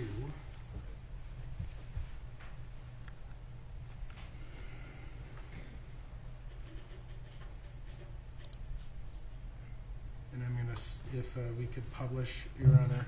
I'm going to start for the record at 20:25:59, and I'm going to ask you to watch.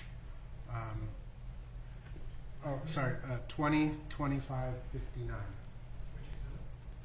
One. It's the King Bot one you just showed. 122 is it? 127. Yep. Sorry, I don't have my notebook.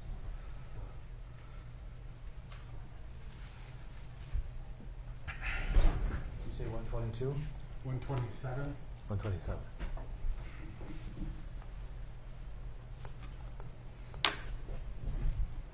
And permission to publish? You may. I'm going to ask you, sir, to watch when Officer Chauvin stands up.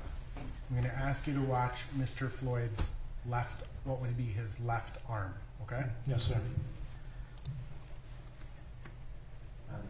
Oh, sorry.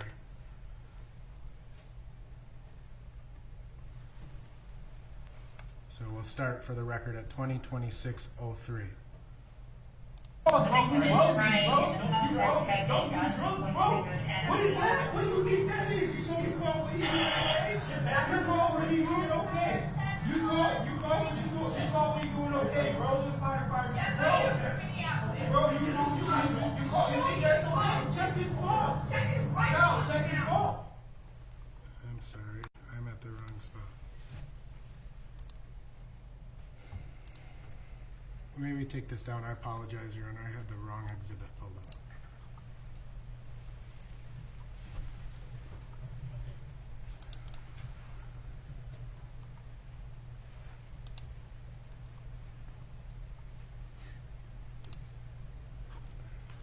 All right, so you're watching Eric Nelson here struggling, trying to find a certain part of the body-worn camera composite that they've made of one officer's camera and Darnella Fraser's bystander video.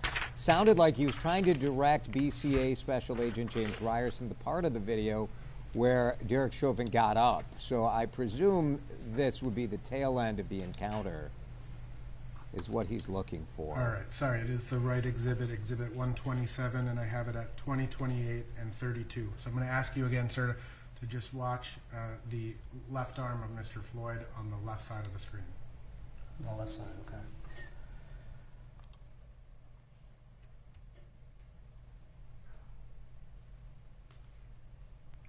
So are you referring to the body-worn camera side or the body-worn camera side? Okay. Yes, please.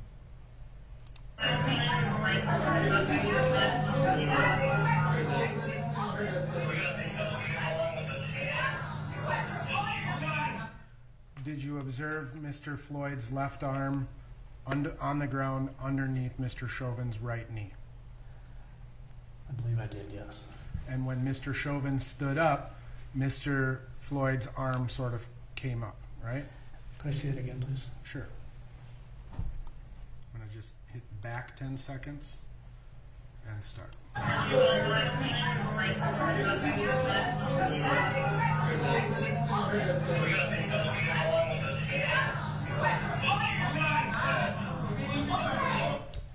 It's hard because of this bar. Let's try one more time.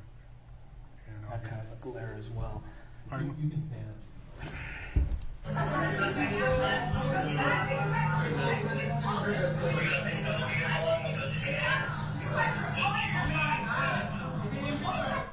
Can you see that? So what was the question? Repeat the question, please. Do you observe Mr. Chauvin's right knee to be compressing Mr. Floyd's left arm? So clarification, I think from what I see here, it was Mr. Chauvin's shin that was compressed in the arm, and the knee was actually on the back. That's what you believe you see? Yes, sir. Okay. And, but nevertheless, Mr. Floyd's left arm, the tricep area, was in between Mr. Chauvin's either knee or shin, right? Yes.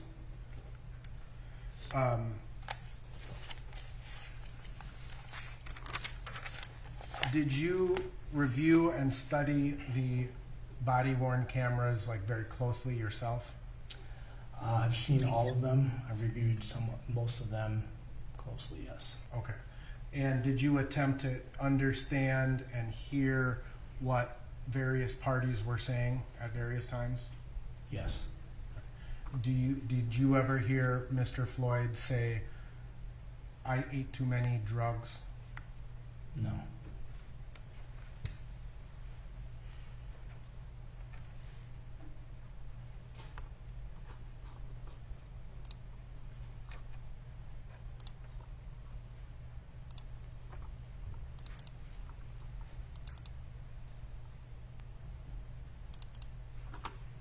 To publish Exhibit 1007, and I'm going to ask you, sir, to listen to Mr. Floyd's voice.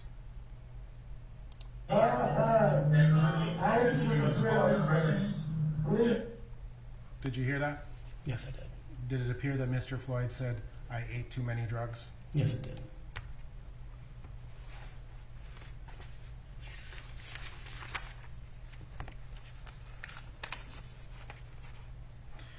In the videos that we watched, both on direct examination and we've seen throughout the course of this case, there appears to be a liquid forming underneath the vehicle, correct? Yes. And that liquid stream goes out into the street towards the curb behind the back of the squad car, correct? That's correct.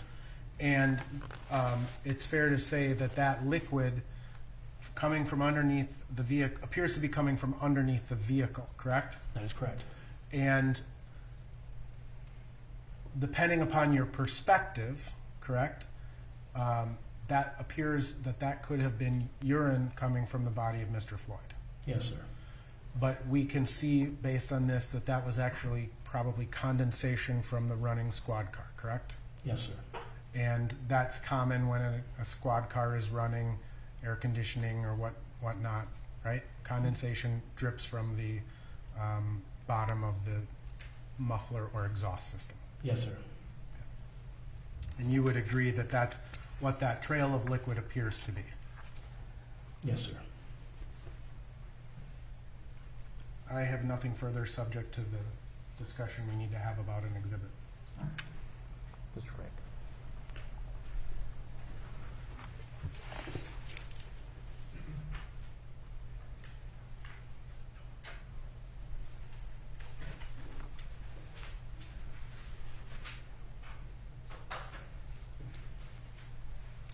Agent Ryerson, with the hybrid, would the figure out the way to say this right, can the air conditioning run with just the battery and not the gas engine? Yes, it would. And you were asked to look at a very short clip of a body-worn camera and ask, I assume for the first time, what Mr. Floyd was saying there. Yes, sir. Were you played before that? What questions were asked or things said by the officers before Mr. Floyd says that? I don't recall right now. It wasn't part of that video, was it, what occurred beforehand? No. Ever had to listen to that piece of audio and try and figure out what Mr. Floyd was saying? I have not, no. And so that was an exercise that Mr. Nelson asked you to do for the first time sitting there? Yes, sir. Without reviewing the conversation beforehand? Yes, sir.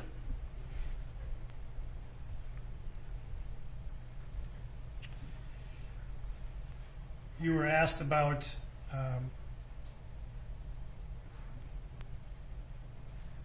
the moment where it appears Mr.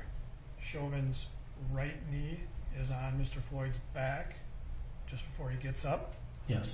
In that, did you notice whether Mr. Floyd's shirt moved? Yes, it appeared to move. From what? From Mr. Chauvin's knee.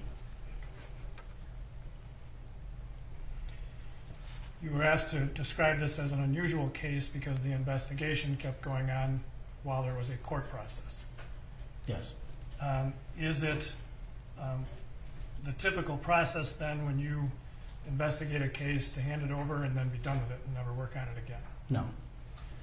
When you turn over an investigation, is it common to continue working on that investigation throughout the court process? Yes.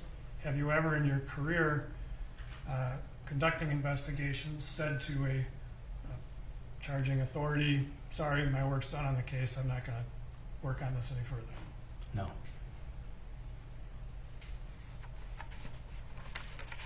In fact, some of the ongoing investigation that you did was essentially at the request of the defense attorneys.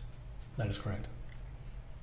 And I'm referring, just to be clear, I don't want to misrepresent anything, but based on the defense attorneys seeing that pill in the vehicle. Correct. I think what Mr. Nelson was asking was, you're not saying in any way that they put that pill there?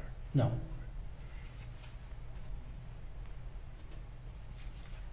That's all I have.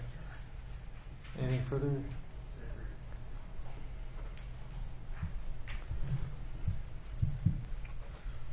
Are you a car mechanic? No, sir. Do you have a hybrid vehicle? No, sir. You understand that this squad car has both an engine, like an internal combustion engine that runs on gasoline, and a battery, correct? Yes, sir.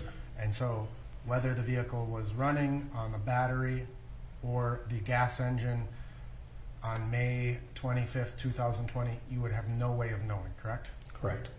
No further questions. All right. Should we give everyone a 10-minute break so we can discuss this issue, or?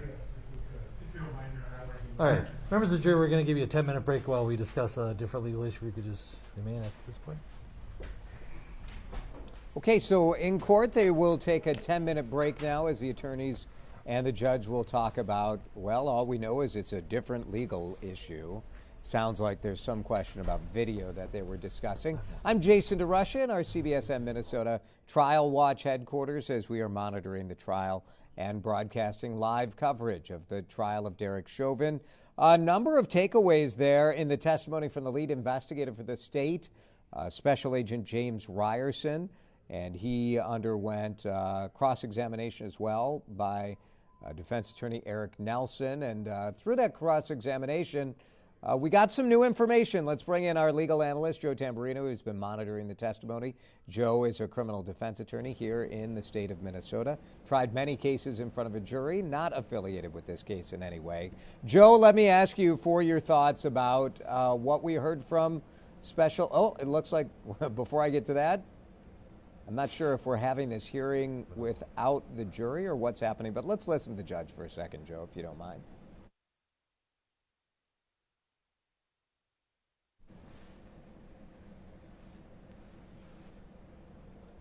Well, this is exciting, isn't it? The judge appears to be looking through some testimony or looking through some evidence, yeah. There's no audio coming from the courtroom, is there? But both parties agree it was offered and received earlier? Is that right? I'm just asking for a status. I would offer 1007. Any objection to 1007? 1007 is formally received. All right, you guys, let's circle back at 2:30. Sounds like they worked that out, whatever issue it was about video evidence that was being offered in and accepted into testimony. Sounds like the lawyers and the judge had a discussion about that. And we're in a brief break. We'll be breaking till about 2:30, it sounds like. Let's now bring in our legal analyst, Joe Tamburino, because, Joe, I know you have thoughts on what we heard from Special Agent James Ryerson and what we didn't hear also. Yes. Yes, once again, so much was learned based on the cross-examination. And think of it, first, what clear as day came out is that Mr. Floyd did say on that tape that he ate too many drugs. Second, this is the head investigator for the use of force investigations at the BCA, but the Attorney General did not ask him anything about his opinions in this case. And next, we have this squad car that was processed on May 27th, 2020, yet the pills, nothing happened with them. They weren't tested until the defense attorneys did an investigation a couple of months ago with the BCA. So a lot of new information. And also, again, for the second time today, we heard Eric Nelson referencing a chunk of video that if you've ever read a transcript, and through the court files, there is a transcript of the body-worn cameras, of Darnella Frazier's bystander footage. You have plenty of transcripts out there, but a phrase that I have never heard until today, and that phrase is at least Eric Nelson saying that George Floyd on camera is saying, "I ate too many drugs." That's right. That's what he's saying. And normally how these things work is the following. You take the audio, you make a transcript, and you actually give the transcript physically to the jury so that they could follow along and listen. Of course, use their listening skills more than their reading, but still listen so that they can turn the page, they could look at different pages. They actually have something in front of them. I don't think that's happening here. Yeah. And Special Agent Ryerson seemed to say that it does sound like that's what George Floyd said. And you saw him redirect Matthew Frank sort of saying, well, wait a minute, like we don't know what happened before that. It's not like the special agent was listening in headphones or anything like that or fully analyzing it. Kind of just a surprising moment all the way around, I think. Very surprising, and we're going to hear this more and more because when the defense attorney does play that portion, it does seem pretty clear that's what Mr. Floyd is saying at the time. And I'm sure we're going to hear that a lot more when the defense case starts next week. Joe, today we learned a little bit about pain compliance. To me, that was one of the big takeaways from the testimony of Sergeant Jody Stiger, the paid expert that the state brought in. This idea that Derek Chauvin was perhaps applying pressure and pain onto George Floyd's hand and doing it even after George Floyd's heart stopped. But we also heard a lot from defense, from the cross-examination as well, of Sergeant Stiger there, where the defense was able to get in some evidence that, in their view, the weight, the body weight that Derek Chauvin was applying to George Floyd perhaps wasn't as centered on the neck as the video might first indicate. That's correct. What Sergeant Stiger gave the prosecution is clearly that there were these types of maneuvers with the hand to apply pain, but obviously Mr. Floyd either was passed out or had expired by that point. So that was good information for them. From the defense, clearly the best thing there was that just by what you see in the video isn't all true, because it does appear that the knee, at least for part of the time, is on the shoulder blades. And I think what the defense is trying to do is attack what Mr. Blackwell said in opening statements. Believe your own eyes. Look at this case and believe the videos. Well, I think what the defense is trying to do slowly, methodically, through cross-exam is saying, no, there's more here than what you see on the video. Joe Tamburino, stand by. Thank you for joining us during this brief break. Should be about 5 minutes more until testimony gets underway once again, and we will bring it to you live right here on CBSN Minnesota. I'm Jason DeRusha. Our coverage continues after this break. I already knew that Joe was going to win because everyone loves Joe. Every little thing that Joe does, we all really appreciate it. He just makes everyone happy around him. When he's excited over there, it makes me want to just do better for him, just to see him smile. It doesn't matter if you have a disability or not. You can still be that positive influence in people's lives, and you can bring a smile to people's faces like Joe does every day. Every day, we see the impact of COVID-19 on our communities. And WCCO wants to help you navigate this uncertain time by connecting those in need with those wanting to support their neighbors. Go to WCCO.com/community to find food and mental health resources, job opportunities, local restaurants you can support, and many other ways to volunteer or make donations.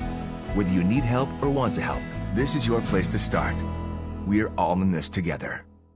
COVID-19 has changed how we show up and show out with our family. Now it's time to take the first step that lets us get back to talking smack with a side of mac and cheese. Before we can safely come together, we need the facts. As COVID-19 vaccines become available, you may have questions. Should I get it? Is it safe? Should I wait? It's smart to question. Now, get the facts at getvaccineanswers.org so you can make an informed decision when vaccines are available to you.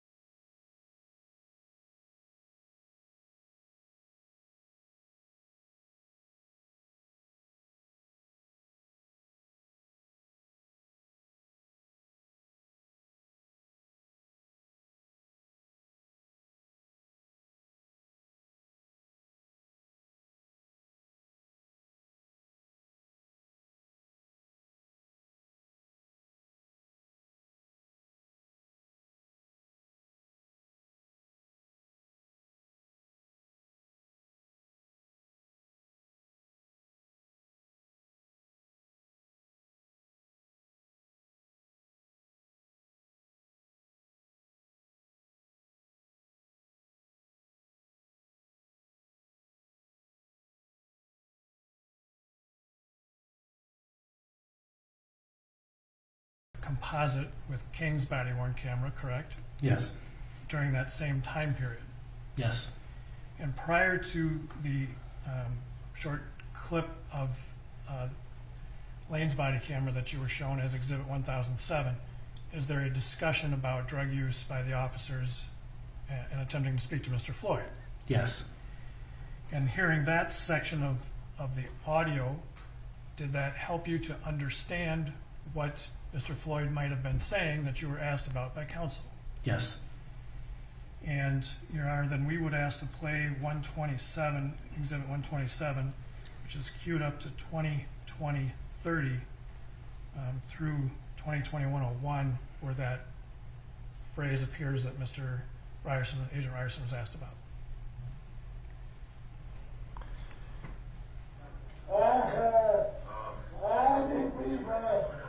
Please understand. No. Please back and breathe. Get up on the sidewalk, please. One side or the other, please. My face getting bad. Here, should we get his legs up? Oh, that's all right. Nope, just leave him. Just leave him. Leave him. Yep, just leave him. All right. I'm dead. The clerk's still sitting on the car there. Look at my face, man. I believe so. We found a pipe. Get out of the car. I ain't using this real. Please. Yeah, the Mercedes. Please. Two other people with please, I can't breathe. So the record should reflect that we've played through 2021-10 with the quote that you were asked about appearing really at 2021-01, correct? Yes. Having heard it in context, are you able to tell what Mr. Floyd is saying there? Yes, I believe Mr. Floyd was saying, I ain't do no drugs. So it's a little different than what you were asked about when you only saw a portion of the video, correct? Yes, sir. And then to clarify what we did earlier, it would appear that I had inverted a couple of the exhibit numbers, correct? Yes. We've now straightened that out. Exhibits 53 and 54 are both parts of the Dragon Walk video. You have seen those, and they are, in fact, what was obtained from the Dragon Walk, correct? Correct. And also Exhibit 55, is that a portion of the Dragon Walk video as well? Yes. And so, Your Honor, just to be clear, what we had initially offered as Exhibit 54 should actually be Exhibit 53. And we will, for clarity, offer Exhibits 53, 54, and 55. Any objection to any of those? 53, 54, and 55 are received. I don't intend to publish them at this time, Your Honor. Okay. Anything that was not received is received. You can go ahead and publish. Which one are you going to publish? We are not going to publish them. Not going to. Okay. Thank you.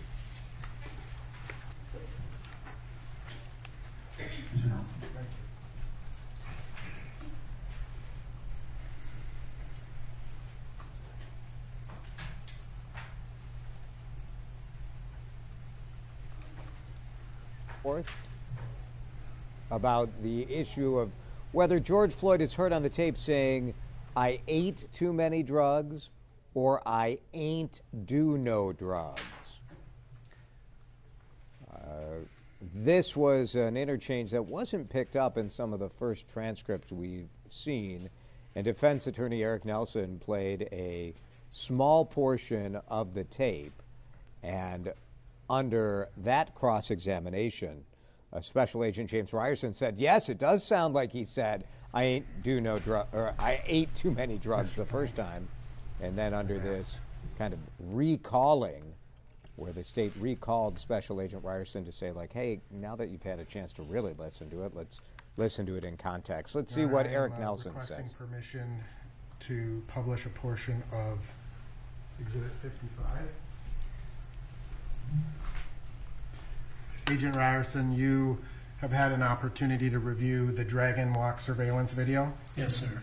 And there are portions of the video where Mr. Floyd is present, correct? Yes, sir. And it shows various interactions. But after Mr. Floyd leaves, there are interactions between other people walking past. The camera continues to run the same perspective. Correct. Your Honor, I would ask for permission to publish Exhibit 55 starting at the timestamp 203848.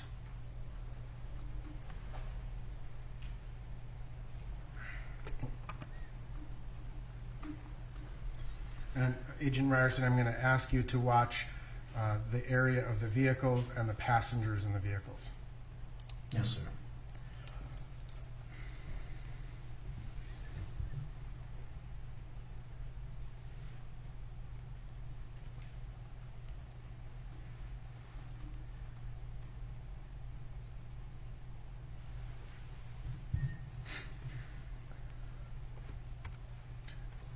Were you able to see?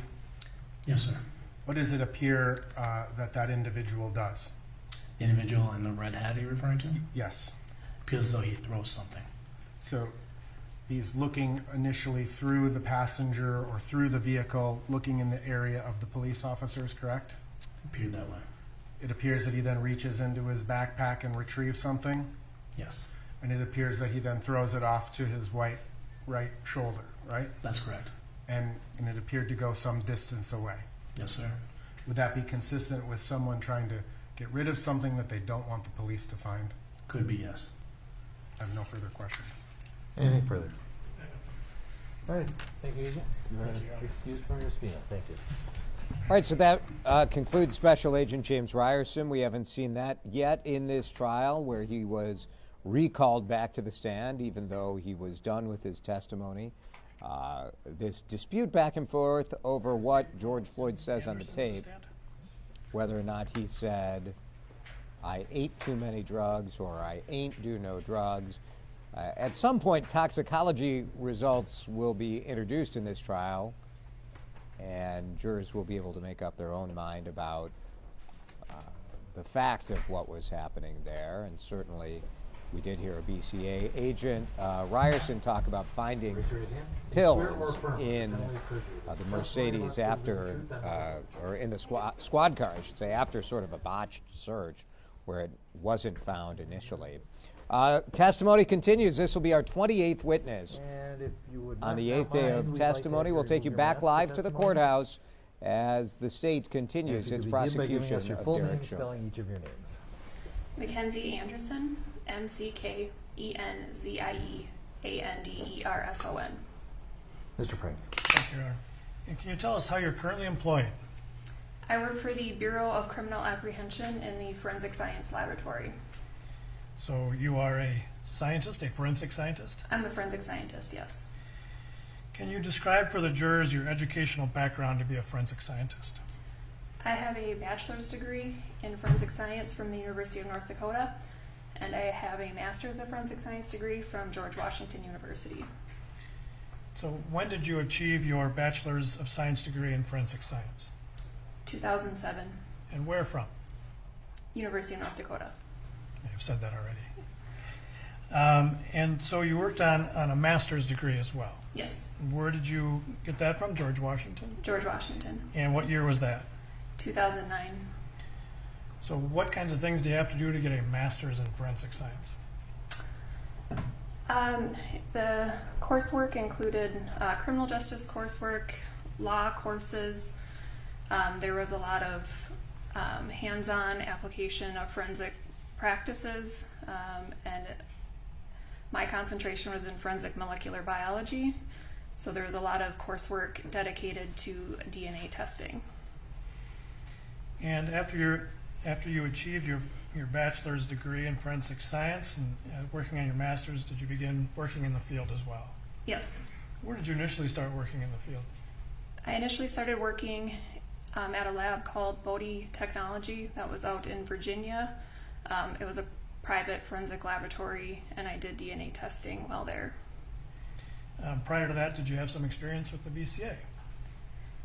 Prior to that, I was an intern at the BCA between my first and second year of graduate school. And what kind of work did you do during your internship? I did projects with our latent print section and also with the mitochondrial DNA section. They had to do with validating a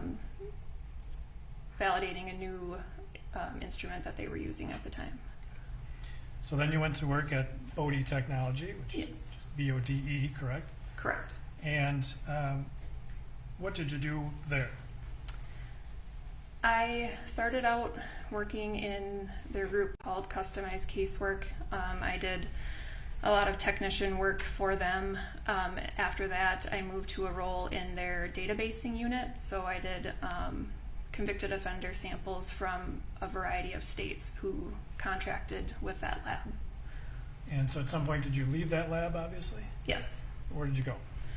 I started at the BCA in 2009, in October of 2009.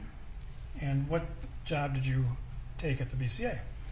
I was hired on as a forensic scientist in the biology section. And what does the biology section do? The biology section does DNA testing and also body fluid identification, which is the identification of bodily fluids as it's relevant to a case, and including sample collection from a variety of physical items of evidence that come into the lab for DNA testing.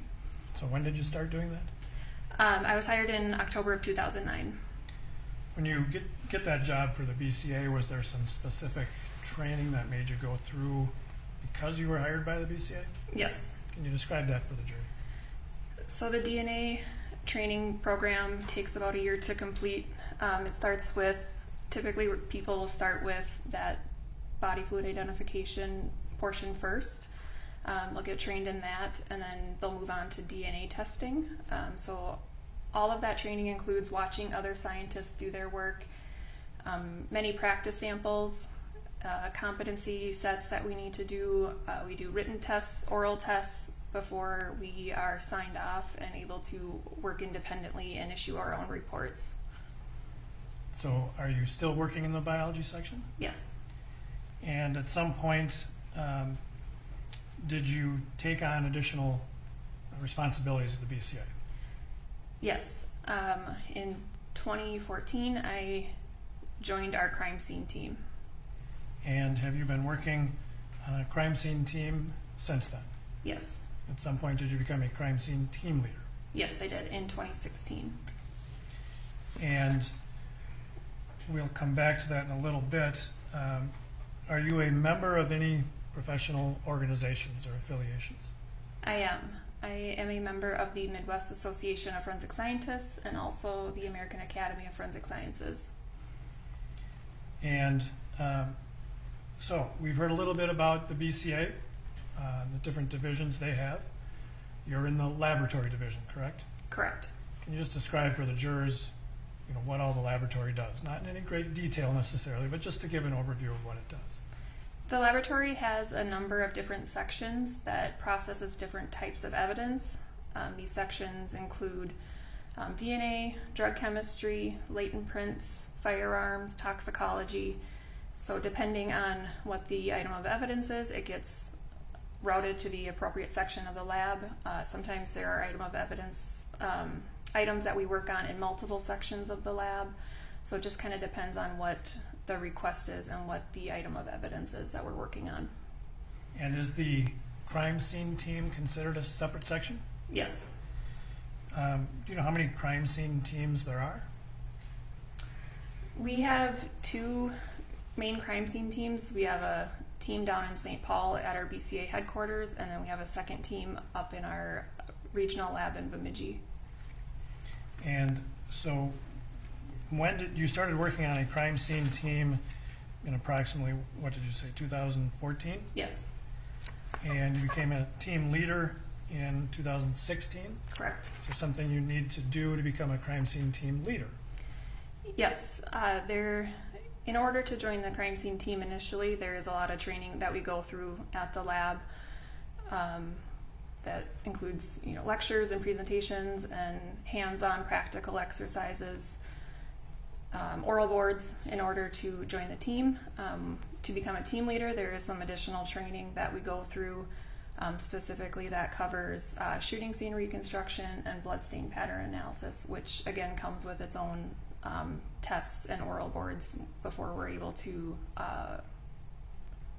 issue reports in those sections. So as you are working there now, you're in both sections, a crime scene team and the biology or DNA section? That's correct. And so when you're on a crime scene team, How do you generally get called out on a particular case? So we are on call on a rotational basis, but we're on call for a week at a time.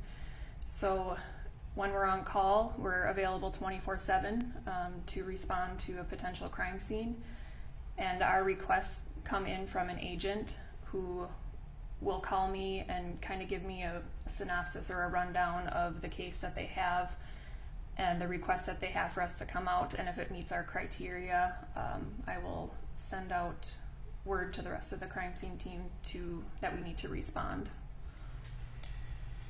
Any idea, well, let's look at like the last year, how many crime scenes you've been to? Last year I responded to about 30 crime scenes. Like last calendar year? Yes. Has that sort of been a typical year? That was more than normal. Now, is the lab, the BCA lab, accredited? Yes, we are. Can you describe to the jury what that means to be accredited? Accreditation is a process in which trained auditors and assessors and other scientists who work in the field come into our lab and do an independent assessment on our entire quality system and all of our laboratory sections. They evaluate us on hundreds of criteria to make sure that we are qualified to perform the testing that we do. And do you know how long the lab has been accredited? We have been accredited since the 90s, since 1994. Over time, different accrediting boards? Yes, that's correct. And have you gone through the accreditation process? Yes, I have been employed while we have gone through many accreditation cycles. So it's a fancy way of saying your work gets checked by other professionals? Essentially, yes. Okay. Does the lab also perform audits of other labs for their accreditation? Yes, we do. And were you called to a scene on May 25th of 2020? Yes, I was. And how did you get called out? Do you remember how that call came to you? I received a phone call from Assistant Special Agent in Charge Mike Phil around 11:30 on the night of May 25th, 2020. And he requested crime scene assistance to a scene in South Minneapolis. And did you in fact then respond? Yes. And can you tell the jurors who all was on the crime scene team that night? Our team, typically it consists of a team leader, a team member, a technician, and then a photographer who is a special agent at the BCA. For this particular scene, I responded with myself and the technician. I opted to not go with the member initially and just let him know that we might need him if more information came to light, but initially I just responded to the scene with myself, the technician, and our photographer. And so when you get this call, you gather them together and head to that scene, correct? Yes, the laboratory scientists on the crime scene team, we respond to the headquarters in St. Paul, so then we can grab our crime scene truck and then we all respond to the scene together. So that crime scene truck has all your equipment and stuff you need? Yes. And what we sometimes see on TV at a crime scene, like almost an RV? Yes, exactly. And do you recall going to the scene then in Minneapolis because of this? Yes. And do you recall what time it was that you arrived on scene? We arrived on scene, it was about 1:15, so early in the morning on the 26th. And do you recall how long you were at that scene? We were there for a little over 2 hours. And that location in Minneapolis, do you remember the intersection? Yes, it was at the intersection of Chicago Avenue and East 38th Street. And when you get there, what's sort of the first step in the process? When the team arrives, we get a briefing from the agent on scene. And what kind of information did you learn at that point? The briefing that we got included that an employee of the Cup Foods restaurant called 911 when they suspected someone was using what they thought could be counterfeit money. Minneapolis police officers arrived to the scene. They attempted to arrest Mr. Floyd. There was perhaps a little bit of a struggle to get him into the back seat of the squad car. Eventually he was moved to the ground. At some point, Mr. Floyd became unresponsive and was then taken by ambulance to HCMC. So that's the information you were given about why this was a scene? Yes. And from there then, did you proceed to process that area? Yes. And can you describe, when you first arrive, what you see as that scene in general? When we first arrived, we saw at that intersection that there was 2 vehicles that were parked on East 38th Street. There was a Mercedes-Benz SUV and a Minneapolis squad car parked behind it on 38th Street by Dragon Walk Restaurant. Other than that, there wasn't a whole lot else that was around at the time. It was raining when we got there, and from my quick walkthrough that we do with the agents, I didn't necessarily see a lot of processing that was potentially going to be needed at that particular scene. And at some point where you're at the scene, did you become aware that there had been a video taken of the incident? Yes, after we had been on scene for a little while, I was made aware of a video. Did you watch a portion of that video? I did watch just a small portion of it. And did that help you try and locate areas that might be of interest? Yes, the primary reason for watching it was because we didn't know exactly where the incident had occurred. The assumption was when we got there was it happened where the squad car was parked, but by watching the video we could see that it was actually around the corner on Chicago Avenue. So the objective of me watching the video was to see where Mr. Floyd could have been on the street, so I could specifically look at that part of the street. And did you? Yes. Did you see anything there? No, I did not. Now, as part of the process to take photographs of the scene. Yes. And have you, or did you in fact take a number of photographs of this scene? Yes, the special agent who was with me took a number of photographs on scene. And would those photographs help you describe to the jury what you saw at the scene that night? Yes. And have we shown you previously what have been marked as exhibits 129 through 135? Yes. And do those appear to be photographs taken that night of the scene? Yes. Your Honor, we would offer 129 through 135. Any objection? No objection, Your Honor. 129 through 135 inclusive are received. And then we'll publish 129, please. Can you describe for the jurors what's depicted in this photograph? In Exhibit 129, this is a photo street that you see is East 38th Street. Cup Foods is on the left on the corner of that intersection, and then just beyond that you can see a portion of the Minneapolis squad car. And there's appears to be what we call crime scene tape, correct? Yes, the crime scene tape was up prior to the arrival of the crime scene team. And moving to Exhibit 130, describe this, please. This is a photograph taken again from Chicago Avenue looking north, and it's another view of Cup Foods. And Exhibit 131? 131 is a photograph from 38th Street looking east. This is a view of the Mercedes-Benz SUV and also the squad car parked behind it. And does this photograph also show some of the crime scene tape? Yes, it does. And there's a stylus in front of you if you want to just point it out to the jurors on the screen. There's crime scene tape running along in front of the SUV, and then there is a little bit of crime scene tape further down the block as well. And did the crime scene tape, appear to be appropriate for securing that scene? Yes, I thought so. Did it, in fact, essentially encircle that intersection? Yes, it did. So we'll go to Exhibit 132. describe this for the jurors as well, and if you could also just point out the crime scene tape here. Sure. This is a photo on East 38th Street again. This view is looking west, and it shows the Mercedes-Benz in the foreground, the Minneapolis squad car parked behind it.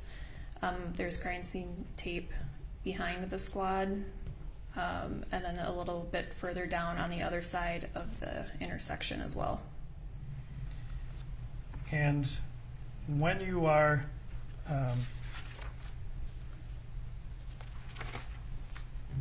well, let's go to Exhibit 133 then as well.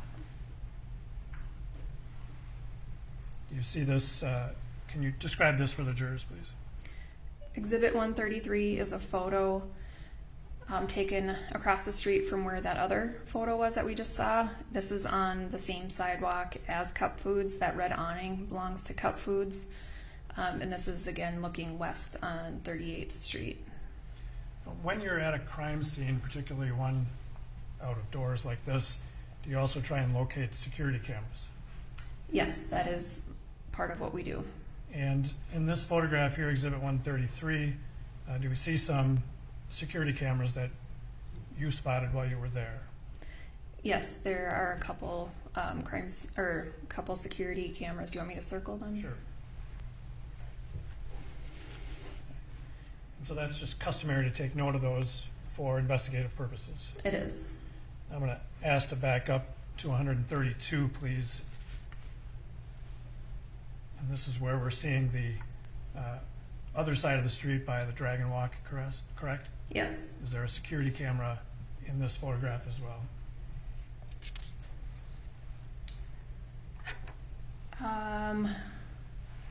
Oh, yes, sorry. There is this one on Dragon Walk on the corner.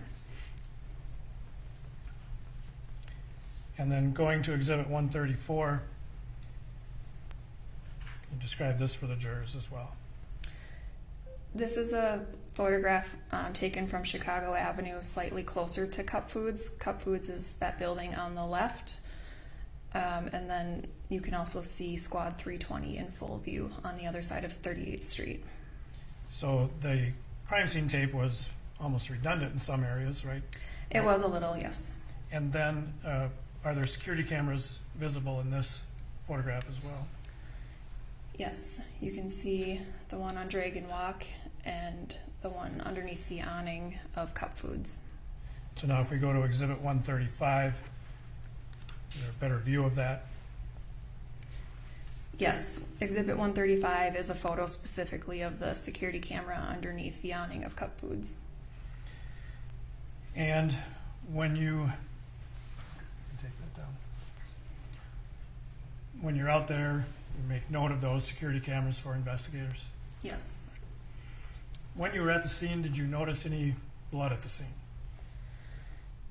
No, I searched the street around where the squad car was parked, the street down the sidewalk, and then also the street and the sidewalk where, when we had watched the video, where the approximate location that we thought he could have been, and I did not see any blood.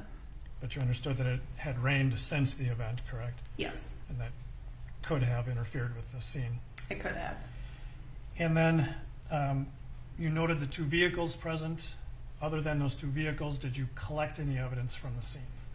No, there was no evidence collected from the scene. And what was decided about what to do with the vehicles? It was decided that both of the vehicles would be towed back to the BCA for further processing. Why would you process them at the garage rather than out there? It's a common practice for us to tow vehicles back to the BCA.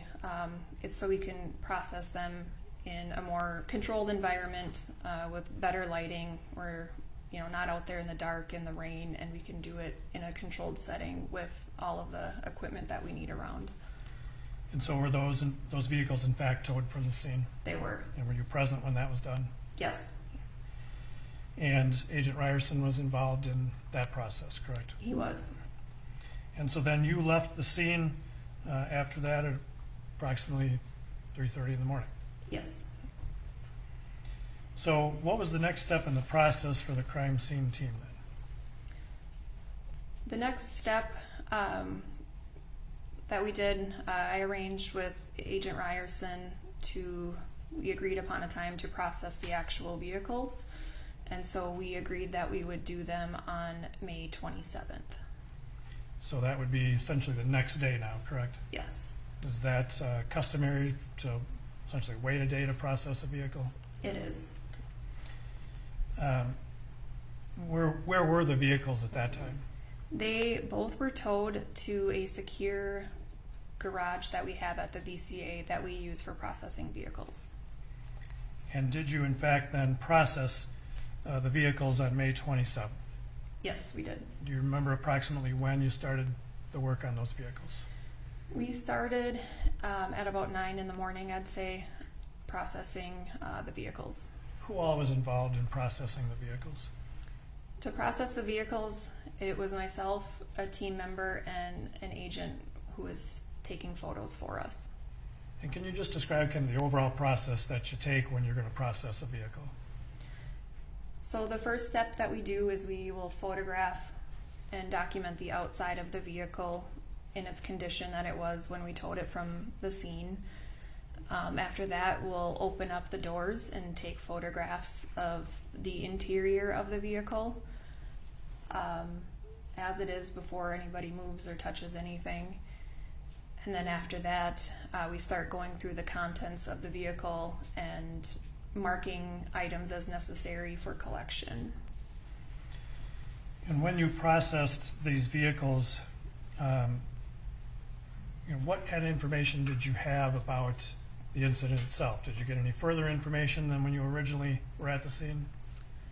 No, there really was very little additional information that was known at the time, so not much had changed, I guess, from my perspective, from just that day that had passed. We saw a lot of photographs of the scene. Did you also take a lot of photographs of the vehicles? Yes. What's the purpose of taking that many photographs? Just documentation purposes, so we can photograph, like I said, the condition of everything that it was prior to us doing anything or moving anything, and then as we move objects around and as we find items of evidence, we are documenting and photographing its location, the condition of the items that we're taking, just so everything is thoroughly documented and someone else can then look at the photos and get an idea of what we did. And when you are processing a vehicle, do you always know for sure what would become an item of evidence in the future? No, that can be said about any vehicle or any scene really that we process. When you started the processing of these vehicles, did you know that they were going to be kept by the BCA? Yes, I do believe I knew that the intention was always to hold on to the vehicles, yes. So even after you process them, they're going to stay in the custody of the BCA? Yes. And have you looked at what we've marked as exhibits 137 through 149? Yes. And do you recognize those as photographs taken during the processing of the Mercedes-Benz SUV? Yes. And would those photographs help you explain what you did to the jury? Yes. Your Honor, to offer exhibits 137 through 149. Any objection? No objection. 137 through 149 are received. So then let's go to 137, please. So is this then the Mercedes SUV that you processed on May 27th? Yes, this is the SUV we processed, and this is the condition it was the morning that we started the processing. And where is this location? This is in the BCA processing garage at our headquarters in St. Paul. Do you remember at the time you did this processing what information you had about this vehicle itself? The information that I had that was kind of helping guide my search of the vehicle, again, was just that there was potentially some blood that could be present on either of the vehicles. The other thing that I knew about was money. The potential to have counterfeit money could be found in any of the vehicles. So I had those things in mind. Other than that, there wasn't necessarily anything specific I was looking for, just looking through to see if there's anything of note that I needed to collect forensically or investigatively. And why did you think there might be some blood to look for? Just because of the information that I had at the briefing and the scene, that there was a little bit of a struggle to perhaps get Mr. Floyd in the back seat of the squad car. And I had information that he could have been bleeding possibly from like the nose or mouth. And did you have any information about whether he may have been under the influence of something? No, I did not have that information at that time. When you, all right, so let's go to Exhibit 138 then. And describe what's depicted here. Exhibit 138 is a photo of the driver's seat of the vehicle with the driver's side door open. And this is how it appeared upon first opening the SUV? Yes, this is how it appeared when we first opened it and before anything had been moved or collected. And then let's go to Exhibit 139.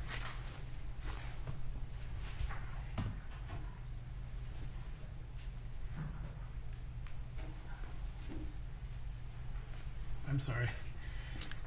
We apparently haven't put those up on the screen. Can we go back to 138?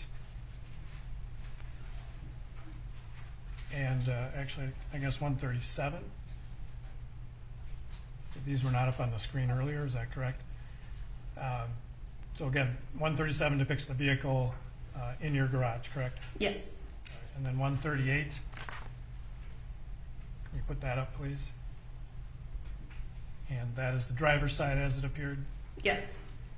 And then I think we are on 139. And this is the front passenger side, correct? Yes, that's correct. Now in the center of this photograph, you'll see a blue bag or envelope. Do you see that? Yes. Are you familiar with what that is? Yes. Can you describe that for the jurors, please? That is called a Faraday bag. That is something that we use to put electronics in, specifically cell phones. So there was a cell phone observed on the front passenger seat of the vehicle, and that was put into that bag by our agents prior to us towing the vehicle. The purpose of that is to prevent anyone from remotely accessing a cell phone or trying to, perhaps delete data or change anything on the phone. So it essentially just locks people out of that phone. Yes. And then 140, please. And again, describe this for the jurors.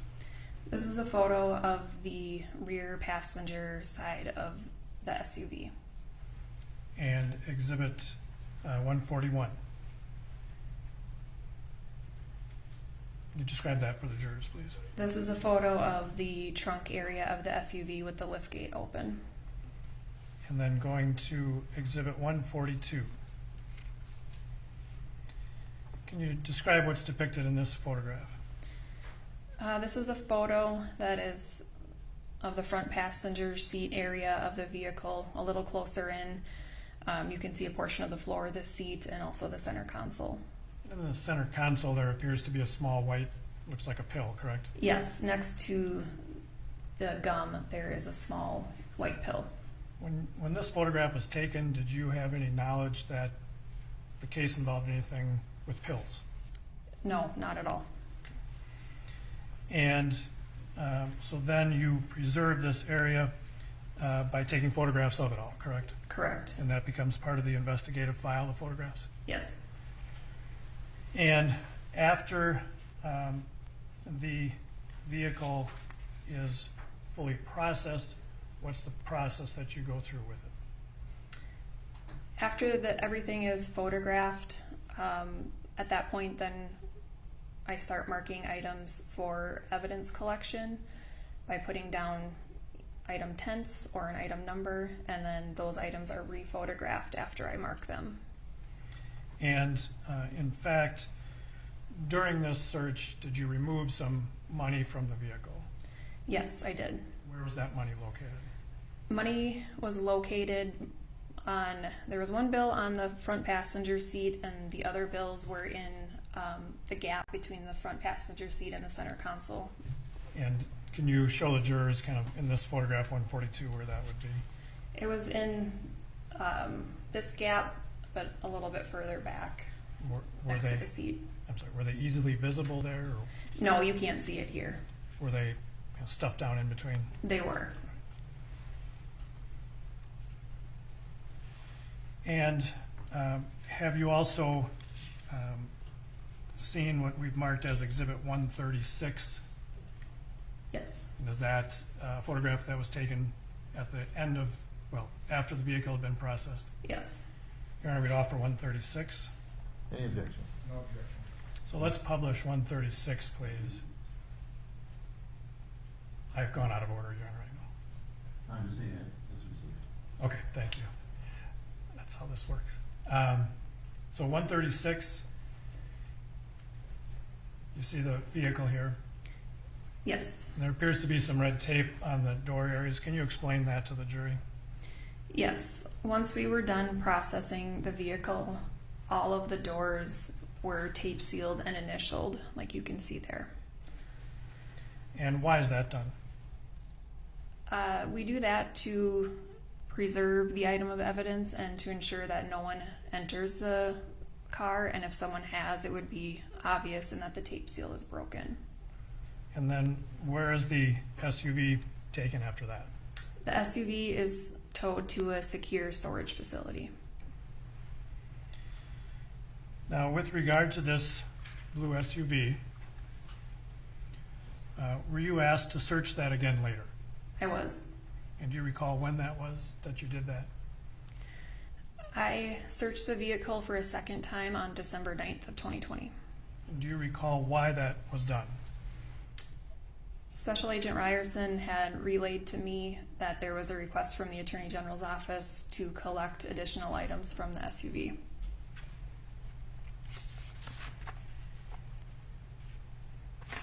And so did you then, well, did you have were you given specific information about what to recover from the vehicle? Yes, I was given specific things to look for. And what was that? I was told to collect Suboxone, pills in the center console, gum, if there was any gum present, and money. And then also there was a request to photograph some of the contents of the luggage in the trunk. And have you seen what we've marked as exhibits 143 through 149? Yes. And are those photographs taken during the second processing of the SUV? Yes. Your Honor, to offer 143 through 149?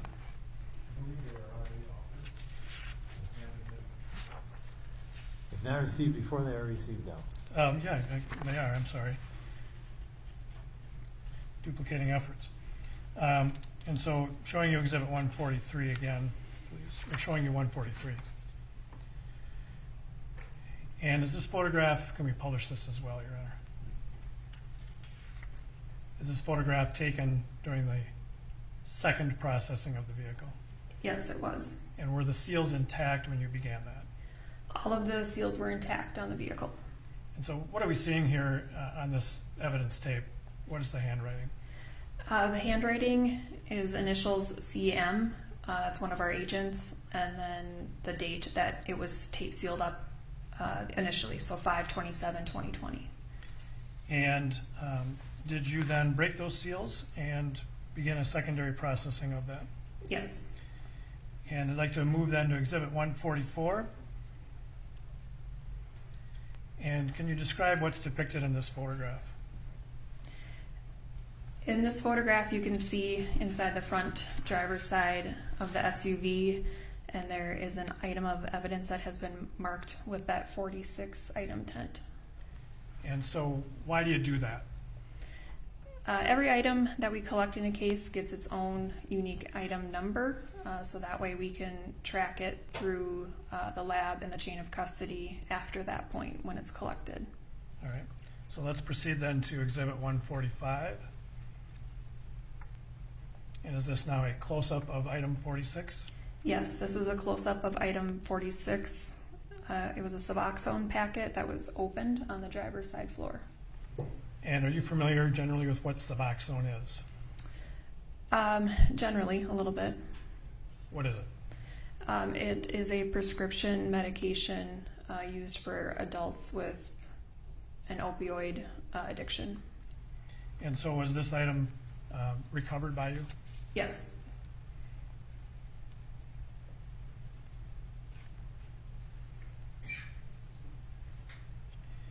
And then if we could go to Exhibit 146. Can you describe what's in this photograph, please? In this photograph is an item of evidence that has been marked as item 47, which is on the front driver's seat. And if we can go to Exhibit 147. Is this then a close-up of item 47? Yes, this is a close-up of item 47, which was an unopened packet of Suboxone on the driver's seat. And can we then proceed to Exhibit 148? Describe what's depicted in this photograph. In Exhibit 148, there is an item of evidence marked as BCA item 48, and that is referring to the 2 pills that you can see there in the center console. And appears to be the same kind of pill we saw in the previous photograph from the first processing of the vehicle, correct? Yes, that's correct. And so were these the pills that you were specifically asked to retrieve from the vehicle? Yes, they were. And did you in fact take those 2 pills? I did. And if we could go to 149, how many pills did you find there? There were 2 pills in the center console. And did you recover them both as item 48? Yes, both of them were collected together as item 48. So why collect them together? Because they were in close proximity, like you can see there, and they both had the same markings on them as well. And what did you do with those after you recovered them from the vehicle? After they're recovered from the vehicle, they're packaged up by myself. They're tape sealed in a package, and they're given a BCA barcode, so then I can transfer it to the appropriate section of the lab for testing. And so was that done? Were they made available to another section of the lab? Yes, they were sent to our drug chemistry section. And I understand you did some other work in processing the vehicle at that time. Nothing of additional evidentiary value removed from the vehicle at that time. Correct. And now, going back to the initial processing on May 27th, did you also process Squad 320 on that day? Yes. And I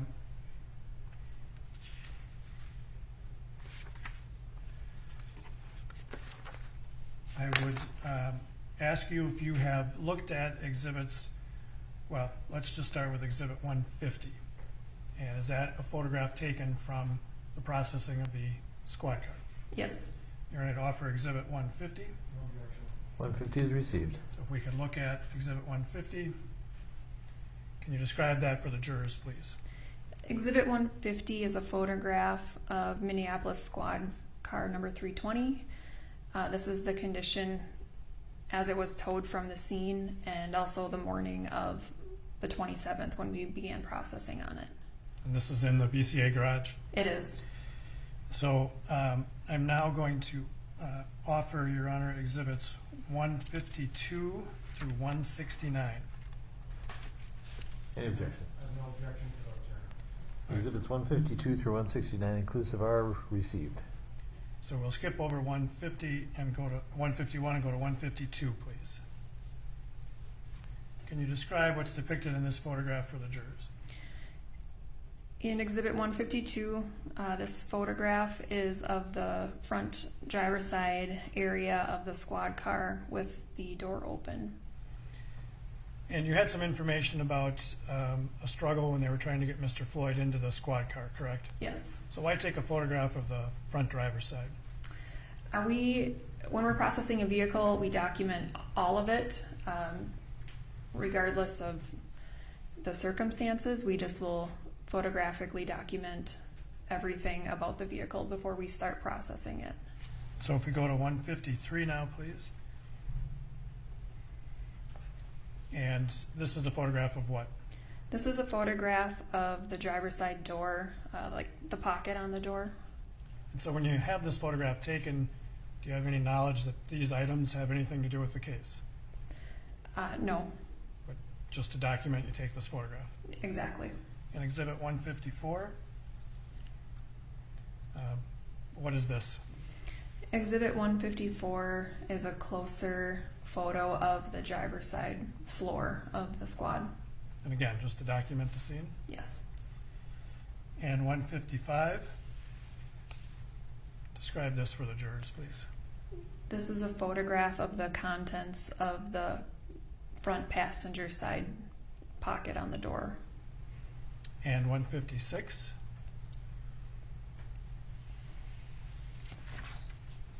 This is a photograph of the front passenger seat of the squad. And so again, these are just taken to document for future reference if needed. Yes. Now I'd like to show you Exhibit 157. And can you describe for the jurors what's depicted in this photograph?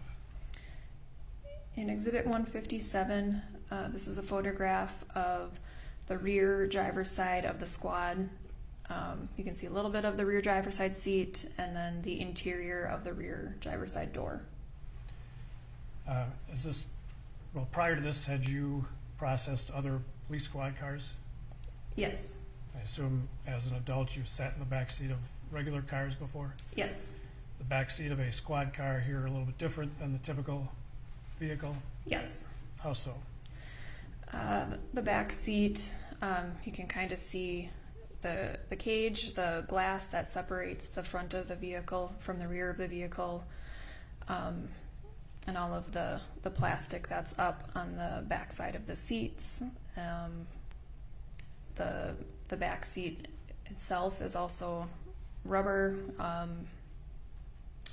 and yeah, they're just a little bit different looking, obviously, than a regular vehicle. There's isn't cloth seats or anything like that. So if we go to Exhibit 158, this is a view into the back seat of the squad car, correct? Yes. And that's how it looked as you began processing that vehicle on May 27th? Yes, it is. And fair to say that the back seat area is a lot smaller in a squad car than it is in a regular passenger car like this? Yes. And showing you Exhibit 159 then. This is a view of the back seat from the other side, the passenger side? Yes, this is a perspective from the passenger side, the rear passenger side of the squad. And Exhibit 160 as well. This is a photo of the back seat taken from the perspective, again, of the rear passenger side of the vehicle. Now there appears to be a strap item on the back seat. Do you see that? Yes, there was a black strap on the rear passenger seat. And there appears to be a shoe on the floor, correct? Yes, there was a pair of shoes on the floor. In this particular photo, you can see the right shoe. The left shoe is on the other side. On the floor of the other side? Yes. And Exhibit 161. Now this is a closer up photo of the right shoe on the passenger side, correct? Correct. And again, just documenting the location of that shoe. Yes. Now, if we can go to Exhibit 162, what does this depict? This is a photograph of the trunk area of the squad. That was a large removable plastic tote that had various items and supplies in it. And again, didn't have any specific information that this area of the squad car was involved in the incident, did you? No, we did not. But you still document this? Yes. So I think what we can do is just kind of scroll through Exhibits 163 through 166, please.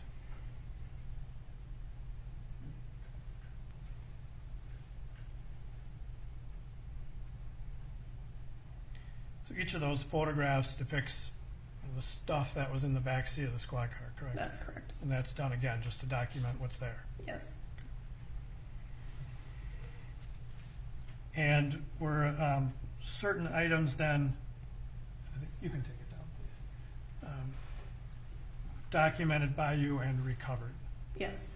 And did that include the pair of shoes? Yes. And that strap in the vehicle? Yes.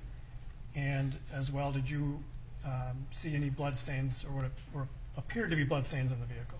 Yes, I did. I'm going to show you Exhibit 167.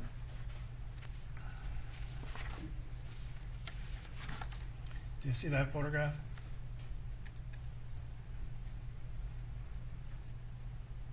Do you Yes. see? Okay. Oh, yes. And so the strap is labeled as what item? As item 9. And the shoe? The shoe is item 8. And were both shoes collected? Yes. And going to Exhibit 168, this is a close-up of that shoe, correct? Correct. And was that shoe removed? Yes, it was. And did you, in fact, remove it? I did, yes. And did it have any apparent blood on it? No, blood was not noted on it. And Exhibit 169? And just describe for us, first of all, the shoe is missing, correct? Correct. So this photograph was taken after you removed it? Yes. And there appears to be a white spot on the floor here on the passenger side, correct? Yes. And if you want to just maybe take the stylus and draw around it. And at the time you removed the shoe, did you notice that there? I did see it, yes. And did you remove it at the time? No, I did not. Why not? At the time, again, I didn't have any information that I was looking for anything like a pill or resembling a pill. It was in the back seat of a squad car, so I wasn't exactly sure what it was, if it came off of somebody's shoe. So at the time, I didn't give it any forensic significance given the information I had. And so you left it in that location? I did. Obviously documented it with photographs? Yes, correct. And when you were searching at that time, really what was sort of the focus of your forensic processing of this vehicle?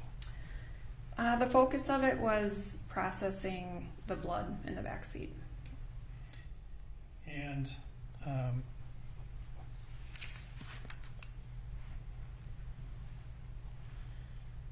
so then there are some other, we see some white stickers in this photograph? Correct. Okay, we can come back to those later. After this initial processing, were you asked to do a subsequent processing of the squad car with relation to that apparent pill on the floor? I was. And do you know what sort of prompted that second processing of the vehicle? I was informed on the morning of January 27th, 2021.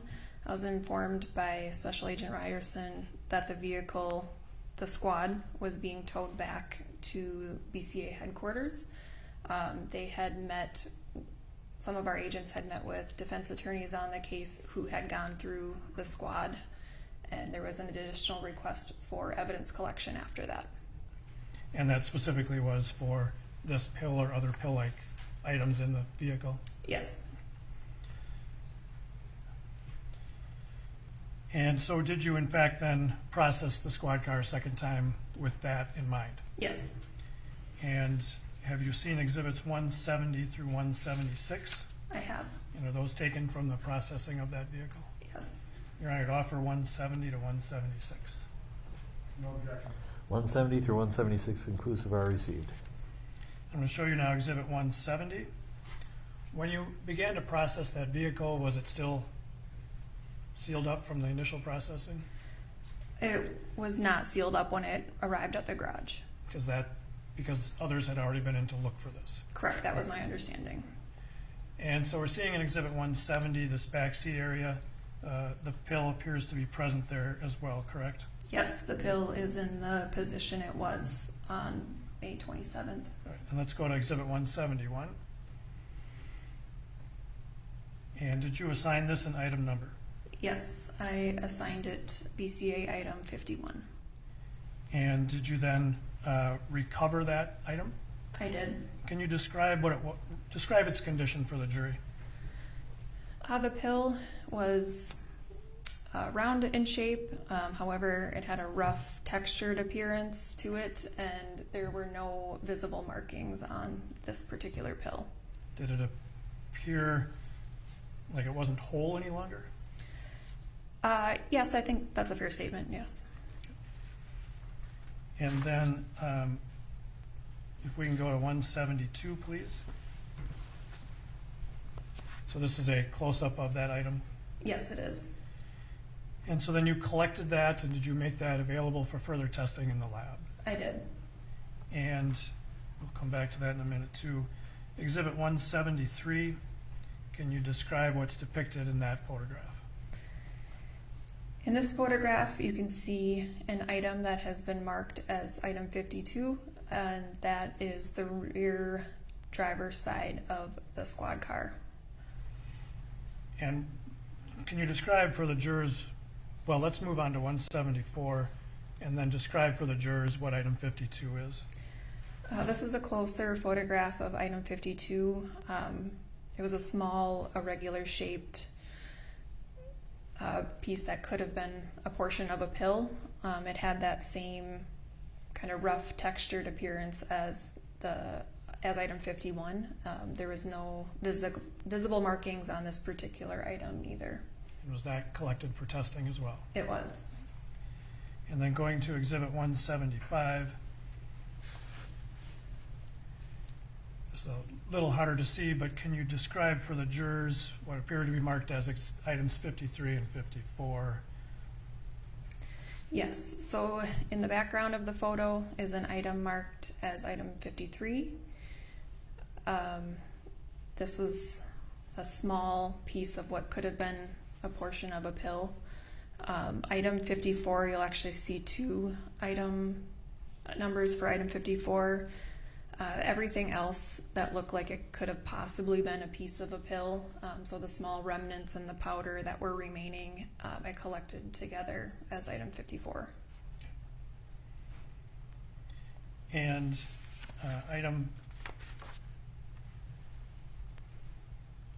so let's go to exhibit 176, please. And is this a close-up then of item 53? Yes, this is a close-up of item 53, which looked like it could have been a piece of a possible pill. Although it was reddish-brown in color, it was actually stuck to the kind of the seat back portion of the rear passenger seat. Did it seem consistent with 51 or 52 or 54? It did seem consistent, except for the color difference. It did still seem consistent with the other pieces. And was this also retained by you and made available to the lab? Yes. And in fact, you had done some testing yourself on these items? Yes. Right, you can take that. Thanks. And you had done some DNA testing on that, correct? Yes, I did some DNA testing in this case. Which item did you do DNA testing on? Initially, I did my DNA testing on 8 different blood stains that were collected from the back seat of the squad.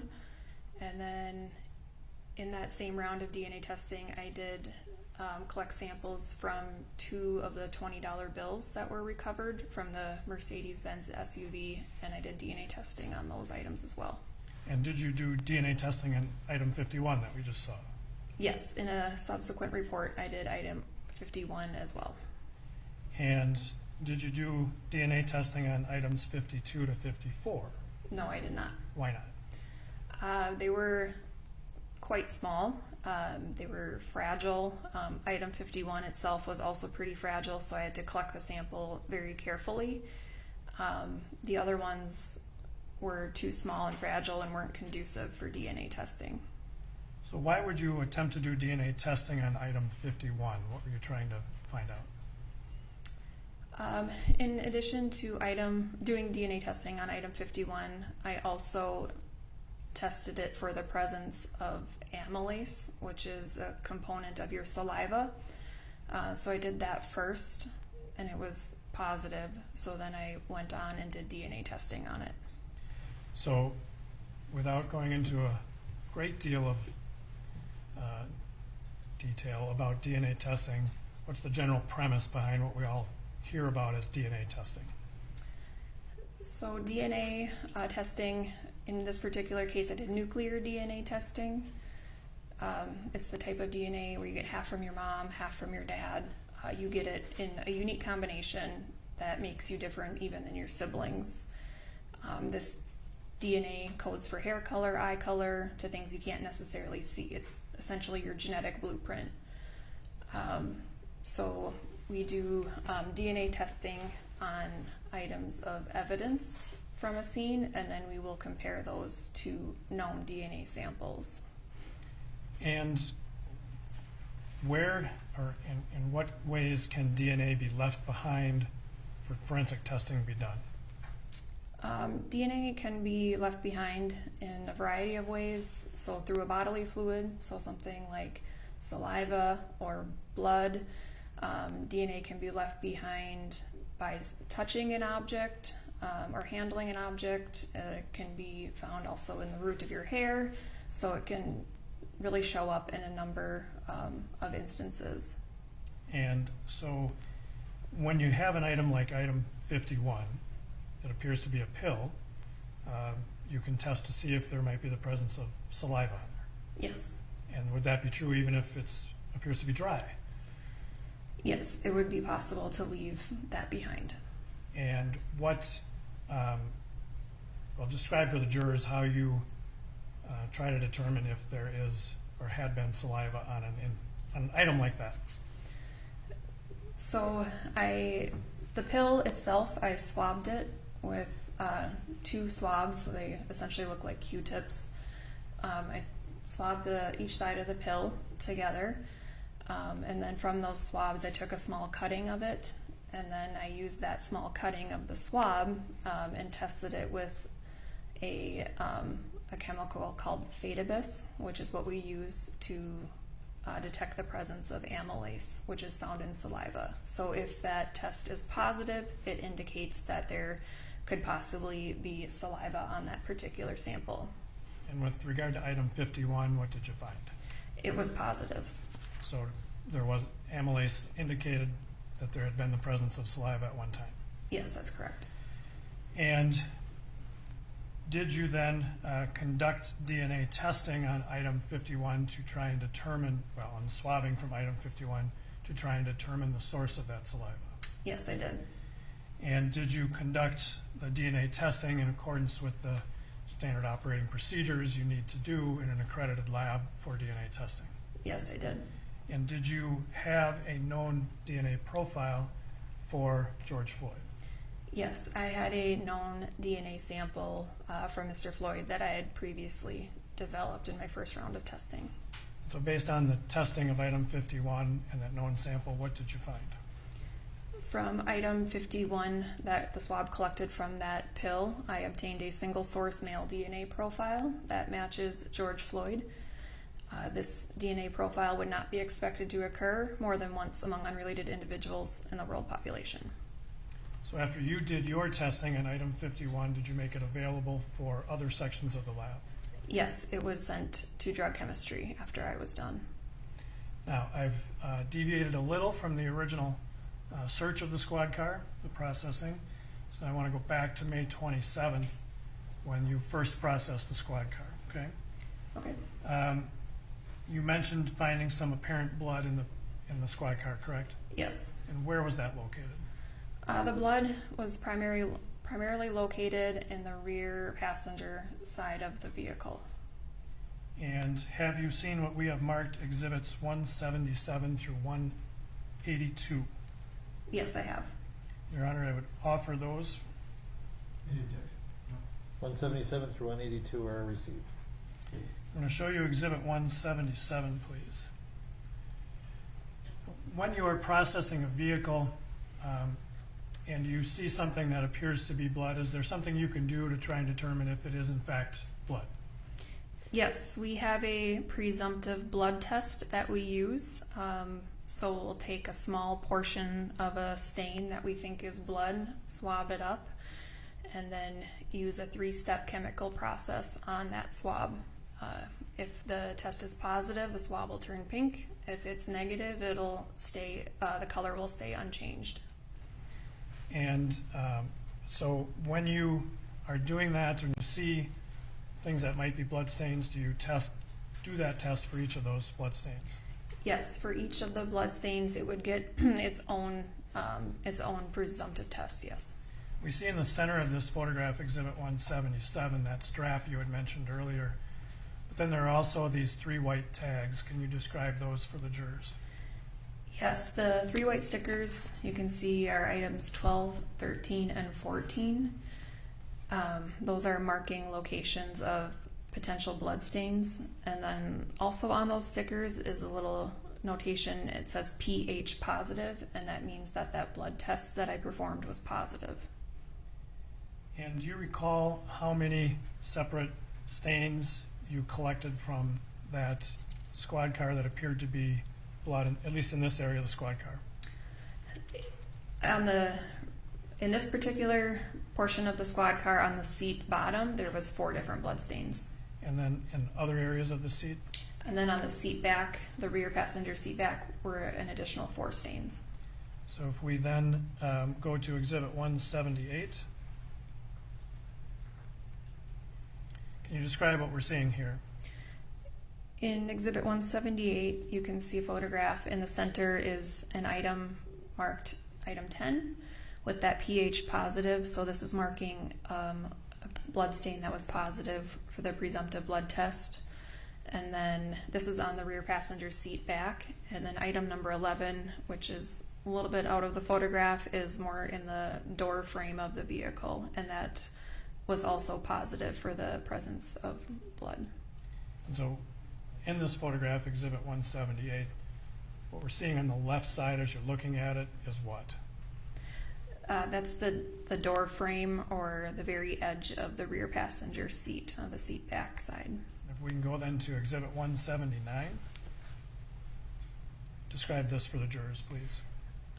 These are 2 stains that are on the rear passenger seat bottom that have both been marked as items 14 and 15, and that pH positive, indicating that the blood test was positive.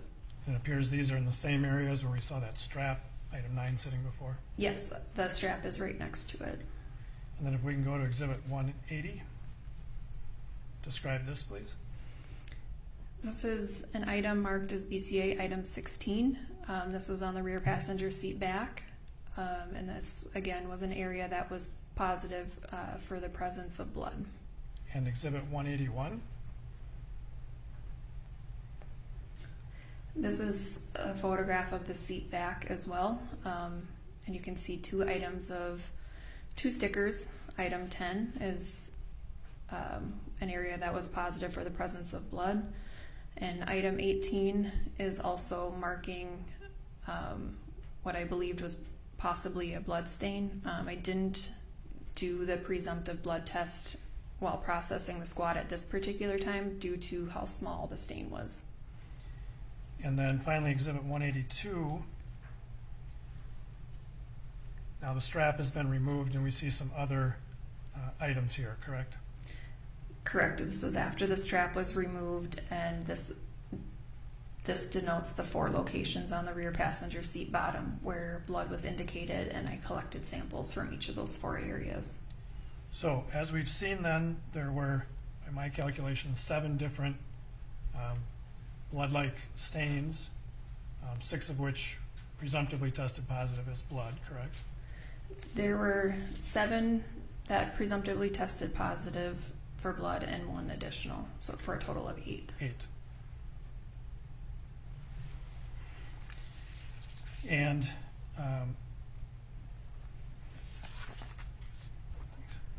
did you then, well, just describe for the jury where those generally were located in the squad car? They were all on the rear passenger side of the vehicle. And did you conduct further, well, let me ask you this. Did you take samples of those back to the BCA with you? Yes, I collected a sample from each of those locations. They all were packaged up individually, and then they were sent for DNA testing. And was DNA testing done on that? Yes, they were. Who did on that? all of them. I did the DNA testing on those samples. And when you tested each of those, did you follow the standard procedures necessary for your lab and DNA testing? Yes, I did. And what was the result of that testing? From all 8 of those locations, I obtained a single source male DNA profile that matches George Floyd. And again, this DNA profile would not be expected to occur more than once among unrelated individuals in the world population. So that was George Floyd's blood? Yes, essentially. I have nothing further, Your Honor. Any cross? Well, we'll take our 10-minute break if you have cross. All right, 10 minutes, please. And so court takes a 10-minute break because Eric Nelson is most certainly going to have a cross-examination of Mackenzie Anderson, the forensic scientist for the State Bureau of Criminal Apprehension, the agency that was in charge of this investigation. And we watched somewhat an excruciating experience for Mackenzie Anderson, I'm sure, on the stand, as prosecutors had to walk her through a very strange analysis of the processing of that Minneapolis police squad car. Certainly the fact that we saw a photo of a pill, and Mackenzie Anderson said when she processed that car the day or two after the death of George Floyd, she saw that pill, but she didn't take it and test it. Joe Tamburino is with us. He is a criminal defense attorney, our legal analyst in this case.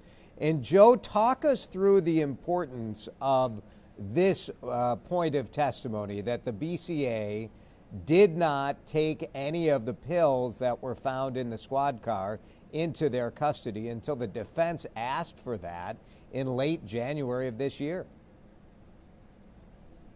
It really is hurting the prosecution's case, because think of it, when you're an investigator, especially a crime scene investigator, your job is not to judge what is or is not relevant or what might or might not be evidence.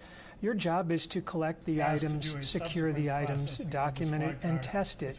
And for that not to have happened on May 27th, I just don't know why.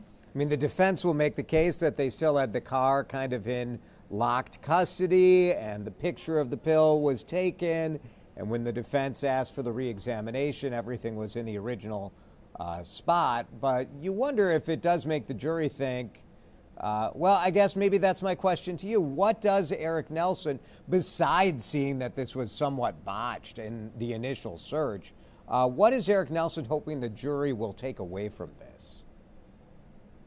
It plays into his narrative that they charged first and investigated later.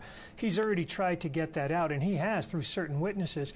I mean, think about it. Procedurally in this case, this judge, Judge Cahill, set this case for trial on March 8th, back on June 30th of last year.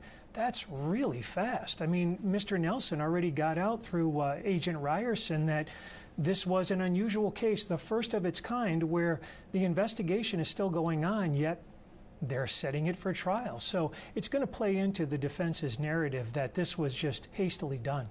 Joe, I don't want to put too fine a point on it, but how on earth does a crime scene investigator for the state crime lab look at a Minneapolis police squad car involved in a potential officer-involved death and not take the pills into custody? How do you see a pill and say, well, I took a picture of it, and you don't know what it is? I mean, to me, it's just, as a citizen and a taxpayer, you're a little astonished by it. You're absolutely right. Remember, this is the Attorney General's office directing an investigation using the preeminent law enforcement agency in Minnesota, the Bureau of Criminal Apprehension. As we have heard, an accredited crime scene investigation lab. They do DNA testing. We just heard nuclear DNA testing. How could this have been missed? Yeah, and she said she had a picture of it, which she did, and it was still there when they went back in January. But you have to imagine that Eric Nelson is just going to have a field day with this, trying to get to the point that they had already made up their mind, that the investigators already decided that they knew what the outcome of the case was going to be, and that they didn't take those pills out of the squad car. It sort of defies logic that you would see pills in a squad car and not want to test them to see what they were. That's right. And it also feeds into his narrative that Mr. Nelson, that is, has questioned some witnesses on before. He used about camera perspective bias, and this is going basically to confirmation bias, which is when you start an investigation and you say, well, this is the guy who did it. There's really nothing else there. Again, it goes back to what Mr. Nelson was saying, or countering Mr. Blackwell's statement of believe your eyes, believe what you see. This is, again, like we've talked about, it's methodically going through the evidence saying what it appears to be may not be the truth. And the pool reporter, Mel Reeves from the Minnesota Spokesman Recorder, just sending out notes from watching the jury during this testimony, and noted that many jurors are taking notes, especially after that pill on the floor was revealed. Short break right now. We're in a 10-minute break. Joe Tamburino, thank you. We will have testimony continuing with cross-examination of forensic scientist Mackenzie Anderson with the State Crime Lab. That cross-examination by defense attorney Eric Nelson will be coming up in moments right here as we continue our coverage. I'm Jason DeRusha. You're watching CBSN Minnesota.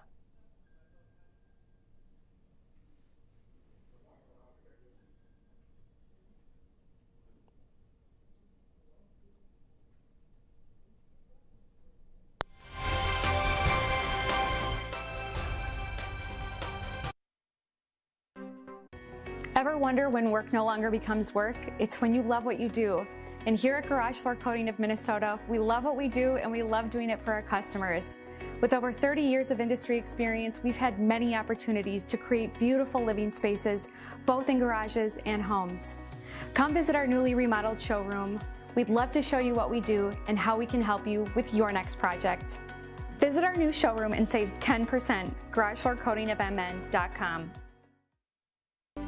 Kids are the stars who light up our universe. And these champions of children's health are committed to a highly specialized and compassionate level of care to make sure a child's light continues to shine bright. But they can't do it alone. Join WCCO in supporting Children's Minnesota's mission by adding your starlight to a child's constellation of care. Donate today at WCCO.com/brighter so we can all shine brighter together.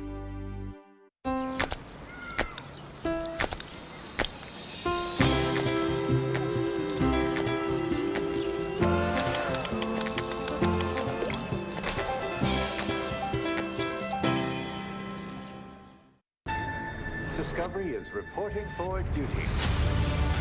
Are you in or out? Come on in.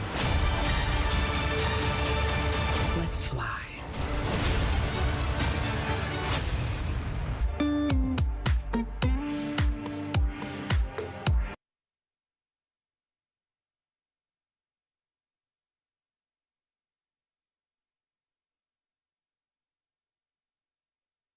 Now, the latest from WCCO's Weather Center on CBSN Minnesota.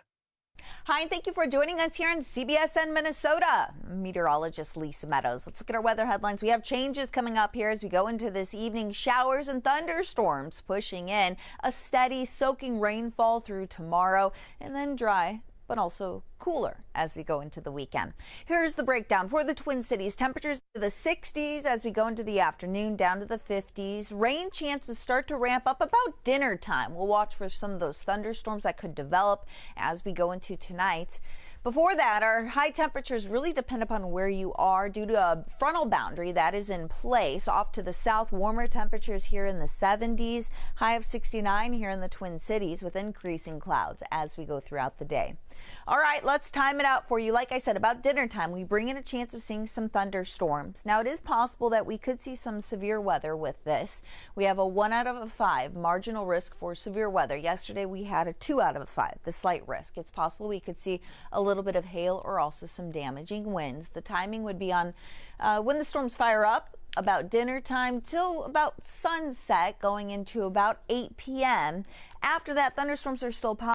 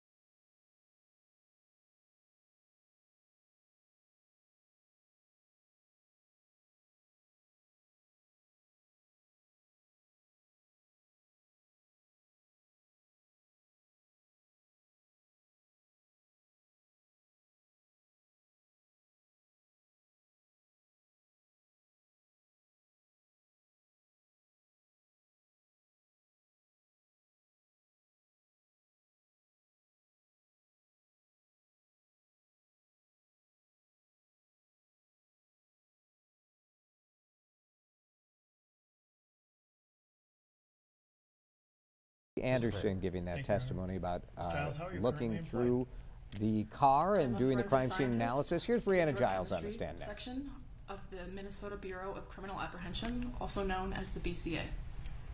And can you describe for the jurors your educational background to be a forensic scientist?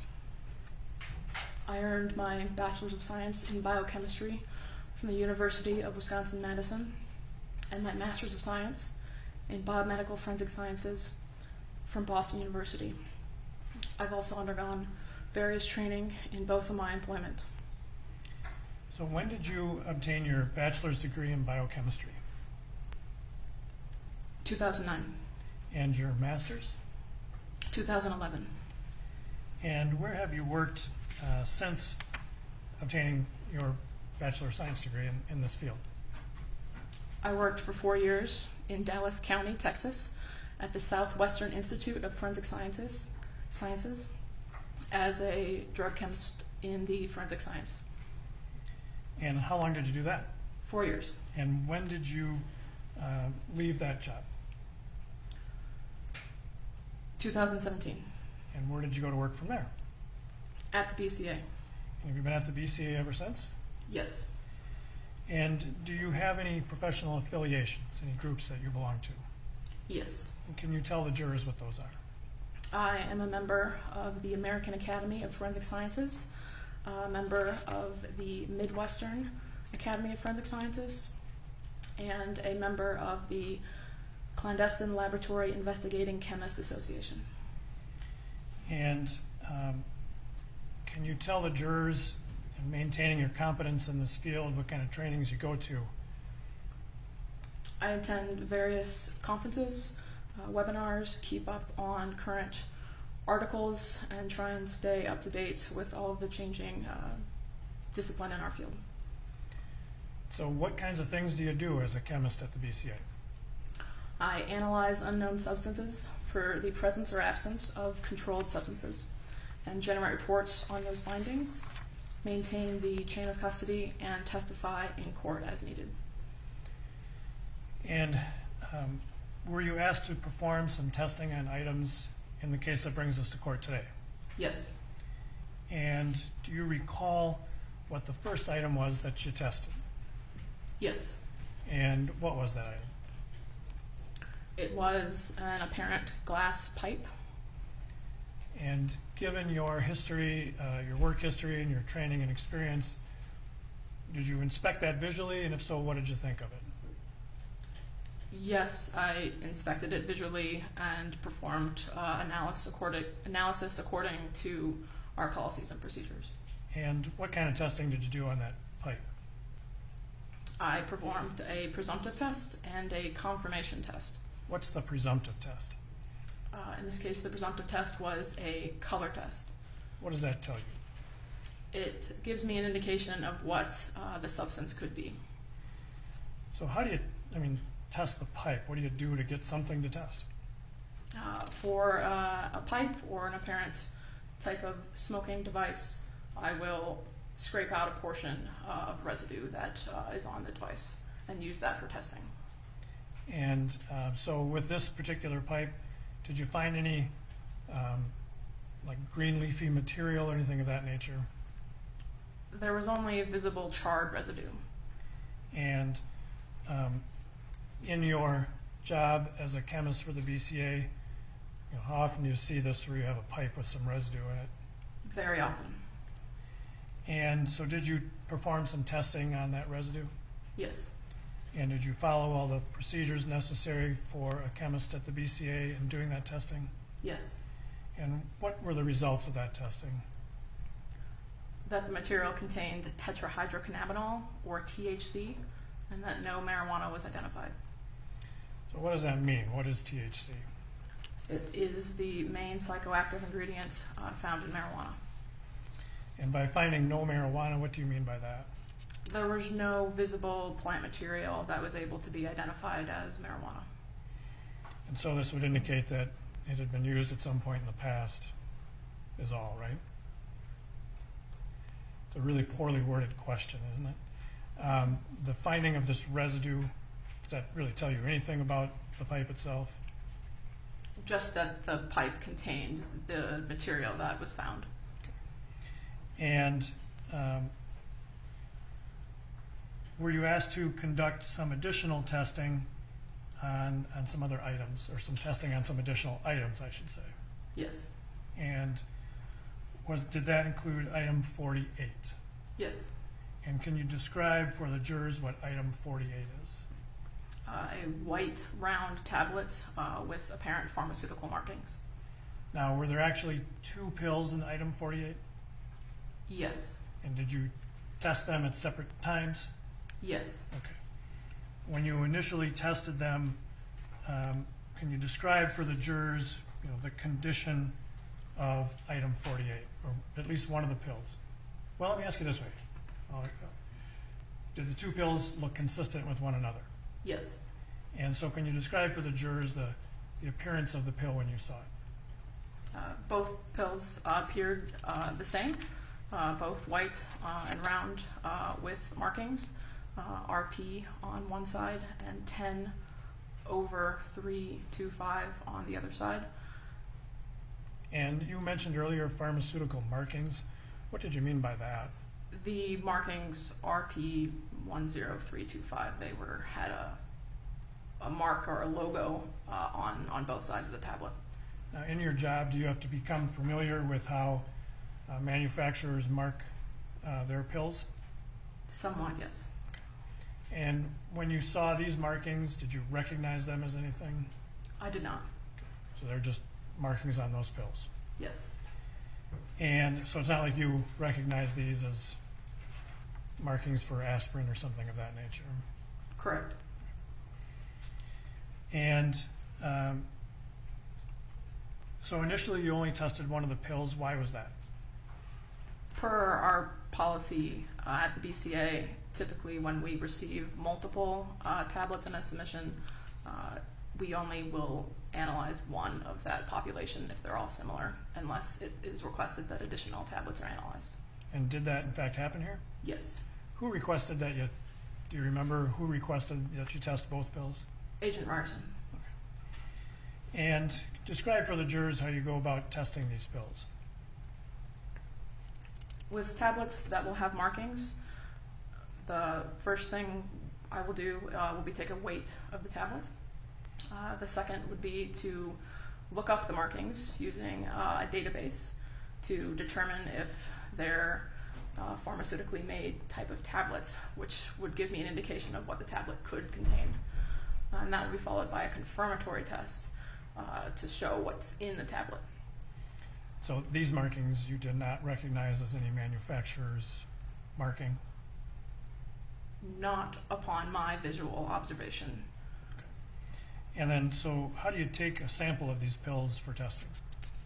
I use a razor blade and scrape off a portion of the pill. And what kind of testing do you do on these pills, or did you do on these pills? So the first type of testing is looking up the markings, and upon looking up the markings in the database, the markings did indicate the material contained oxycodone and acetaminophen.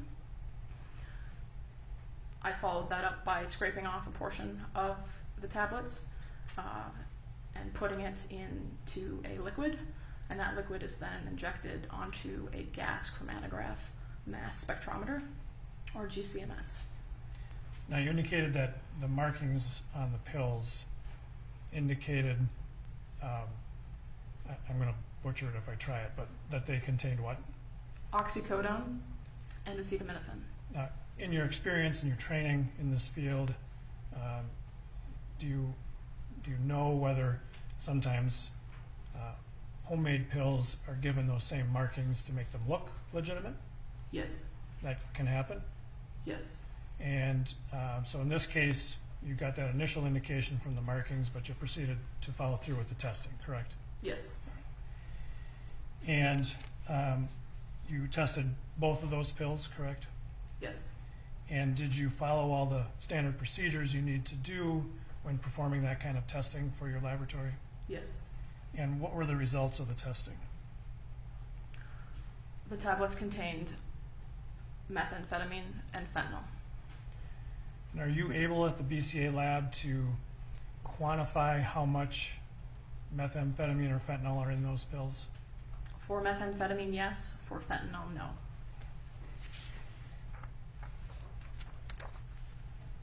And so were you asked to do some additional testing with other items in this case? Yes. And were those items 51, 52, and 53? Yes. All right, so let's look at item 51 first. That item, can you describe for the jurors the condition of that item when you saw it? It appeared to be a partial white and pink tablet with no observable markings. And did you then test that item as well? Yes. And again, cut a portion of it off for the testing? Yes.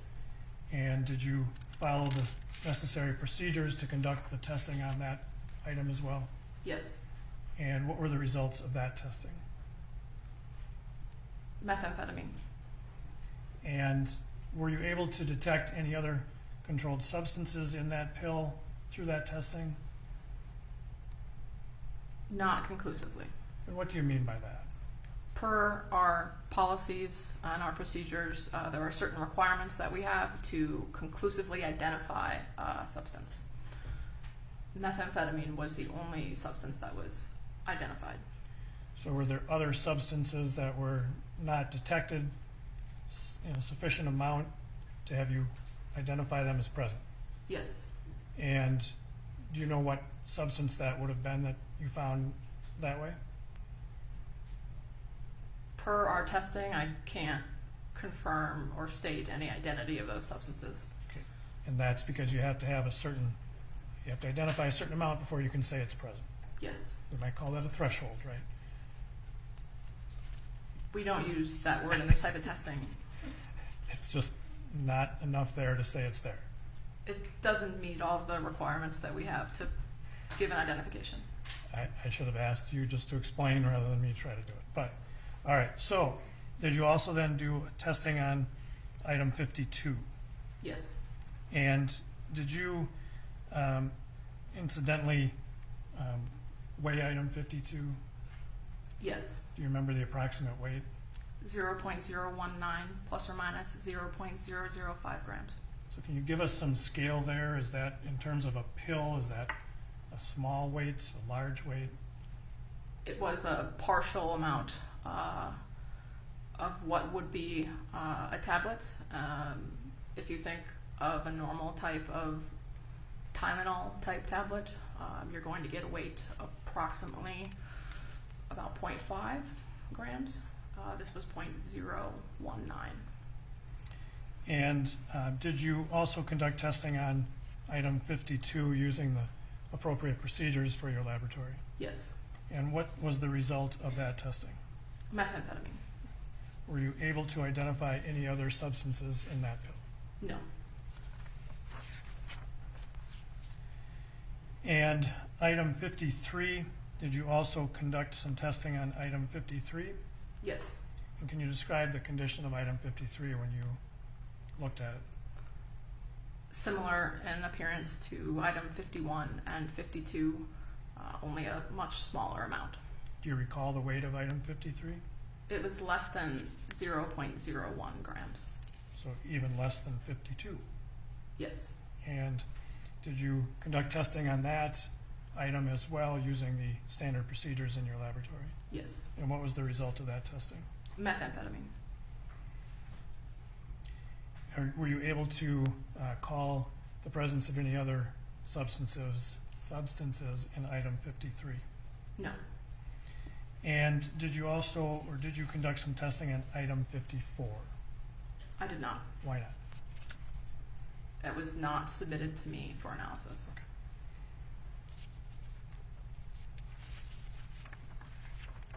That's all I have, Your Honor. Mr. Nelson?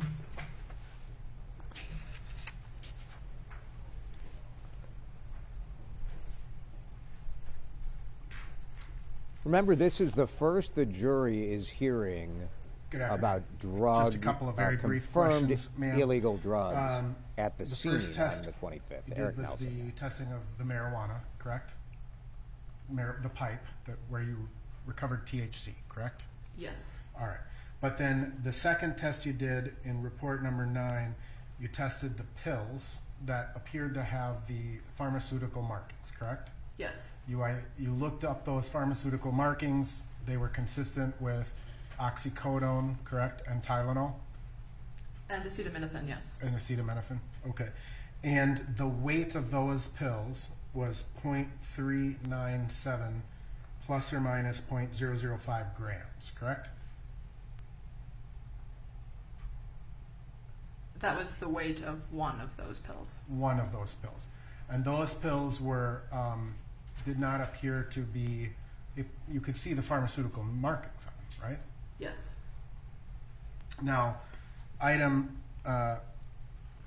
items that you tested, 51, 52, and 53, 51 appeared to be a more consistent pill, correct? Like looked like a pill.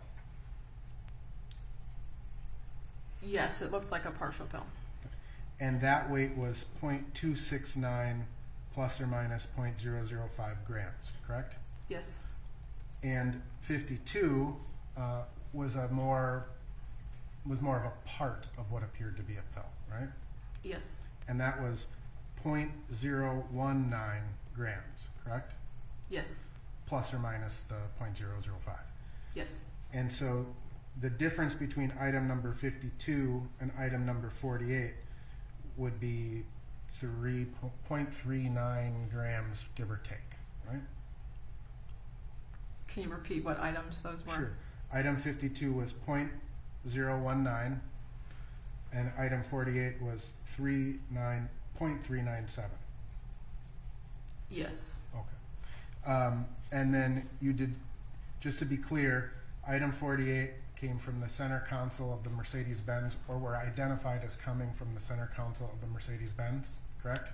To my knowledge, yes. And that's what was reported to you? Yes. And the other items, 51, 52, 53, and 54, they came from the back seat, or they were identified as coming from the back seat of Squad 320, correct? I can't speak to 54. But 51, 52, and 53, yes. They were identified coming from the back seat of Squad 320. Yes. And in terms of is it fair to say that there was some evidence that didn't meet your laboratory scientific threshold or scientific standards that a different controlled substance was potentially present? There were indications of other substances. I can't speak to whether they are controlled or not controlled substances. Okay, and those were brought to the attention of everybody involved, right? For business purposes, it is in my notes. Okay, and that was fentanyl.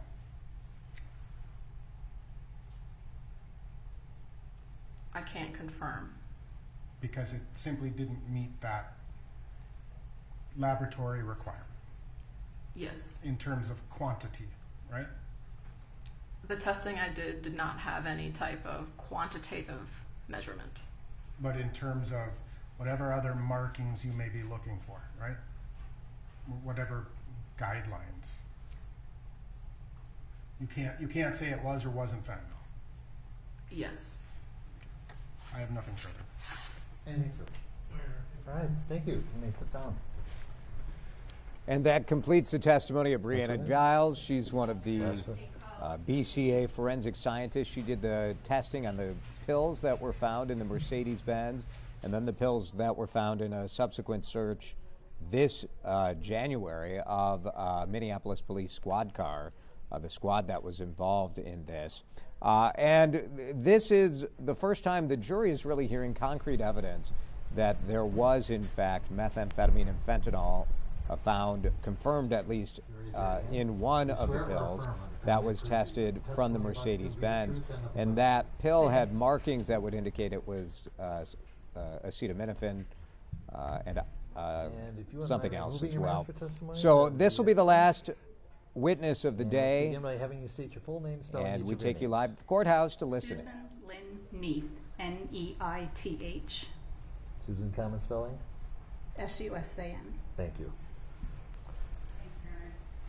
Good afternoon, Ms. Neith. Hello. Where do you work, ma'am? I work at NMS Labs in Pennsylvania. And what's your job title? I'm a forensic chemist. How long have you worked at NMS Labs? I've worked for approximately 27 years, 15 of which in the capacity of a forensic chemist. What did you do there other than being a forensic chemist? I did GLP testing as a study manager. And I also did quantitative analysis in biological samples. You mentioned GOP testing. What is that?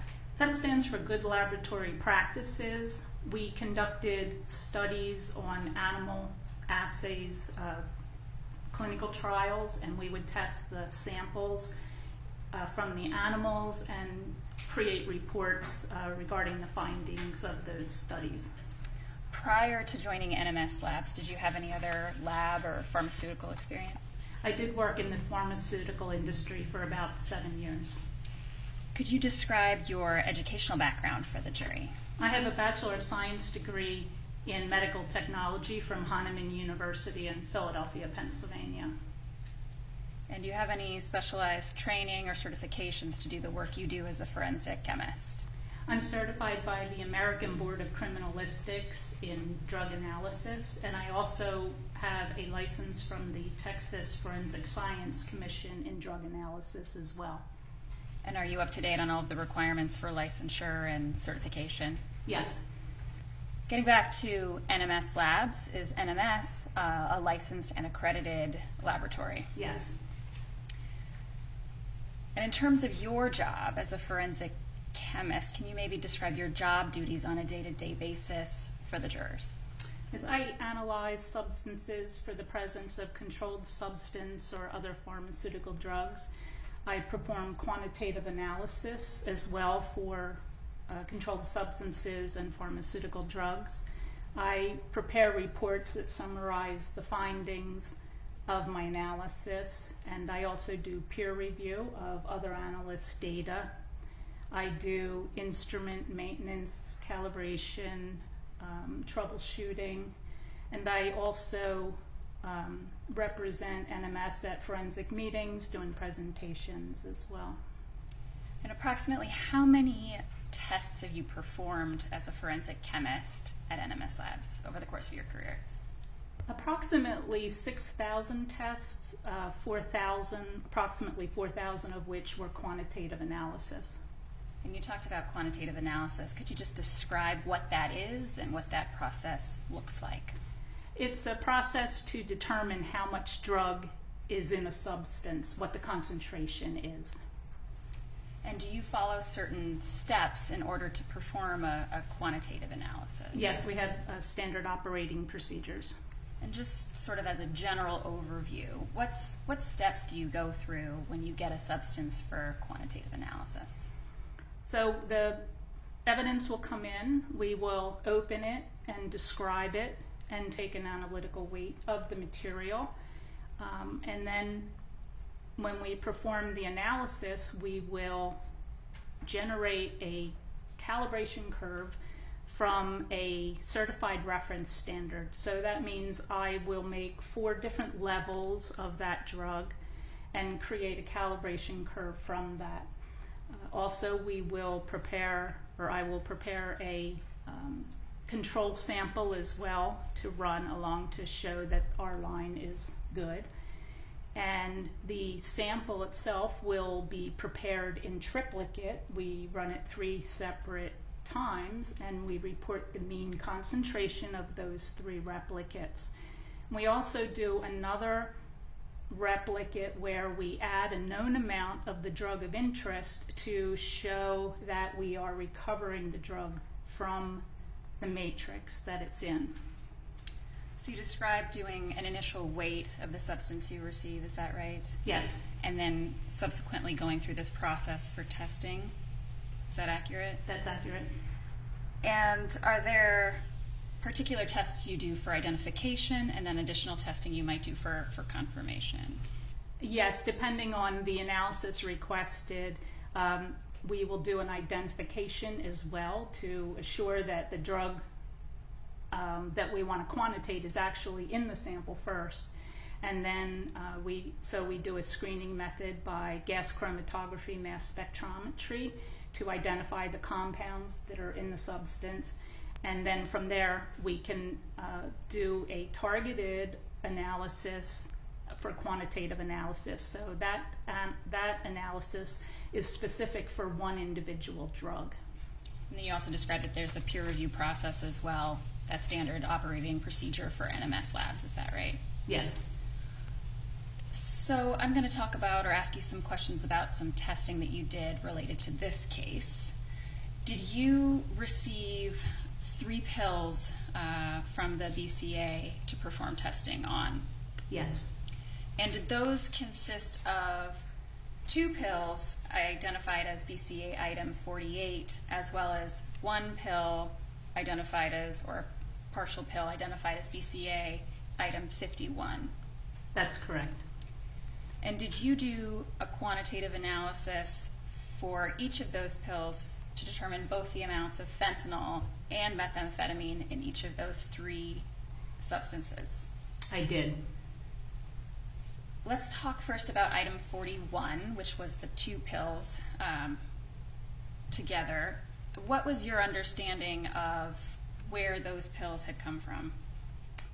Did you mean 48? I'm sorry, 48. Okay. 48. It's my understanding they were retrieved from the console of a Mercedes. And what condition were those pills in item 48 in when you received them for testing? They were not complete tablets. They had a portion that appeared to be cut off of it, so I couldn't read the exact monogramming on either tablet. They appeared to be round tablets, nothing out of the ordinary. You mentioned some monogramming. Did you note monogramming on those pills? It's noted in the description on the analytical report. And would it refresh your recollection to see your report to describe that monogramming? Yes. I would put on the screen, just for the witness to refresh her recollection, Exhibit 628, please. And looking now at your report, does that refresh your recollection with respect to what you observed in terms of monogramming on item 48? Yes. And what did you observe? The first tablet from agency item number 48 was a partial round white tablet that was monogrammed with a 0 and a 2-5 on one side and a capital P on the other side. The second tablet in agency item number 48 was a partial round white tablet that was monogrammed 325 on one side and capital R, capital P on the other side. And aside from the portions of those pills that may have been cut to perhaps eliminate some portion of the monogramming, did they appear consistent with one another? They appeared to be. All right, we can take that down, thank you. Did you initially perform fentanyl quantification testing on those 2 pills identified as BCA item 48? Yes. And what do you have to do after taking a weight in terms of next steps for that process to occur? So I photographed the tablets because I wanted to grind them before analysis to ensure that they're fully mixed before I take samples for analysis. So to preserve the visual appearance of the tablet before I did that, I took a photograph and then ground the tablets. And then did you ultimately come up with a quantitative level with respect to fentanyl in those items, the 2 pills that were part of item 48? Yes. And then did you also later perform additional quantification testing, quantitative testing on item 48 for purposes of identifying methamphetamine? Yes, I did. And did you follow that same type of process, although the pills would already have been ground at that point. Is that right? Yes, that's correct. Did you also perform testing on an item identified as BCA item 51? Yes. And what was your understanding of where that item originated from? It originated in the rear passenger side of a squad car, a police car.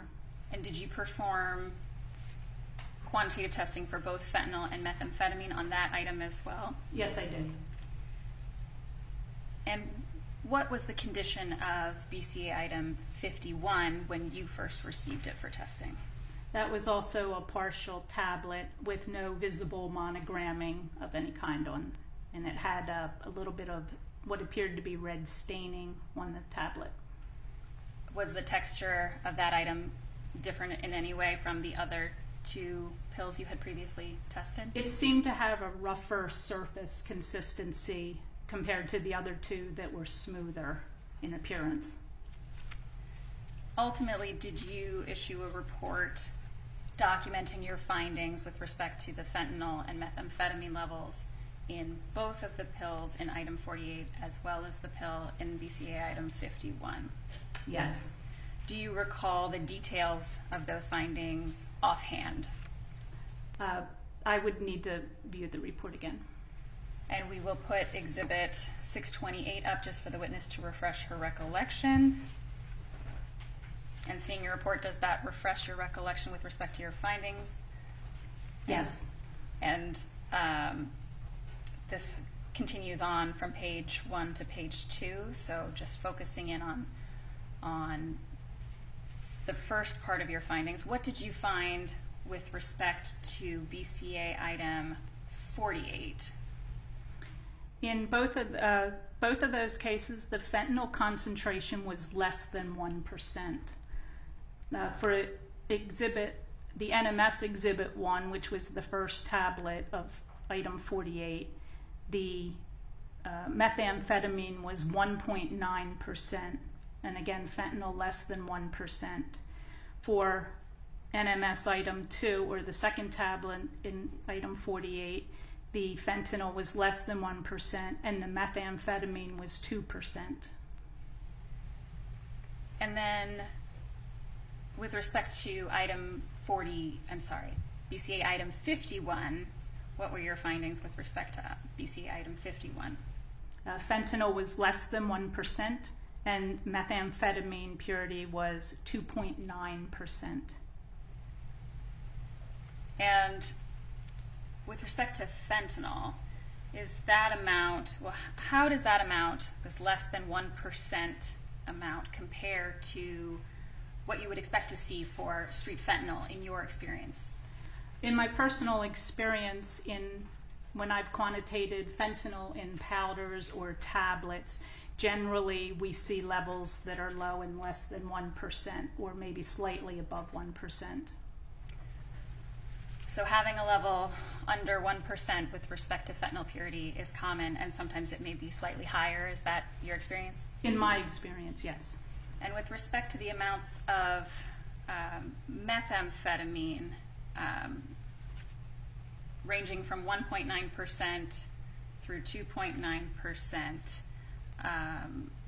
purity, how does that compare to what you typically see in your line of work for street or recreational methamphetamine? That result is low. Generally, we see higher levels in methamphetamine samples that I have tested. And when you say higher levels, approximately what percentages of purity do you typically look at for street methamphetamine? Majority of the time I see 90 to 100% methamphetamine. Nothing further, Your Honor. Mr. Nelson? No question. All right, thank you. You are excused. Members of the jury, we're going to recess until tomorrow morning. We have some matters to take care of, but we're still going to shoot for 9:15 tomorrow. Thank you. So the jury is sent home. We are done with testimony for the day. A couple of brief witnesses there talking about their test results of the pills that were found both in the Mercedes SUV that George Floyd was in on the night that he died, but also in